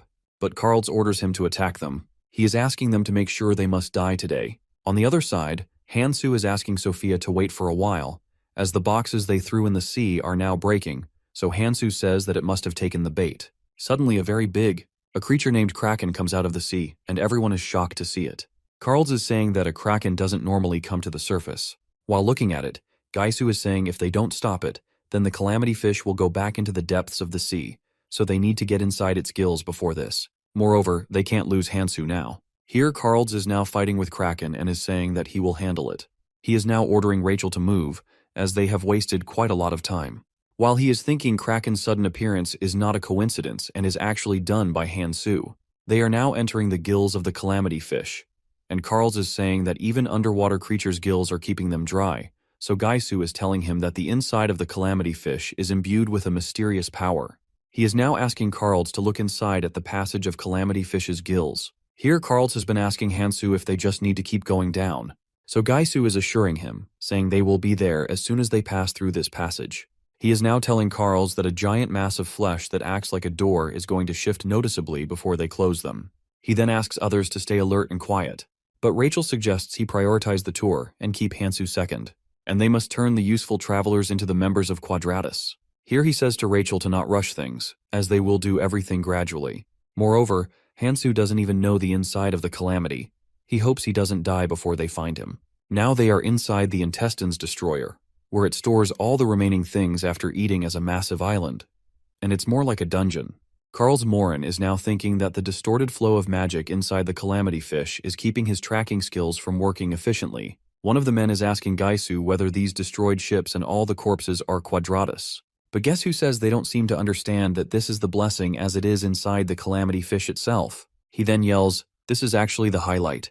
He is now telling people that calamity fish's stomach can properly absorb only the world tree's sap, and this part is where all the remains of even Elfenheim, which are the creators of the world tree, are present. It is like a vital treasure present within calamity fish. He is now smiling and is asking if they wonder what happened to the artifacts of all the people whose corpses are lying here. He then shows them a pendant and also tells them that he escaped this hell alive because of this pendant he found in the stomach. He then says to all those travelers that they serve YH calamities as a part of Quadratus.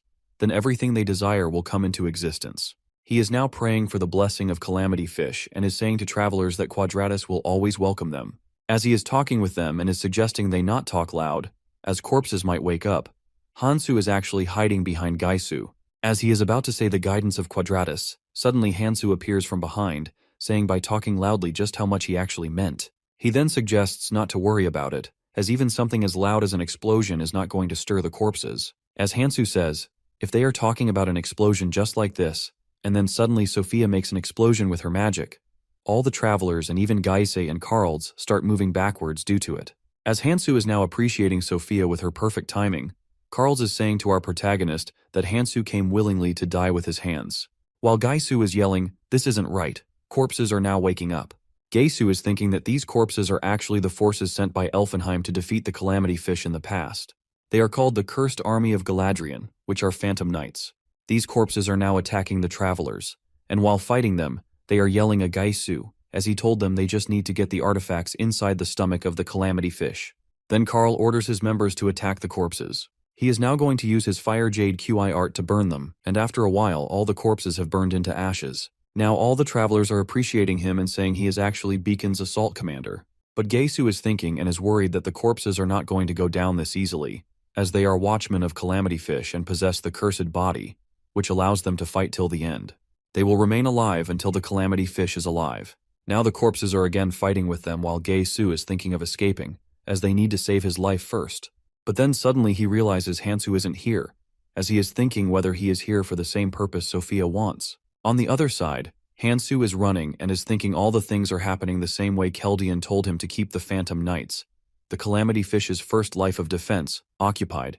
And as he roughly prepared that, he also gave Sophia separate orders. So as for now, he is going for the next key point, which is Calamity Fish's core. He is now standing in front of it and is saying that he can never damage the skin of the Calamity Fish, but its core is different. He then says there is only one way to kill the Calamity Fish, which is damaging its core. As Hansoo is going to damage the core with his sword, suddenly Gaisoo attacks him from behind, and our protagonist is now running towards him. As he is about to stick the sword into Gaisoo's body, he holds the sword with his hand and is saying he can't believe Hansoo was thinking of damaging the Calamity Fish core. He then says he knows that Sophia told him about it, but he failed in it, as Gaisoo is going to kill him. Although Carls wanted to kill him with his own hands, all those who offend the Calamities are bound to die. He then orders Chung to kill Hansoo while Chung is already aiming at Hansoo and is saying he can't dodge his aim this time. He then throws the arrow, which is named the called shot skill. The arrow actually hit Hansoo, but nothing happened to him. It is actually because of Dragon Energy Arts, which is Draconification. Chung is now yelling, "This is actually impossible because a called shot's penetration power is actually strong enough to kill even a Kukulza with a single shot." While Gaisoo is looking at Hansoo, he is saying he saw his energy art before, but it's so much stronger now. But then Chung is now firing arrows at him continuously, saying he is going to kill him whatever it takes. Here Hansoo says if Chung doesn't want to let him go, then he also doesn't have any choice now. He is now telling them the first energy art he used had magic power exhaustion, but he had already resolved that issue. His half-body has turned into a dragon. On the other side, travelers are still fighting with the corpses, and Carls is ordering them to keep attacking so they can't get a chance to regenerate. But one of the men says their regeneration speed has kept on increasing, and they can't do anything about it now. And moreover, if they keep doing this, they are going to exhaust themselves and lose their stamina and magic power. Here Carls is thinking that they are at a disadvantage as they are fighting an enemy that keeps on reviving as they kill them. He is furious at Hansoo, as he is the reason all of them are stuck here. He is now ordering people to use the feathers because if they die here, they're going to end up like the others. These feathers are the feathers of the World Tree, which works as a consumable artifact. These are broken off fragments of the World Tree's leaves, which are now nearly impossible to acquire. And if one uses it, they can escape easily with others around them during some emergency. But now travelers are yelling the feathers are not activating, so they aren't able to use it here. Here, Sophia is flying above them, and then she gets their attention as soon as she starts saying they can't escape Calamity Fish's stomach this easily. And the same goes with Elfenheim's Phantom Knights, as they are immortals living with its stomach. Here Carl starts saying furiously that he is not going to leave, and he also tells her to wait until the members of the Seven Phantoms find out about it. But she says such people, who sat idle while she was desperately searching for a way to kill the Calamity Fish, aren't actually going to do anything for him. She then suggests he stop whining and start finding a way to get out of here because clan communications aren't going to work here. She then says no one is going to care even if he dies here today. Sophia then says she is going to give them their one last gift, as she has already managed to get all the information she wanted. But suddenly Carl starts saying to her that her hanging with a rookie actually ruined her judgment, as he is the assault commander of Beacon, and he is entrusted with managing the red zone. He then attacks Sophia, saying he can easily drag her to the Seven Phantoms. But she easily dodges his attack and is saying he can't even hit a target right, and also he is disgracing the name of the Seven Phantoms.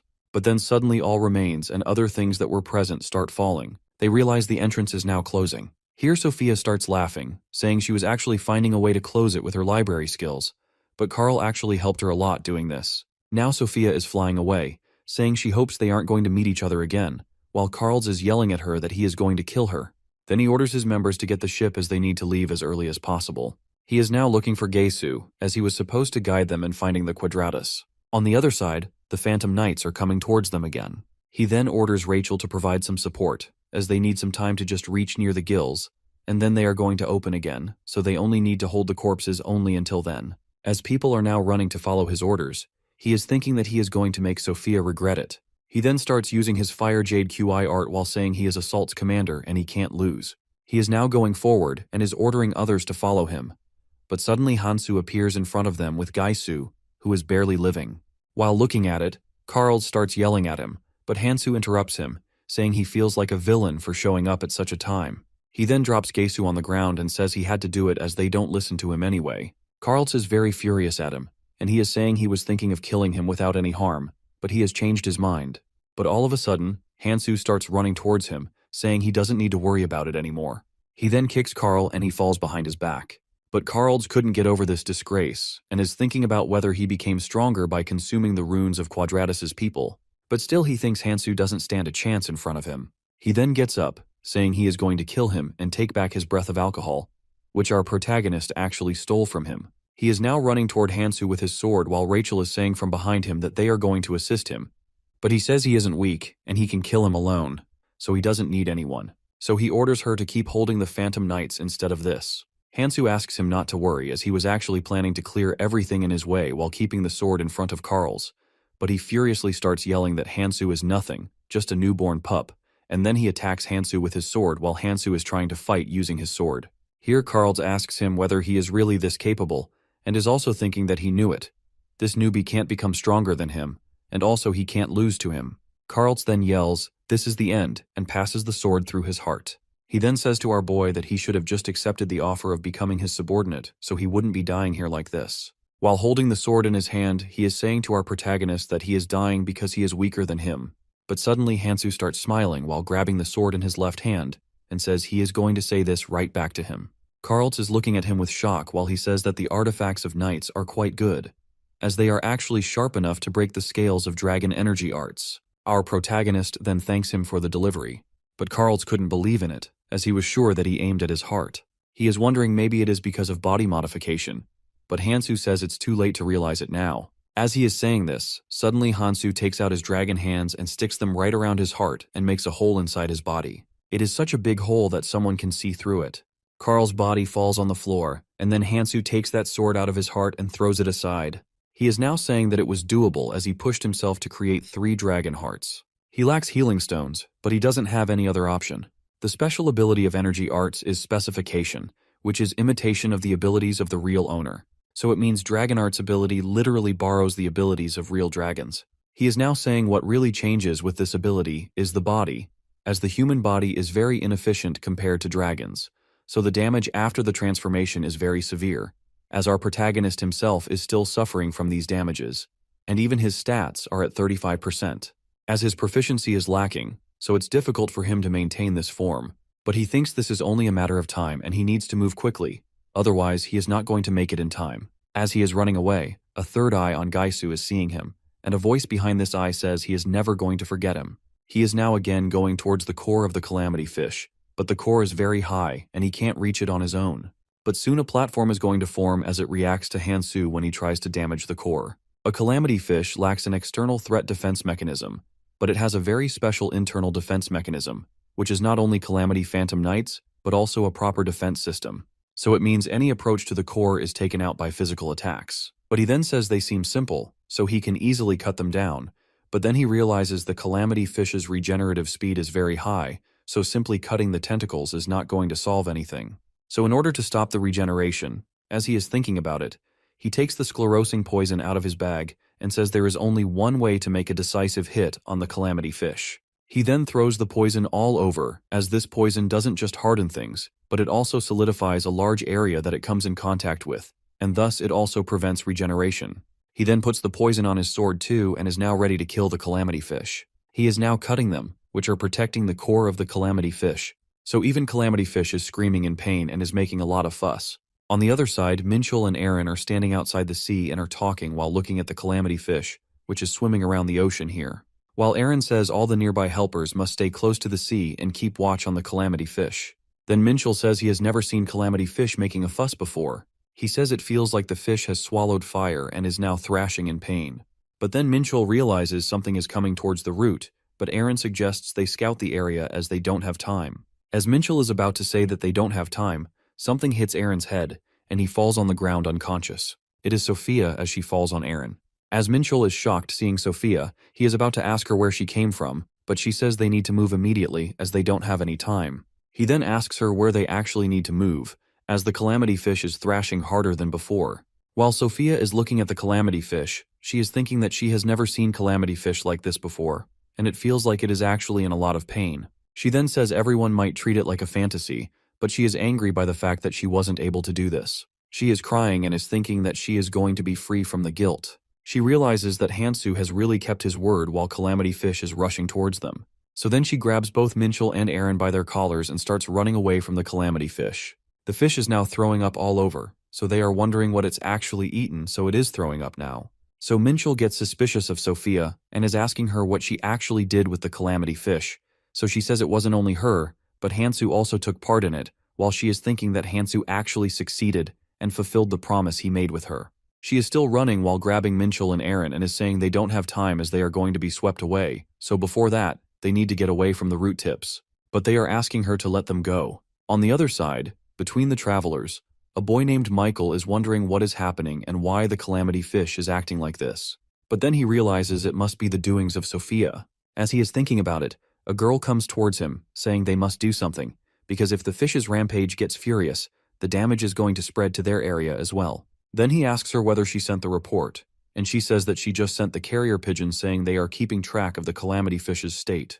But he asked her to send more, as this is not going to be enough. He is now thinking that it might be the start of the loss of balance in the red zone, which has been maintained until now. Meanwhile, Hansoo is still struggling to kill calamity fish, and he is damaging its core continuously. He then says killing the calamity fish with a human body was going to be very much as he expected, but physical strain on his body is increasing due to the use of draconification. Moreover, the tentacles of calamity fish are cursed with a recovery reduction skill, so frontal assault is the only way to pass through it. He then again ran towards the core while cutting down the tentacle and stabbing both swords into it. He then realizes the subspace that makes up the stomach is collapsing as the core is getting destroyed. He is now moving towards the next step. Destroying the core of calamity fish is the first step. The second step is to traverse the blood vessels connected to its core, and it attacks the heart directly. Then the final method is expelling the dragon energy arts, and moreover, he has been able to keep breathing because of the breath of Ahal. He again starts attacking the core, but suddenly a tentacle from behind passes through his body and damages one of his hearts. He then turns back and cuts the tentacle with his sword, but realizes they are increasing in number, so he should retreat as he needs some time to heal his wounds too. But then he says he can't go back because once he does this, he will keep going back. So the only path left for now is to keep moving forward. He is now flying rapidly to reach the main source. After a while, he is in front of the main source, which provides energy to the whole body of calamity fish. It is a divine source fragment that was once a part of the world tree, but then it split into fragments and is now lodged within all the calamities. As he is about to attack the source, the same thing happens. A lot of tentacles start attacking him, but this time, they have monstrous mouths. He then starts cutting them with his sword while saying he is not going to give up now and he will kill them. As Hansoo is now going forward, killing these monstrous tentacles one by one, suddenly a tentacle grabs his left leg, but he cuts it too. All of a sudden, all of these tentacles attack him together, and he is now stuck between them. Our protagonist cuts all of the tentacles and gets out of it, saying this is not going to stop him. Our protagonist has realized that these tentacles are tougher to deal with than anything he dealt with in the past, so he must plan something else, as hitting them directly is not doing anything. He is now thinking of severing the blood vessels that are connecting the fragments directly to the calamity fish. He is now cutting all the vessels, and after a while the fragment separates out from these vessels, and Hansoo catches it. He is now saying that this fragment is quite small despite the fact that it contains immense power to sustain the calamity fish. But soon after, the internal structure of calamity fish starts collapsing due to the removal of the main energy source. Hansoo realizes he needs to get out of here immediately, otherwise he is going to get stuck in this destruction. All of a sudden something hits Hansoo in his sword, and energy fragments fall out of his hands. He is now trying to catch it but becomes unconscious. Suddenly a little magical bird sits on his finger, saying someone ordered it to find the man named Kang Hansoo, who is going to kill the calamity fish. Meanwhile, on the roofs, some people are now yelling for their commander, Liu, who is the vice assault commander of Beacon, and they are telling him that they found something that seems like it belongs to Karl's Morin. It is the eye mask, which actually belongs to Karl's Morin, so Liu is thinking about what actually happened to him as he was on the mission to go to Quadratus. One of the members is reporting to him that they also discovered other bodies, and it is confirmed that they were part of Karl's Morin's unit. He is now thinking that all the signs are indicating that Karl's and his members have fallen victim to Hansoo. All the other members are asking him what they are supposed to do now, but he is thinking of becoming a commander. So he says, as Karl's is now gone, so they must change the titles first. While he is thinking that, he is different from Karl's Morin, as he became the commander just because he was here a few years earlier than him. He is now asking his members whether they found survivors or some other items too. The clan members are reporting to him that they are searching the whole ship, but it seems like no one survived on this ship. Here, Vice Commander Liu finds a sword stuck between the rocks, whereupon his members report to him that they didn't find runes, but they did find some artifacts inside the calamity fish. He is now taking out that sword, but the sword breaks into pieces while he is thinking that it is impossible that something massive like calamity fish died, leaving no rune behind it. And also, according to the situation here, No one is sure how many items are left inside it in their original form. He then places the sword back in its place and is thinking about Hansoo, whether he is alive or not. He orders his men to move forward and find traces of Hansoo, while he is thinking that he should check the thousand-lie eye planted in Quadratus to find that man. While walking, his members and he reach the place where the calamity fish's body part is lying, and it's actually the part of its heart that existed. While looking at the condition, he is thinking whether Hansoo is really strong enough that he killed the calamity fish alone. But someone interrupts him by calling Master Liu from behind. Here Liu corrects him, saying he is Commander Liu, not Vice Commander. The man is reporting that a large number of travelers are coming here. He is now ordering him to enforce all the members and secure this place so no one can enter it. But his clan members say these travelers are large in number, and they can't stop them, so they must do something else. Now all the travelers are standing on the edge, seeing what just happened, so he ensures his member not to do anything, as they might just be coming because the calamity fish is dead. So there is no point in asking them to stop as long as they don't come closer. Travelers are now talking about calamity fish, and it's actually true this huge monster is dead. Also, they can't seem to believe that someone actually killed such gigantic calamity fish. Sang is also present within them, so he starts saying that he heard there are plenty of artifacts that are hidden inside the calamity fish. He is now yelling at Commander Liu and his members, asking them whether they are going to take all the artifacts for themselves. Now all the travelers are thinking that it's already hard to get the runes here because hunting is very difficult here, so it's better if they succeed in getting even one artifact. Now they are running toward the calamity fish, where Commander Liu and his clan members are already present. Here Liu is yelling that they can't just barge in here because this place is under the management of Beacon. He then orders his members to finish them off, and now all the travelers and clan members are fighting with each other. Here a little eye is watching them fighting, flying above their heads. Then that fly is no longer flying in front of Sophia and then sits on her hand. Sophia is now saying that she is the one who asked the crowd to draw Beacon's attention, but it seems like they are making a big mess while the eye on her hand has disappeared. So here Minchul nervously said that he asked them to spread some rumors. So Sophia is thinking that she might not be able to trust Minchul and Aaron, but still, both of them are quite skilled. But now she is thinking about some people among the travelers, and realizes some of them incited the others on purpose, and is thinking about who they actually are. But then she says it doesn't matter because it turned out good for her. But she is also thinking that they aren't going to last long because they are actually fighting against Beacon, so she must use the opportunity before them. She is now making multiple eyes like before with wings so they can be of help finding Hansoo. These eyes are actually God's sclera, and they create a white light and share their vision with the user. But they consume more power if they are in large numbers. Moreover, they are quite difficult to control all of them at once. But to search quietly, she doesn't have any other choice now, and it's already been 3 days, so she must find Hansoo now. She is sure that our protagonist can't die this easily, so she is sure she can find him somewhere. Meanwhile, Hansoo is lying unconscious on the roots, somewhere near the sea, and the assistant fairy, which was in the tutorial zone before, is trying to wake him up. Here she says that she is going to kiss him if he doesn't wake up now. As she is about to kiss him, Hansoo immediately wakes up while the fragment, which was the energy source of the calamity fish, is also lying near him. He is now looking at his body and realizes he managed to recover a little bit before his draconification transformation released.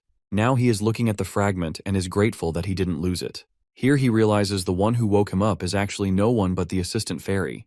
While the assistant fairy is just floating in the air and is saying hi to him, he asks her what she is actually doing in the red zone. Fairy is now saying that it seems like he is well aware that they can't enter the red zone until something very extraordinary happens. Then she hugs his shoulder from behind and says, "This is true." But she just can't sit still watching him die. And moreover, this situation is so far from just being ordinary. She then says he is the first traveler here who actually killed the calamity fish. And she is also telling him that it's their rule to give bigger awards for bigger deeds. She then tells him that the calamity fish wasn't meant to be hunted, so there is no such award.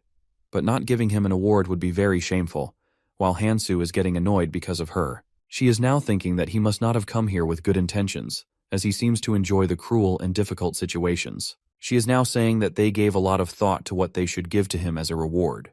So as for now, she is going to give him an offer and is saying this is not going to be a bad offer. She is now using some magic, and suddenly a rune named Lord of the Dead, which is numbered skill rank 8, appears on her hand. She is now asking him to take it as a reward for killing the calamity fish. It is a skill that allows its owner to turn dead people into phantoms, and then he can order them.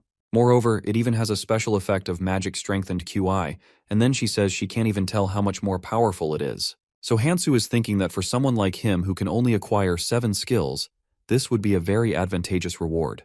But then she says that this reward has a condition that is tied to the remaining calamities. She is now showing them some fragments, and Hansoo realizes what they are, so he says that's enough for him. Here, Assistant Fairy says that he must listen to the explanation first. But Hansoo says he doesn't want to listen anymore, and also he is ready to take the second offer. She gets shocked and is telling him that he must take down all the calamities first to receive the reward, and even if he couldn't be able to kill even one calamity fish, he will not be able to take the reward. She then asks him if he is ready to take the reward, but he jumps in the sea, saying he is going to kill the calamity fish now. On the other side, Assistant Fairy is very impressed by the fact that he didn't even hesitate for a while, and moreover, he never disappoints her because if he chose the easy reward, he would have disappointed her. As Hansoo is going deeper into the sea, she is thinking identifying all the calamities in the red zone is actually very difficult, so he is going to struggle for a long time. Meanwhile, Disgorging Root, which is a monstrous root, is getting furious because it can't listen to the calamity fish's voice. On the other side, Hansoo comes out of the sea and is thinking that he might have accepted the fairy's offer, but the situation is quite complicated for now, because it's a fact that his existence has actually accelerated the abyss's deterioration, so he must end everything faster than he did in the past. Here he remembers Kang Tae telling him as he is going to travel while using the Urkeneel's time-space crystal, so he must speed up as fast as he can because the more he uses the future knowledge, the faster the abyss's deterioration accelerates. He also remembered how Tae teased him about it. For now, Hansoo is thinking that it is quite annoying that they dump this responsibility on him. Meanwhile, he is also hallucinating that the girl he liked who died in the past is holding his hand and is asking him to move forward, but this hallucination was only for a few seconds, and then he comes to the real world. Our protagonist is now saying that, regardless, in this situation, every skill is a big asset for him. As he is standing in front of the dead body of Calamity Fish, he is saying that he didn't expect a reward for killing the Calamity Fish. He is now thinking that he must do it now to maintain the balance in the red zone and find the next calamity. Moreover, he can just lure them out using the fragment of the dead Calamity Fish. It is also unlike before when he killed the Calamity Fish to repay his debt to Sophia. He is now thinking of meeting Sophia, but first he is required to go somewhere else. Suddenly, the clan members of Commander Liu come out of nowhere and are now surrounding him. They say they are going to kill him now, but Hansoo appreciates them for coming, as he wanted to confirm something, and with all the people around him, he can ask everyone. He is now fighting with all members one by one and is assuring them not to worry, as he will make sure that they can talk at least after that.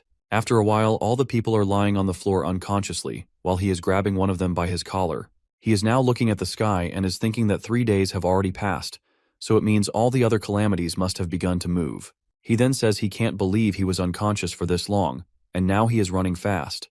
Otherwise, he will lose the opportunity to kill other calamities. But suddenly something falls in front of him, so Hansoo stops and is now looking above. A man named Levanon Mikhail, who is from the Valkyrie clan and is a helper affiliate, is standing on the top and is saying his name, Kang Hansoo. But Hansoo, without listening to him, says he is very busy, so he must let him go for now. While the other man beside Mikhail is saying that Sophia was finding him, Mikhail wanted to find him first. While Mikhail is saying to that man that he is going through, make sure that he is held accountable for aiding the Seven Phantoms' orders as he wished. And also, despite being the helper of the Valkyrie clan, he must not do anything here. He jumps off the cliff saying he must take care of Hansoo first. He then takes out the sword and is about to fight with our protagonist, but suddenly gods Sklara and Sophia appear in front of him. While Sophia is glad that she has finally found Hansoo, she is now saying that he gets tangled with such kinds of useless people. But all over, it's a relief that he is fine. On the other side, Mikhail is saying to her that she shouldn't be here but guarding her seat as one of the Seven Phantoms. He is now thinking that he already knows what happened here, and also he is aware of her involvement. But then she says they must not stop Hansoo, and if they are still thinking about it, then she is going to fight with them. She then asks Hansoo to keep on moving and leave everything to her. She is now ready to fight with them. But Mikhail says that she seems to misunderstand him, as he just wanted to ask whether Hansoo is the one who killed the Calamity Fish. So Hansoo says even if he did, it must not matter to him.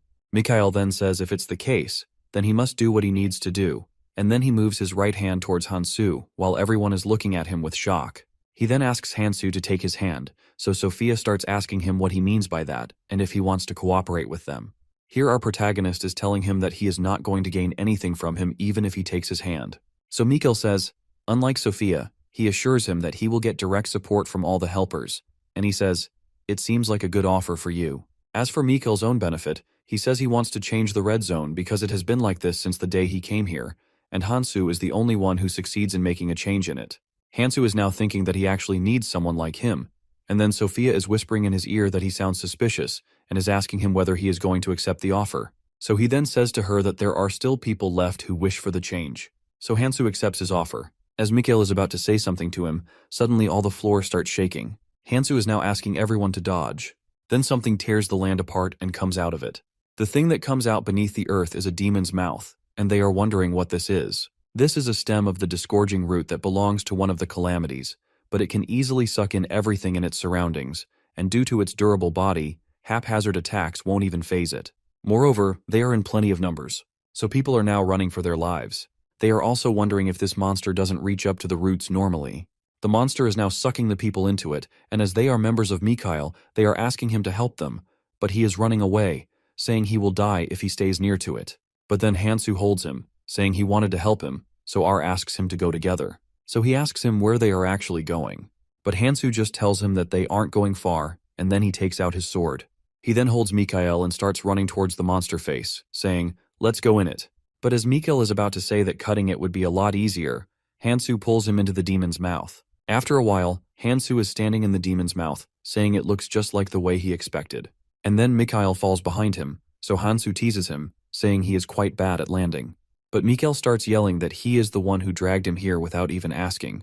But Hansoo says he is the one who offered to help him earlier. Here Mikhail says this isn't the kind of help he was actually offering, and moreover, does he really have a plan, or did he just come here without thinking?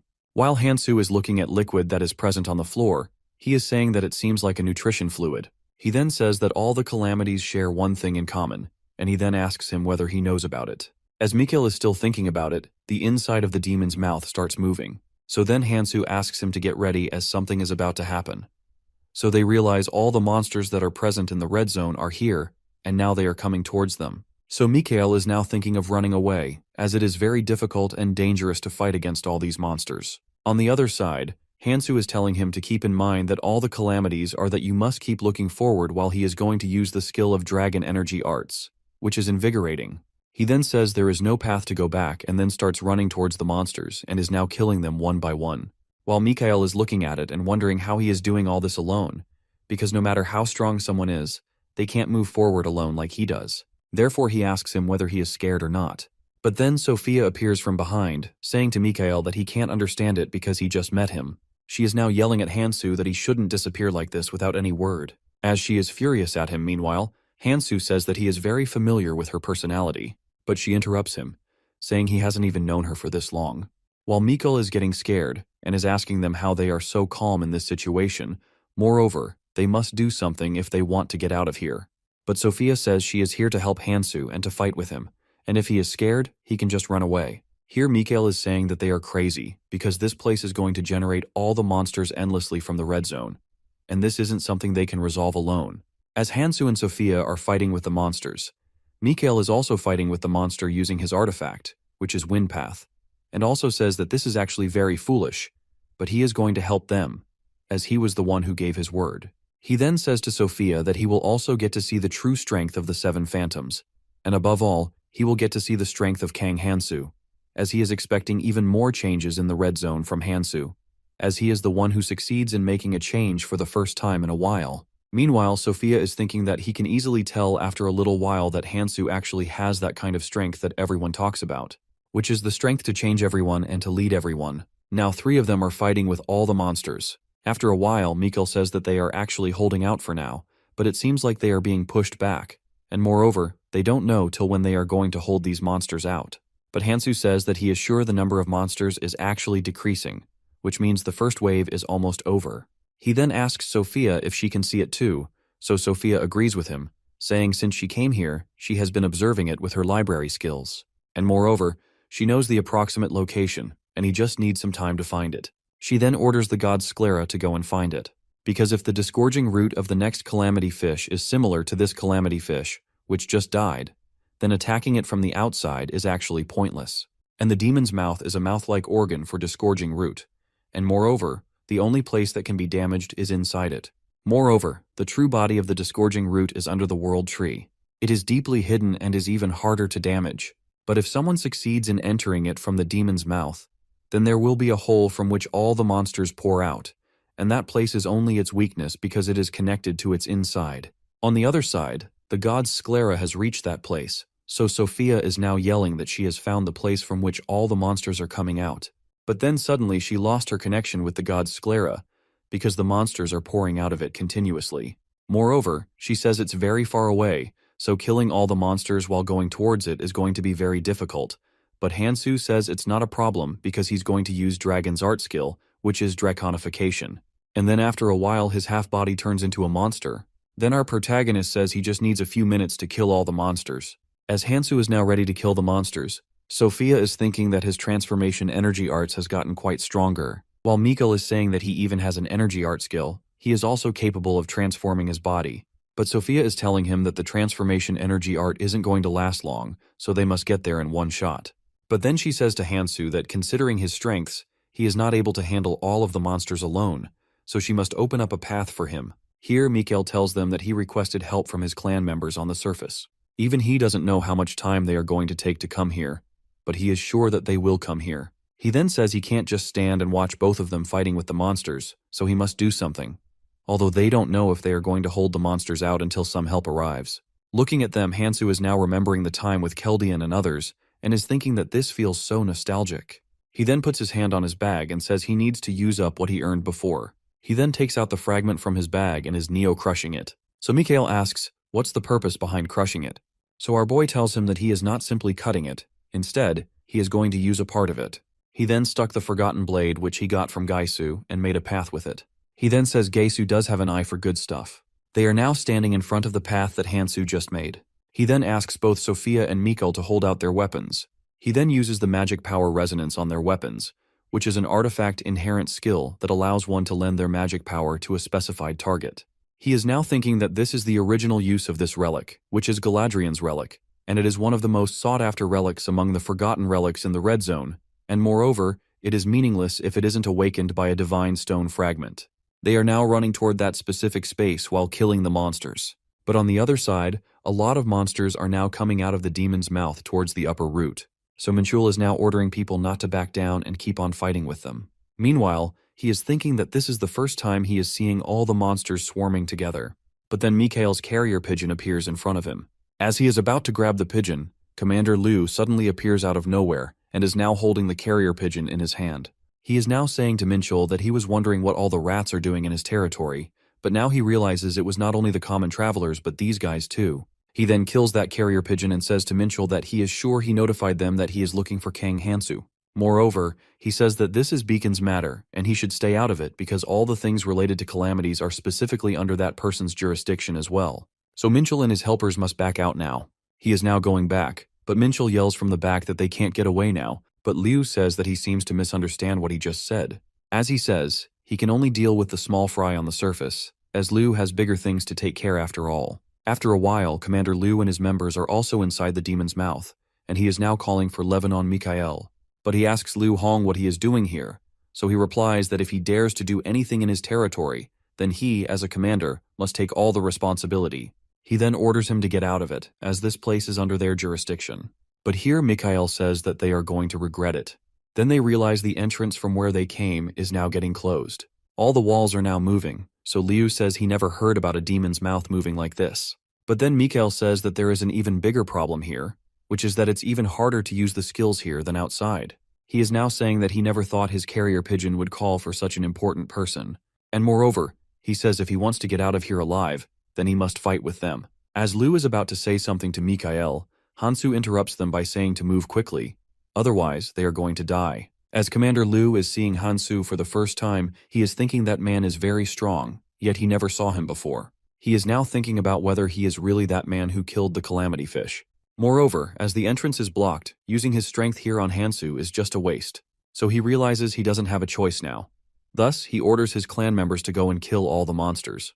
Meanwhile, he is now thinking of informing someone about the situation, because he can't be late if he wants to deal with Hansoo later. Also, despite being a newcomer, Hansoo seems quite familiar with the battles here, and even his growth rate is very fast. But it's enough now. Further, it's obvious that he is strong because of Sophia, who is a phantom. But then Hansoo appears from behind him, saying this isn't going to be enough. So Liu is now thinking that he must take care of him first so that person will make him the assault commander. He then asks our protagonist what he means by that. So Hansoo says that he is not going to be able to last in his current state, and he also says that it seems like Beacon is weaker than he remembers. On the other side, the magic powers of all the people are now disturbing. So Hansoo is thinking that he knew the fact that disturbing the magic power among all the people is going to be very difficult. He then orders them to focus on controlling their magic powers while fighting. While Hansoo has already entered the plant, so the disgorging root gets furious after knowing there is an intruder here, and says that it is going to kill him. Liu and his clan members are now fighting with monsters while Liu is thinking that he never saw himself this helpless before, and moreover, he has found out the real strength of our protagonist, as no one is actually aware of Hansoo's real strength, which is that despite being inside the demon's mouth is covered with a layer of magic power that is very strong, but he can easily break all the walls of roots surrounding them. He is thinking of catching Hansoo himself, so the person who is superior to him might look at him differently. He is now flying toward Hansoo, but suddenly his flow of magic powers stops, and a monster is now attacking him. Here, Sophia comes up and helps Liu by killing the monster, and then she says that she can't help him anymore, so he must figure out something. While Liu is getting furious because of the fact that he had to receive help from Sophia, who is the most heretical of the 7 phantoms, he is now ordering his team to hurry up and kill all the monsters. Meanwhile, Sophia is looking at her magic, which is also fluctuating, and is thinking that she can't help anyone anymore because the magic powers Hansoo has been sharing with her are not working properly now. On the other side, Hansoo is thinking of going inside the tunnel from where all the monsters have been coming, but Sophia is saying that it's too dangerous to go inside, as this is actually the passageway for all the monsters. But Hansoo says that they don't have any other option, so he must go inside, as this is the only path that leads further inside the demon's mouth. But he says he can't just leave the enemies behind before going in. So that's why he is going inside while leaving behind the things for her to take care of. But Sophia is thinking that she is going to follow him soon after he goes inside it. After a while, Hansoo has reached the central area inside the root. He is now standing in front of the people, who are the guards securing the inside of the root, and actually they are the last surviving members of the army of Elfenheim. He is now running with the forgotten blade in his hands to fight with them, but as soon as he reaches near them, suddenly one of the guards starts increasing in his height and then puts his hand on Hansoo with all his powers. On the other side, our protagonist is using all his strength so that he must not die under his hand.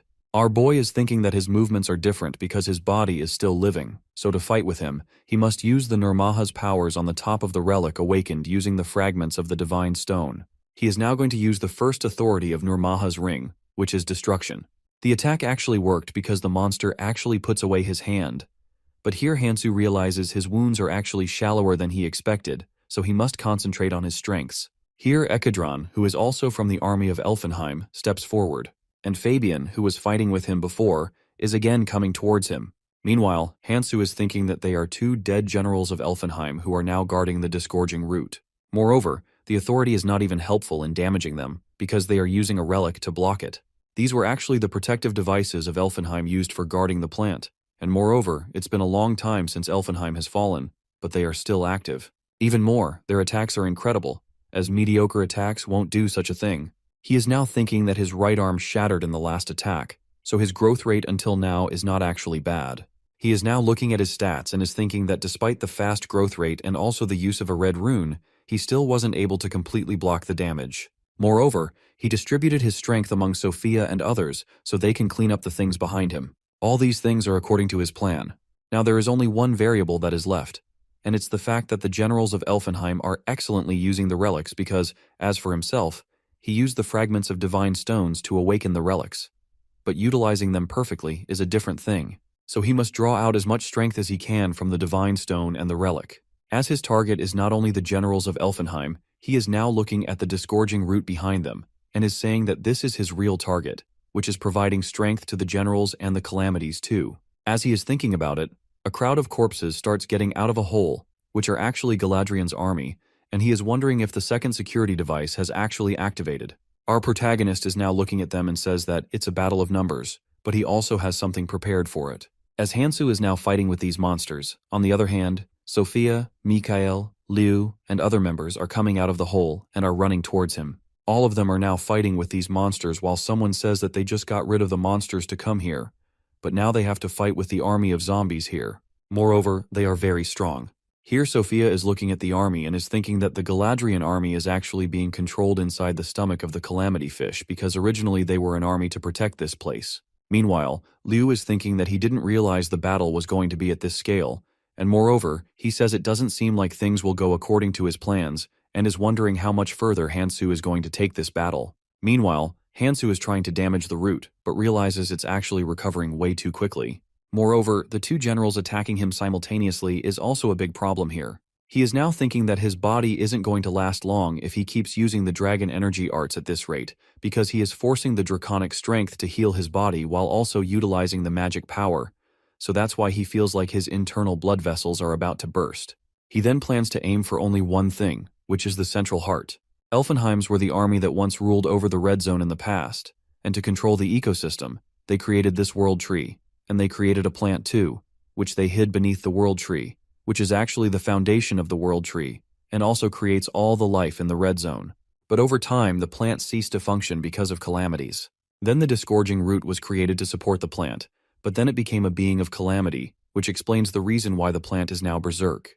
Meanwhile, Hansoo is fighting with the generals and is thinking that the disgorging root lacks the sufficient authority, so the most it can do is to buy time. Maybe that's why it activated the security system to buy some time. He is now thinking about the army of Elfenheim, which is 5 generals, and they exist just to protect the planet. Moreover, they cast preservation magic on the living remnants of the Elfenheim and became an undying army, and most of all, they still have the destructive and regenerative powers they had in their prime. Elfenheim bodies are actually more durable than human bodies, which makes them tougher opponents for others. But if he uses the dragon energy arts to activate the draconification, then he can easily make a momentary opportunity for himself. The one thing he needs to look out for the most is their regenerative ability, which is being continuously powered by the central heart through the plant's magic powers. Moreover, it also feels like the zombies are regenerating infinitely. Hansoo is saying that things are not going to end at this rate, as the 5 generals are nothing but a distraction because he has only one goal. He is again going to use the Nirmaha's right of destruction authority. He is also thinking of using the draconification to maximize his magic power output. Our protagonist is thinking that on top of the relic's original power, which is combined with the fragment of the divine stone, he will layer it with the magic powers of Nirmaha's ring, and then he will fight with all his power. He is now ready to fight anything that comes in his way, and is saying that even if it's Fabian's armor, which is created with the Galadriel's relics, it still won't be able to completely block his authority destruction from the solo numbering Nirmaha's ring. He then attacks Fabian while asking him to sit still for a moment to regenerate. Now Ekidran is attacking him, as Ekidran's beads have high durability compared to the Fabian's armor. It means he can destroy them, but he only needs to add more force. As Hansoo has only used a little force, it splits into 2 pieces, so Hansoo is wondering if it splits on its own. But he then realizes that he deliberately released the magic-strengthened QI around the relic to bait an attack, so it means as long as the main body isn't harmed, then nothing is going to happen to the relic. So he is saying it means that even if you cut the relic, the strength it holds is going to remain the same. On the other side, people are still fighting with the zombies, and they are quite exhausted now, as one of the men says that he doesn't know how much longer they have to keep doing this. While one of the members is saying the magic powers have been shaking, so he hasn't been able to move properly all this time, and without even that, he is still fighting with the monsters. They are now asking Commander Liu that they have been fighting with the monsters, but the number doesn't seem to decrease, and they are coming over and over again. Here Mikhail suggests they not let their guard down, as all of these zombies are going to come back to life soon. Then one member is now yelling at Mikhail, saying this is all because of him. But Mikhail says that they don't have time to complain about this and advises them to keep on fighting. But then Sophia appears in front of them, and all of them are now looking at her. So she asks them to forget everything, and only focus on fighting with the Galadriel army, because otherwise they will die. Meanwhile, Liu is thinking that he thought Sophia was the one who actually killed the Calamity, but after watching her, he realizes who truly knows everything and takes all the actions. Moreover, he must report about Hansoo to that person, as he is actually stronger than they imagined. On the other side, Hansoo is still fighting with the generals, and is thinking that when he blocks one, 2 others come out, so it's impossible for him to block them all at once. Moreover, dodging is impossible no matter what he does. Then one of the generals attacks his leg, and he feels the pain like his leg is being torn off. Our protagonist is now going forward, and is thinking that if this is the extent of the damage, he must use the rebound to push through them. As he is thinking that he must land one strike successfully, and it's fine if he gets hit in his process. But then Ekidran attacks his arm. He then traps Ekidran to go in front of the stone, and as Ekidran is now ready to attack him, Hansoo suddenly attacks the stone behind him, which was his actual plan, as that stone is the energy source for the generals and the other monsters too. He then says, Let's put an end to this, and attacks the generals with all his powers, and after a while, he has now killed the generals. On the other side, the Galadriel knights have also stopped moving, so Sophia and Mikhail are wondering if it's really over. Here Hansoo appears in front of them with Fabian's bracelet in his hand and is telling them that the energy source is gone, so they are safe for now, but this is actually the beginning, as they need to move towards the next location. So Liu asks him if he is really planning to go further than him, and clan members of Beacon are going to pull out because they are not foolish enough to take such a dangerous path. Moreover, they followed his lead before because it was an emergency, but they don't actually take his orders, so they aren't obliged to join him further. Here Hansoo takes out his sword and swings it in front of Liu as he is about to kill him with the sword while Liu is asking him to take their own paths. Here Commander Liu realizes what Hansoo just did, so he becomes furious and starts asking him how he actually dared to attack him. But Hansoo says he is misunderstanding it, as he wasn't trying to attack him. Rather, he was just simply forging the path he is going to take.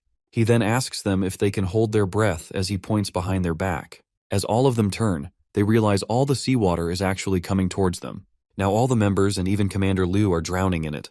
After a while, the seawater is now gone, and Liu is getting furious at Hansoo as he tried to drown everyone here. And he also says that he can't believe he did this as they were trying to leave. He is now saying that he doesn't have any options but to use the world tree feather to get out of here.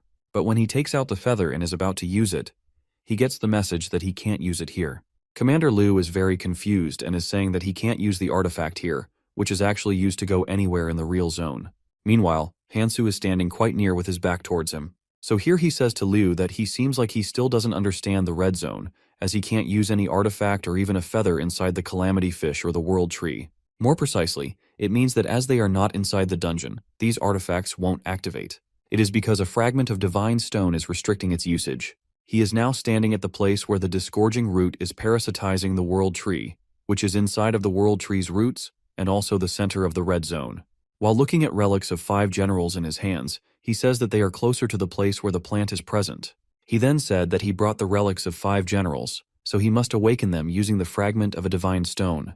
Because just by increasing the number of relics he has, it's going to become easier to stabilize the mana, rushing out of the divine stone fragment. Although he is not using much of it, a fragment of the divine stone was originally a power that only a complete, truly closer, or a candidate is able to use properly. Our protagonist is now thinking that things will get easier for him from now on, while Commander Liu is getting furious at him, saying that he dared to do something like this and act like nothing has happened to them. He then says that he is going to acquire the seat of the first unit's commander once he gets out of here. So as the future commander of the first unit of the famous beacon, he doesn't allow anyone to pass it.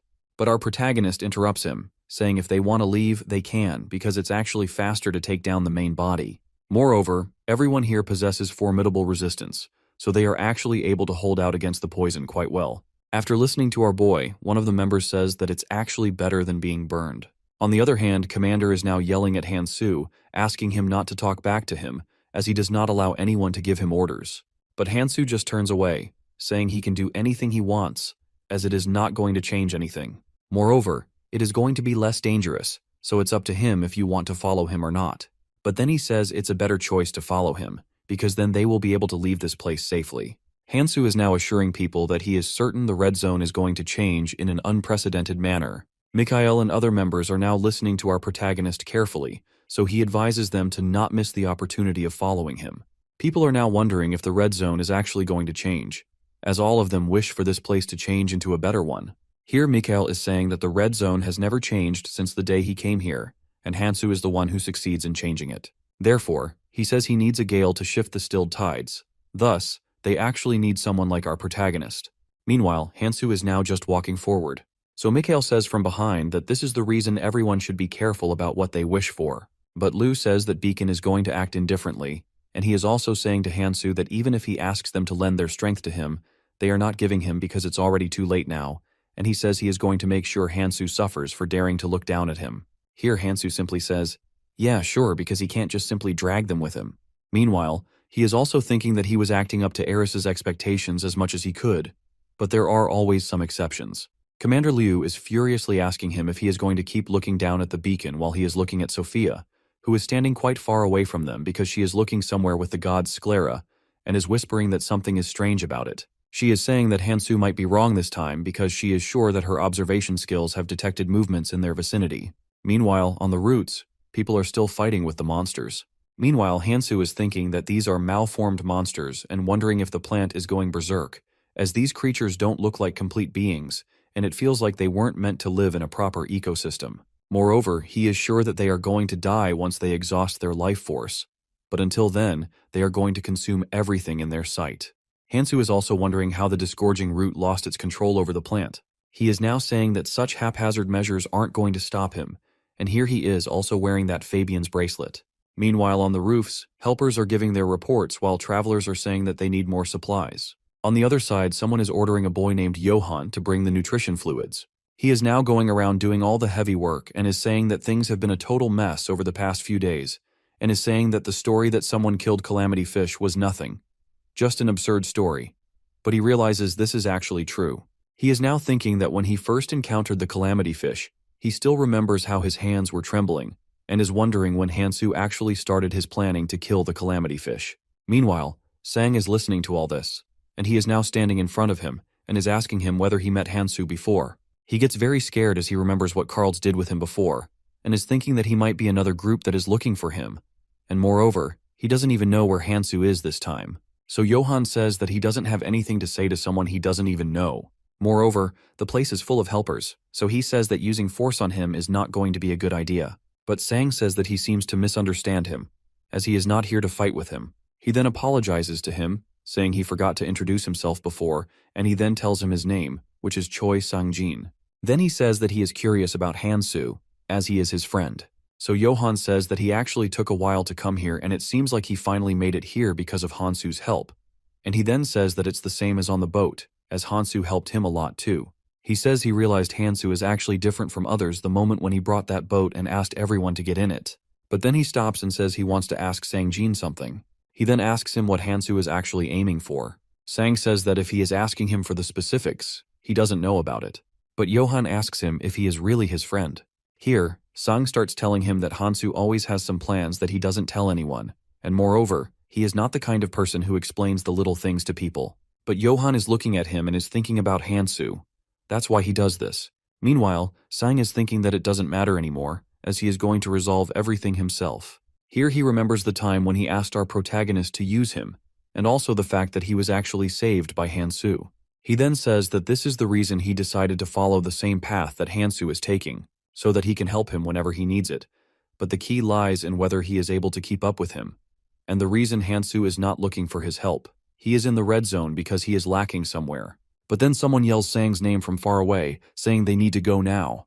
Then he walks away, thanking Johan for telling him everything. He is about to say that if he sees Hansoo again but then stops. He then says that he will do it himself, as Hansoo would do the same. He is now saying that he needs to put in some effort, as he is far behind Hansoo. Moreover, he is thinking that he is sure Hansoo is fighting somewhere fiercely. On the other side, Hansoo is fighting with the monsters and is thinking that he is supplying himself with the magic power using the fragment of the divine stone. So it means he needs to focus on the powers instead of the durability. Commander Liu and his members are standing behind him, and he is thinking that impossible for him to be this strong because he just got here, and it's impossible for someone to get this strong in such a short time. But then Hansoo starts saying to him that he is just letting him know that the way back holds nothing for him but just a waterfall of poisonous water. So he then wishes them good luck, and he enters the place, saying he is going ahead and the rest can follow him according to their will. Sophia and Mikhail are also running behind Hansoo, so one of the clan members says to Liu that he is the only one who knows the way out, so it's better to follow him. So even Commander Liu says that if they want to survive, then they must follow him, so he orders his members to hurry up and starts following him. Meanwhile, in the place where the disgorging root and the plant are present, someone is saying that it's almost complete. It is a creation that is made by perfectly implanting the innate powers of the plant. The disgorging root has created someone, which it named Alpha. It is now ordering Alpha to wake up, as it is the life force that is going to maintain the red zone. Disgorging root then asks Alpha to follow its orders. It then orders him to eliminate all the intruders. But Alpha says that one of his stature doesn't have any reason to take the orders from something like a disgorging root. But it gets furious and starts yelling at him that it is the one who created him. Disgorging root also says that he is nothing but just a replica it created. But Alpha gets very furious and asks how it dares to claim to be his creator. He then attacks the disgorging root and asks the root to hand him the key to the armory. But the disgorging root becomes furious at him. It is asking him how he dared to attack his own master.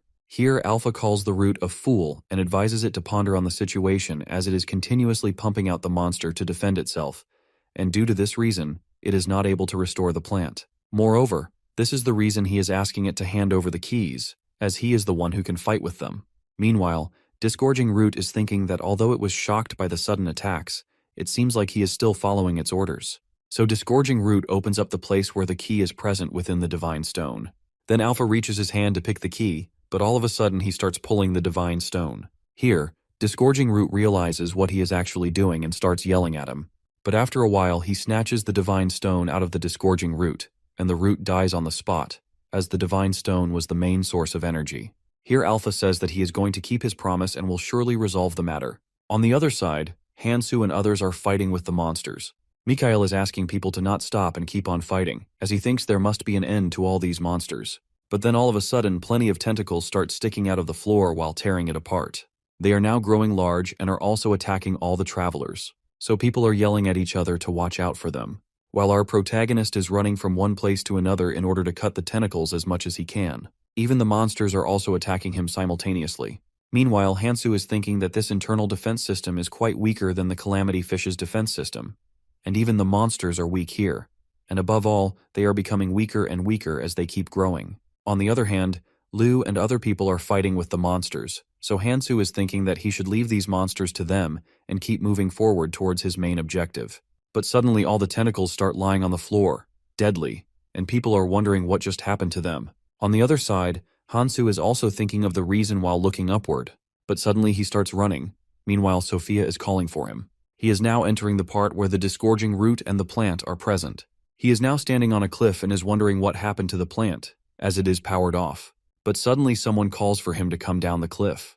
Hansoo realizes someone is present down the cliff, so he jumps from the cliff while thinking that the plant is powered off because someone actually took the Divine Stone, and maybe this person is the one who took the fragment of the Divine Stone. Moreover, he is also wondering who that person could be because no one has actually reached the center of the Disgorging Root besides them. He then lands on the floor and is now standing with his back towards Alpha. He then starts saying to Hansoo, while holding the Divine Stone in his hand, that he is actually smarter than the other bugs. Hansoo is now looking at him with the corner of his eyes, and Alpha is still talking about how he is using that key accurately despite the fact that he doesn't even belong to their race. Alpha is now showing him the Divine Stone and asks our protagonist whether they can talk about the key our protagonist has. Key is the true name of the 5 relics that the 5 generals possess, and the reason they are called the key is simple. Because if one gathers all the relics, they can easily gain full authority to control the world tree. While Hansoo is still thinking about how he referred relic as a key, those people of Elfenheim that he had met in the Abyss said this. He also thinks that there is only one reason they are referring to relics as a key, but it's impossible for them to be here right now. Suddenly our protagonist realizes something and says to Alpha that it means he is actually a replica. Meanwhile, Alpha says that our protagonist is actually something, as he not only possesses the key but also knows the originals. But Hansoo only says that he heard a bit about them, and then he asks him to talk away whatever he wants to say to him. So Alpha asks him to give all the keys he has to him because a bug like him doesn't deserve it. But here Hansoo says that he also wants to make an offer. Then he says instead to give the fragment of Divine Stone he has to him, because a replica like him doesn't actually deserve it. Our protagonist then points the Forgotten Blade at him. But Alpha starts laughing and asks Hansoo if he should know his real place, because a mere bug like our protagonist can't kill him. Alpha then raises his arm in the air and says that he is going to kill him, as Hansoo doesn't leave him any other choice. Then suddenly a sword appears in his hand while Hansoo is looking at him doing all this. Meanwhile, he is also wondering if Alpha is actually capable of storing enough to arm hundreds of thousands of men. Alpha is now holding an armory and says that he is going to show him his real place. He then throws multiple orbs at Hansoo with all his powers, and our protagonist is fighting with the help of 5 generals' orbs. Meanwhile, Alpha is getting furious at the fact his 7 sacred orbs are losing against the 5 generals' weapon. But then he thinks of attacking Hansoo in a different way. He then attacks Hansoo using the orbs from all sides. While Hansoo is now looking at the orbs coming towards him and is thinking that each orb individually is quite weak, but together they are enough to kill hundreds of men, suddenly he jumps from the floor and is now hanging on a branch of a tree coming out of the cliff. Alpha then again attacks Hansoo, and Hansoo realizes that this clone is actually using a reproduced weapon, and then he also needs to use another method. And suddenly Alpha realizes he can't control the orbs anymore, and thinks that it may be because the armory is not functioning properly, and also the magic power he should be channeling into the 7 sacred orbs is actually dispersing of its own. He is now yelling that it can't be possible. Then Hansoo says that, as he told him before, he heard a bit about them before, so he also knows the magic code while he is remembering his past when he met the real general. He is now saying to Alpha that he is surprised by the fact that even though he is a clone, he is still able to summon the armory, but it's also a fact that a good weapon only shows its worth in the hands of a skilled user.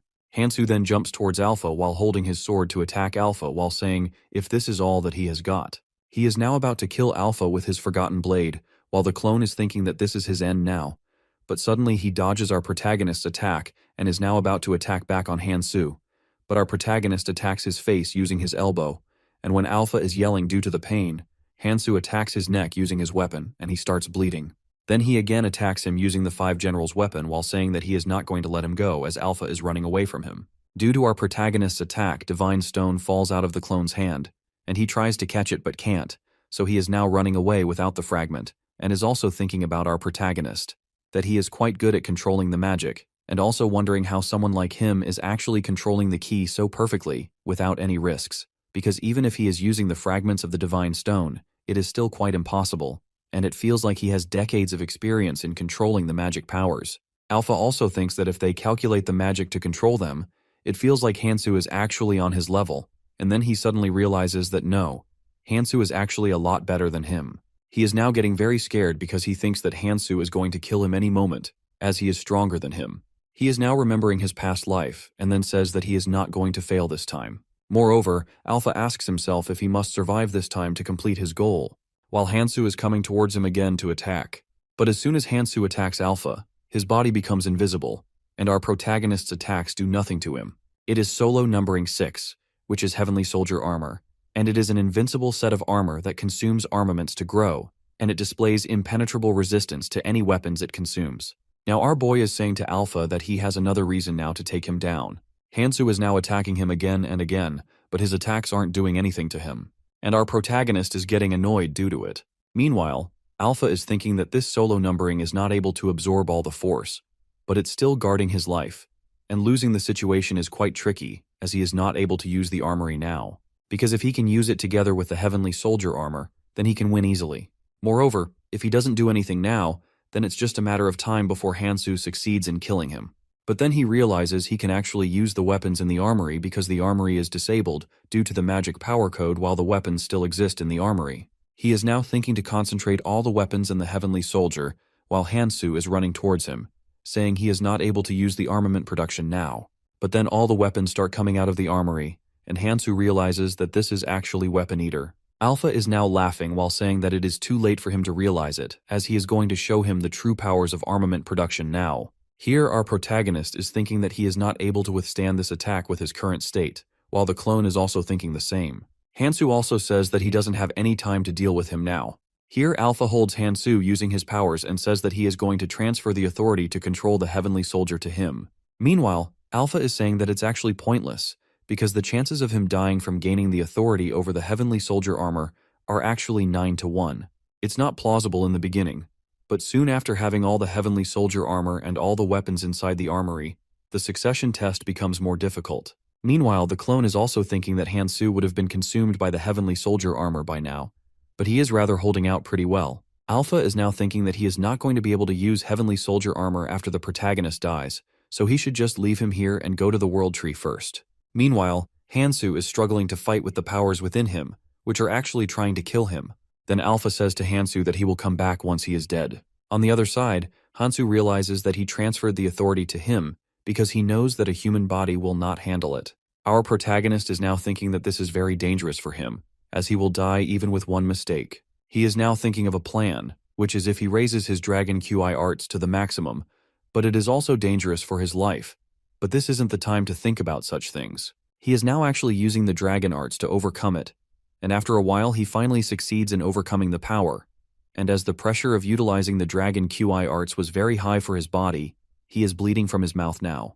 Our protagonist is now looking at the blood on his hands and is thinking, even if he used it for a brief moment, the burden was still very high for his body, and moreover, he is actually not at a level where he can freely use these powers, so he must seal the powers for the time being. He is now looking for Alpha and realizes he is not here while he is also looking at the divine stone, which is lying on the floor. He then picks up the divine stone while saying that he must leave the place by teleportation because he wouldn't leave the divine stone behind. He is now able to use the heavenly soldier's armor and is thinking that he likes this power as it moves according to his will. Heavenly soldier armor has another great effect other than its weapon-eating ability, and it displays even greater defensive capabilities against weapons that are the same kind of whatever it consumed before. Hansoo is now looking at the armor around him and is saying that the heavenly soldier armor has already undergone red evolution, and also maybe it is because that Alpha actually fed all the weapons to the armory, so this armory is not going to need any feed for a time being. On the other side, monsters are not coming out of the hole anymore, and other travelers are wondering about it. Moreover, they are also looking for Kang Hansoo. Sophia is telling them that she actually saw him getting out of here, but then Liu interrupts her by saying that he actually abandoned her and others, and moreover, he was the one who asked others to follow him. But then Mikhail says to him that they also must consider that Beacon has been following the same Hansoo all this time. So Liu becomes annoyed and says that they didn't have any other option than this, because this is also Hansoo's fault. If he hadn't submerged them in the seawater, they would have been able to leave this place, as Beacon wanted to withdraw from the start. Then Commander Liu asks them to say something if they think he is wrong in this. He is now again asking them about Hansoo, but all of a sudden our protagonist appears from behind him, so Liu gets flustered and starts asking him when he got back and where he actually was. Hansoo tells him that he was out to take down the main body. Mikhail asks him if he succeeds in it, so Hansoo says that the main body is dead, as someone has already killed it before him. He is now asking them to follow him so they all can go towards the surface now. He is now looking at Liu and saying that they all have their free will if they want to listen to him or not, because he never gave any orders to anyone, and also that he hopes they are not going to make him repeat his words. Here Mikhail is teasing Liu by making the face he made before when Hansoo appeared from his back. Liu is getting furious at Mikhail, while Hansoo is thinking that the main one has already been taken down, and he also succeeds in obtaining the fragment of divine stone. But that clone is still bothering him because he looked like he was able to wield all the king's authority, and moreover, if he is able to do this, then things are going to get worse. He is now thinking about Alpha, and it feels like he is headed directly towards the flower. On the other side, Alpha has actually reached the flower and is saying that it was worth it to sacrifice the heavenly soldier armor, as he can easily possess all of the king's authority now. But he is now yelling at the flower that it is still sleeping as the world tree has already withered and Elfenheim is no more.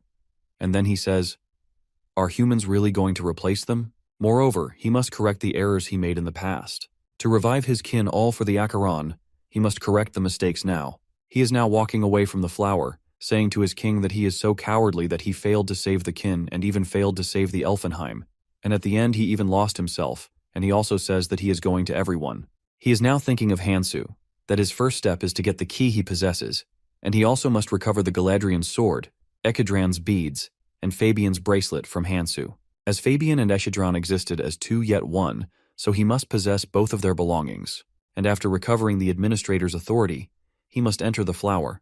But this process requires great powers, but not tricks. He is now thinking that he should use Ouroboros. Alpha is now getting down a big tree, jumping from one branch to another. As he reaches the floor, ants looking like monsters are now standing in front of him, but then he can order them to move away as he is their creator. He is now looking at these monsters while thinking that the original failed miserably at the end. And moreover, the original also lost its kin, so it lost the authority too. And as for now, he is the original. Then he starts laughing and says that from now on he is going to be the real Techeron. Now the Hansoo and others have come out of the demon's mouth. Now other travelers are helping them as they are seriously injured while saying that they thought they had died while fighting and are not going to come back alive. On the other side, Sophia is just lost in her thoughts, so Mikhail asks her about what she is thinking while standing behind her. She then turns back to look at him, but then he says that he is sure they are thinking the same thing, so asking her is actually pointless. He then starts talking about Hansoo, that he is the one who killed the disgorging root and calamity fish, and a lot of things have changed in the red zone since he has arrived. He then said that, honestly, he wanted to give up. And moreover, the person superior to him also said the same thing, because everyone thought that no one was actually able to kill the calamity fish. But at the end he succeeds in killing it and proves everyone wrong. Moreover, he did it alone. He then says that the person who is superior to him will surely like Hansoo. Moreover, our protagonist is going to cross over the orange zone just fine as well. While Sophia is thinking that the red zone is going to be a safe place from now on, which means the people coming from the tutorial zone are going to survive, If things happen the way she is thinking, then her siblings might also succeed in surviving in the red zone too. She then remembers when she met Hansoo for the first time, and also when he said that he was going to save 1 billion lives, so Sophia becomes happy and starts laughing. On seeing her, Mikhail is asking her the reason for her laugh. She then says, while smiling, that she felt like something ridiculous might come true. All of a sudden, a lot of monsters start coming towards the travelers, and they are now running away to save their lives. But suddenly, a man falls on the floor and is yelling for help from others. But then the ant attacks him from behind and is now sucking his soul. Alpha is actually the one who ordered them to stop the humans until he gains his control over the Ouroboros. So he asks them to make sure no human leaves the place. Alpha actually ordered the ants to stop the humans from crossing over the orange zone. He also ordered them that they must kill Hansoo and Sophia. All the people are now scared and are saying that a parasitic locust is coming towards them. While an old lady is yelling at people to prepare themselves, they must stop them. Because if they reach here, then this is going to be the end of the red zone. So it's up to them to protect their place. She is now ordering them to hold these monsters until help from other clans arrives, but travelers are saying that it's impossible to stop these monsters. On the other side, people sent the carrier pigeons to Mikhail, and he is now reporting to Hansoo and Sophia that all the parasitic locusts in Ouroboros have come out, which are actually more than 100 million. Meanwhile, travelers are saying that they aren't able to handle these monsters even if they gather all the clans. While our protagonist is thinking that it's impossible for the parasitic locust to advance this quickly, as they only protect the interior of Ouroboros. Moreover, they are gatekeepers and only protect whatever breaks through their Ouroboros scale, so they don't simply attack without any reason. And also the Ouroboros, which is the only being that can control them, is currently focused on drinking the poison water, so it doesn't have any reason to give them these orders. Also, this has never happened in the past 500 years, and not even in his past life, which means it must be Alpha, as all the things have become quite a hassle since he has come to life again. Meanwhile, someone yells his name from behind. He is Liu, and is getting furious at our protagonist because he thinks all the parasitic locusts are going wild because of him. Because if he didn't kill the calamity, then things would have never become like this. He is now asking Hansoo to take all the responsibility. But then Mikhail asks him to stop saying anything, because there is no relationship between calamity and the parasitic locusts. Hansoo is asking Sophia to use her librarian skills to see how long it is going to take for them to get down. She asks him whether he is asking about the time parasitic locusts take to get down, but then Hansoo points out the Ouroboros and says that he is asking for the time Ouroboros take to get down. Sophia and Mikhail are looking at him in shock. Meanwhile, he is thinking that things aren't going to end with the locusts, as that clone possesses the king's authority to a certain degree. As he can order the locusts to move, it means he can surely control the Ouroboros as well. But it is surely going to take him a long time to control them, as it is one of the 4 great calamities. But once he gets his control over them, he is going to send them down to the surface. So the most important thing is to figure out how much time he is going to take to control the Ouroboros. He is asking Sophia to hurry up, as the longer the Ouroboros takes to come down, the more time they have to make all the preparations. Sophia says that Ouroboros are going to take about 2 weeks to come down. On listening to this, even Liu is thinking that it's over now, and moreover, the order to bring Hansoo doesn't matter anymore. He then yells at his clan that the red zone is dangerous. Then he orders the first and second squads to report it to Sir Miyamoto, and the rest of the members follow him. But Sophia is asking him not to go anywhere, as they must stop him together. But Liu says that they don't have any reason to do this. Sophia is telling them that the mirror is going to open up soon, and all of them can escape at that time. Mirror is a great lake that is present between the 6 grand columns, and it's the path to the next area, but it only opens once a month. When the surface of the lake appears like a mirror, they can step inside it, but those who are unqualified can't enter it while others can. Sophia is thinking this is very obvious, as all the clan members are high-level travelers, so they are bound to successfully enter the mirror. Here Liu is asking her if she really means that all the clan members can escape when the mirror opens. He then says that they are not going to die here for sure, but she starts yelling at him that he must think about Sir Eris's and Sir Miyamoto's orders. But Commander Liu says it is very obvious that they are going to die at the hands of parasitic locusts, or they will simply die due to Ouroboros. Moreover, he doesn't care about the order given to him 20 years ago. Sophia is looking at him fiercely, but he asks her not to look at him like this, because other clan members are also thinking the same. Moreover, things would be very different if the order was established, and things were secure because people escaped justice in heaven, not in hell. She is now thinking that at this rate all the remaining survivors will die, and they need to be careful as the seal may come undone as well. But Hansoo assures her not to worry, as 2 weeks is plenty of time for him, and if they just ascertain the conditions, then taking down the Ouroboros isn't going to be very difficult. But Sophia says if he is thinking the same about the time with the calamity fish and the disgorging root, then it's impossible. And Mikhail says that all the parasitic locusts are descending even though they are speaking. And if the gatekeepers aren't doing their duty, it means it is completely shielding itself. So using the same method as before is quite impossible. So Hansoo says that they must fulfill certain conditions. The first one is gathering all the clan members to fight against the locusts. And the second condition is getting help from the strongest figures of the red zone, which is 7 phantoms. And this is how they are going to take down the Ouroboros. Mikhail asks him if he really meant that when he said he wants to unite all the clans to fight against the locusts, despite the fact the Ouroboros are going towards descent and soon to destroy everything here. He says they're gathering all the clans is actually impossible. While Sophia is saying that she has been following his ideas all this time, even the things she thought were impossible, and even now she trusts him, she then says that he must be aware that they, the phantoms, can't leave their posts, and even if they want to come, they still can't. Hansoo says that he is aware of it. That's why he is going to resolve it too, as he is going to eradicate the main reason because of which all the phantoms are tied. Sophia asks him what he is going to do, but he ignores her, saying first they need to unite the clans so they can stop the parasitic locusts, as they don't have time. Ouroboros are central nervous systems. On the other side, people are fighting against the locusts, while Alpha is looking at him while sitting inside the Ouroboros. He says that they are holding out better than he actually thought, but it's actually meaningless, as the locusts are high in number, and suppressing the humans is only a matter of time, as he himself can't afford to kill these many humans. Even if every one of them is actually a valuable resource, he still needs quite a population to remain. He then realizes some vermin are actually trying to escape the red zone.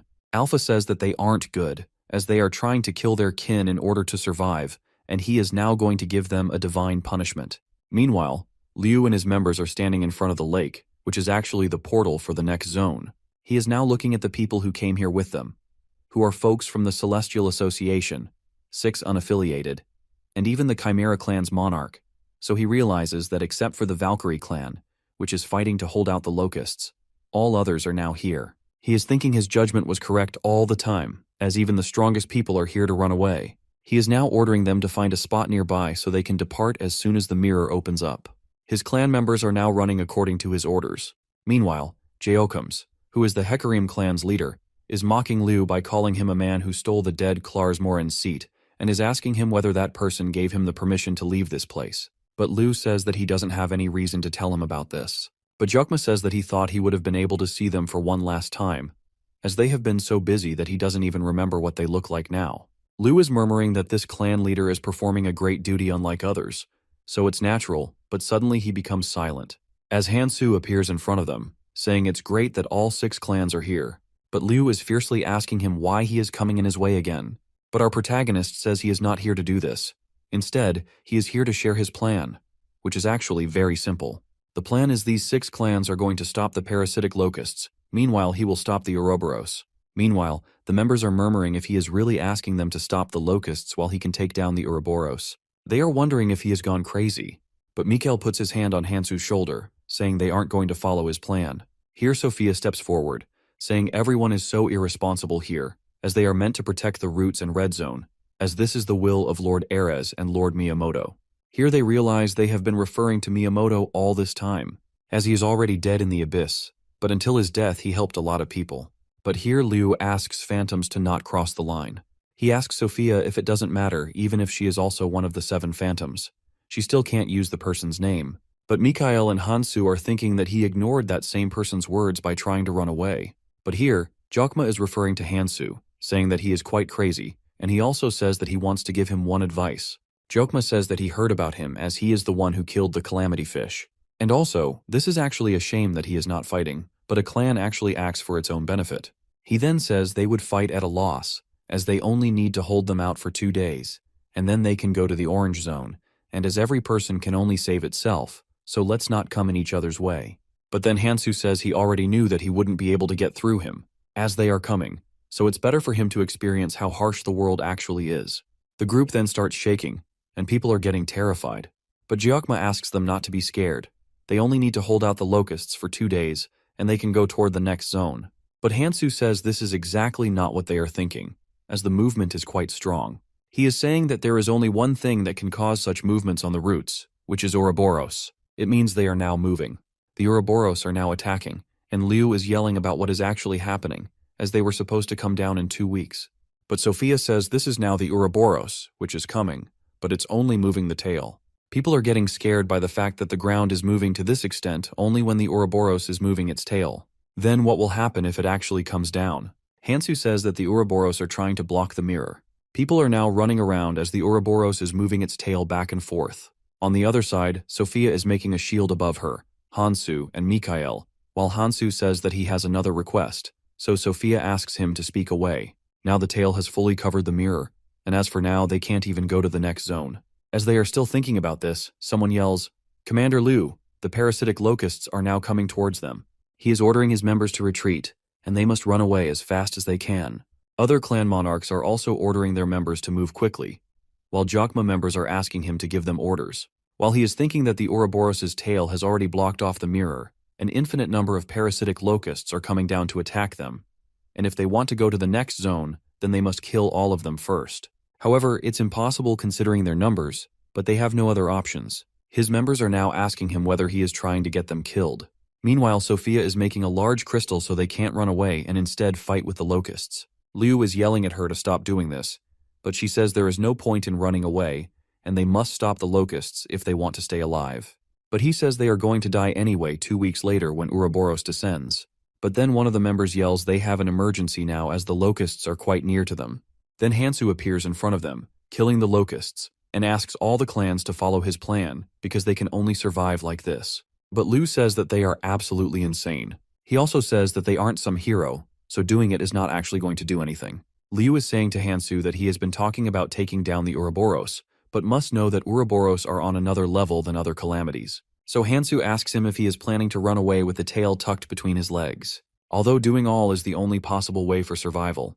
The mirror is going to open in 2 days, but they don't have any choice but to wait for 2 weeks, as the Ouroboros' tail is completely covering the mirror. He then asks them to choose between uniting to take down the calamity or dying due to their own selfishness and being buried in the ground. The locusts are coming towards them, and Jokma's clan members are yelling at him to give them some orders. So Jokma says that he likes what Hansoo just said. He then orders his members that from this moment make sure that all the parasitic locusts that ran over the lake will not remain able to move anywhere else. He is now ordering them to take their weapons and start the war with the locusts. While one of his members asks him if he is really going to fight with the locusts until he slays the Ouroboros. But he says that they aren't going to do this, although they are going to fight. But he also orders them to prepare for retreat too, so they can at the moment once they need it. Because it's going to be very beneficial for the 6 great clans to fight together with them. Moreover, if Hansoo can't succeed in stopping the Ouroboros, then they will not be able to head toward the Orange Zone, so all 6 clans must be aware of this. So if things go wrong, then he will hold him accountable for them. As he said, he can take down the Ouroboros along with 7 phantoms, so he says there is nothing for them to lose anyway. Now all the clans are taking part in fighting with the locusts except Liu and his clan. So his members are saying that they should also take part to kill these locusts.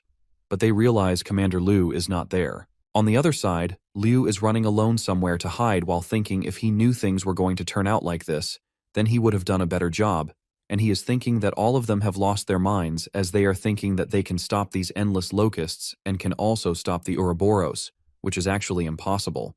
He says that their plans are not going to work out, but then he remembers Hansoo and thinks that maybe he can do this. But again he starts saying that it is impossible for this plan to work out. He is now running back to the person, and is thinking that he will just say it took him a while to learn more about Kang Hansoo. On the other side, Mikhail is looking somewhere, so Sophia asks him whether he saw something there, but he says no, he saw nothing there. Hansoo is fighting with the locusts, and Mikhail is telling Sophia that after the Hecarim clan, all the other clans also started following the plan, and that's how they actually managed to delay the parasitic locusts' descent. Here Hansoo says that he is going to leave everything on him now as he needs to go and win over the 7 phantoms. While he says that the time has arrived to meet Miyamoto now, here Mikhail asks him if he is asking him to stay back by leaving the rear to him. So Hansoo says that he is the one who offered to help him last time. Then Hansoo and Sophia leave the place, saying he is going to leave everything behind on him. Meanwhile, in the Beacon's headquarters, the members are discussing it. As someone is reporting them, what is happening outside is that locusts have blocked the mirror, and 6 great clans are now fighting with them. Moreover, the Valkyrie clan has completely eradicated the first wave of locusts, and now they are moving towards the mirror. So they must decide something now. which is whether they avoid the battle against locusts while hiding and waiting for the path to open, or they continue to protect the seal, as the phantoms must protect the seal after all. Here, fourth Phantom Mariant Arc suggests hiding near the seal and waiting for everything to pass, because the situation isn't very dangerous. While the third Phantom Beak, Jonsang, says that he also supports hiding the seal so locusts and Ouroboros wouldn't be able to enter it. They don't have any way to deal with Ouroboros. The sixth Phantom, Tina Charlize, says that what will happen to the remaining travelers if they hide. But the second Phantom Kyle Cooper Day, he is against it, as although protecting the seal is their duty, it's actually for the sake of protecting more lives. Now they all are arguing about it, as some are suggesting protecting the travelers, and some are suggesting protecting their lives. But then the first Phantom, who is Miyamoto Junichi, advises them not to fight with each other. He says it is quite good to discuss, but they shouldn't argue about it. All of the other Phantoms apologize to him. He says that this is not the time for apologies, and as for the current situation, he says that he completely understands what they are feeling. But as they are Phantoms, they must stay calm. He says that they first need to find the cause of the current situation. In the red zone, but then Liu appears in front of him, and he is breathing heavily, so Miyamoto asks him what is happening. Here Liu says that he has an urgent report, but one of the Phantoms yells at him, saying he is disturbing them between the meeting. But then Miyamoto stands up from this chair and is appreciating him, saying that he is going great as he is filling the vacancy of Karl's Moren. Then he asks him to say whatever he wanted to say before. He says that whatever is happening right now is Hansoo's fault, and moreover, he also proposed the ridiculous idea of taking down the Ouroboros. But here Miyamoto asks him why he has gone to the mirror as Liu is thinking to say something, but he says there is no need for him to tell him. He says that this is the proof that he attempted to escape the orange zone. As all the Phantoms are trying to protect the red zone, his actions actually spat in the face of their efforts. Here, Liu says that he simply follows the orders of Miyamoto, so he asks him if he really did that. Then he apologizes to the Miyamoto, but Miyamoto asks him to wait and they can discuss it later. Now they are saying that it's a shame he tried to run away, but Miyamoto says, considering the fact that such a massive Ouroboros is descending, his actions are quite understandable. So one of the Phantoms says that Man Hansoo is creating a lot of fuss, but still she wants to meet him once. But Miyamoto says they don't know if he could be a sensible man who is going to be a great help for the red zone. But then someone reports to Miyamoto from behind that Kang Hansoo is here to meet him. Hansoo is now introducing him to the Miyamoto and other Phantoms. And even Miyamoto also introduces himself, saying he is the current leader of the Beacon Clan and he also protects the red zone. Then our protagonist says, due to the current situation, he is just going to cut to the chase. He then asks them to help him in taking down the Ouroboros. But all the Phantoms start saying that he doesn't deserve to talk with them like this. Here Miyamoto appreciates him by saying that he is a very honest man, but they can't help him. Even if he says that he is able to take down the Ouroboros, they still can't leave this place. Here Hansoo talks about Akuma, who is going to take his place, and strikes him down, so he asks them to release his seal. Now all the Phantoms are pointing their weapons at Hansoo while Miyamoto is asking him how he knows about Akuma. There are 4 calamities. In the red zone, which travelers are aware of, are Disgorging Root, Ouroboros, King Bee, and Calamity Fish. But deep within the trunk of the World Tree, there exists another calamity that is hidden from the travelers. It is the 5th one, which is the Sealed Calamity, which is Akuma. And the moment it was discovered, people realized that he must be kept sealed away because it was clear that he could bring the red zone to ruin. So Akuma's existence was hidden, and only Miyamoto knows about it and 7 Phantoms who share his will.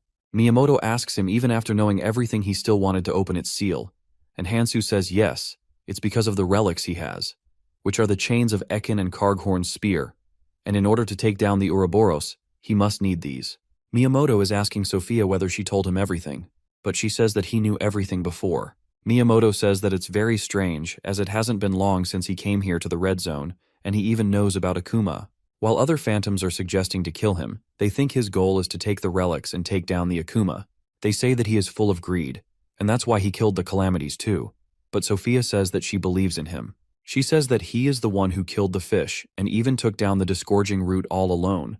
And now if he is saying that he can take down Akuma, then he is right, as he can do it. So Miyamoto asks others to take down their weapons. He is now telling him that Akuma did a lot of destruction in the past. He then asks them to see for themselves that he can actually kill the Akuma, but then one of the Phantoms attacks him, saying that he wants to test him first.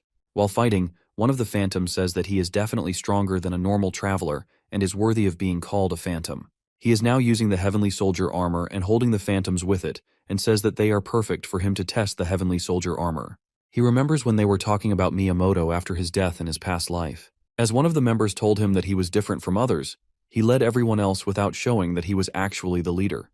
He had defensive and other skills too. Moreover, when everyone was busy taking over the rewards and chasing the orange zone, he alone stayed in the red zone to guard the Akuma's seal. She then says that if he ever thinks choosing Miyamoto, it would be alright.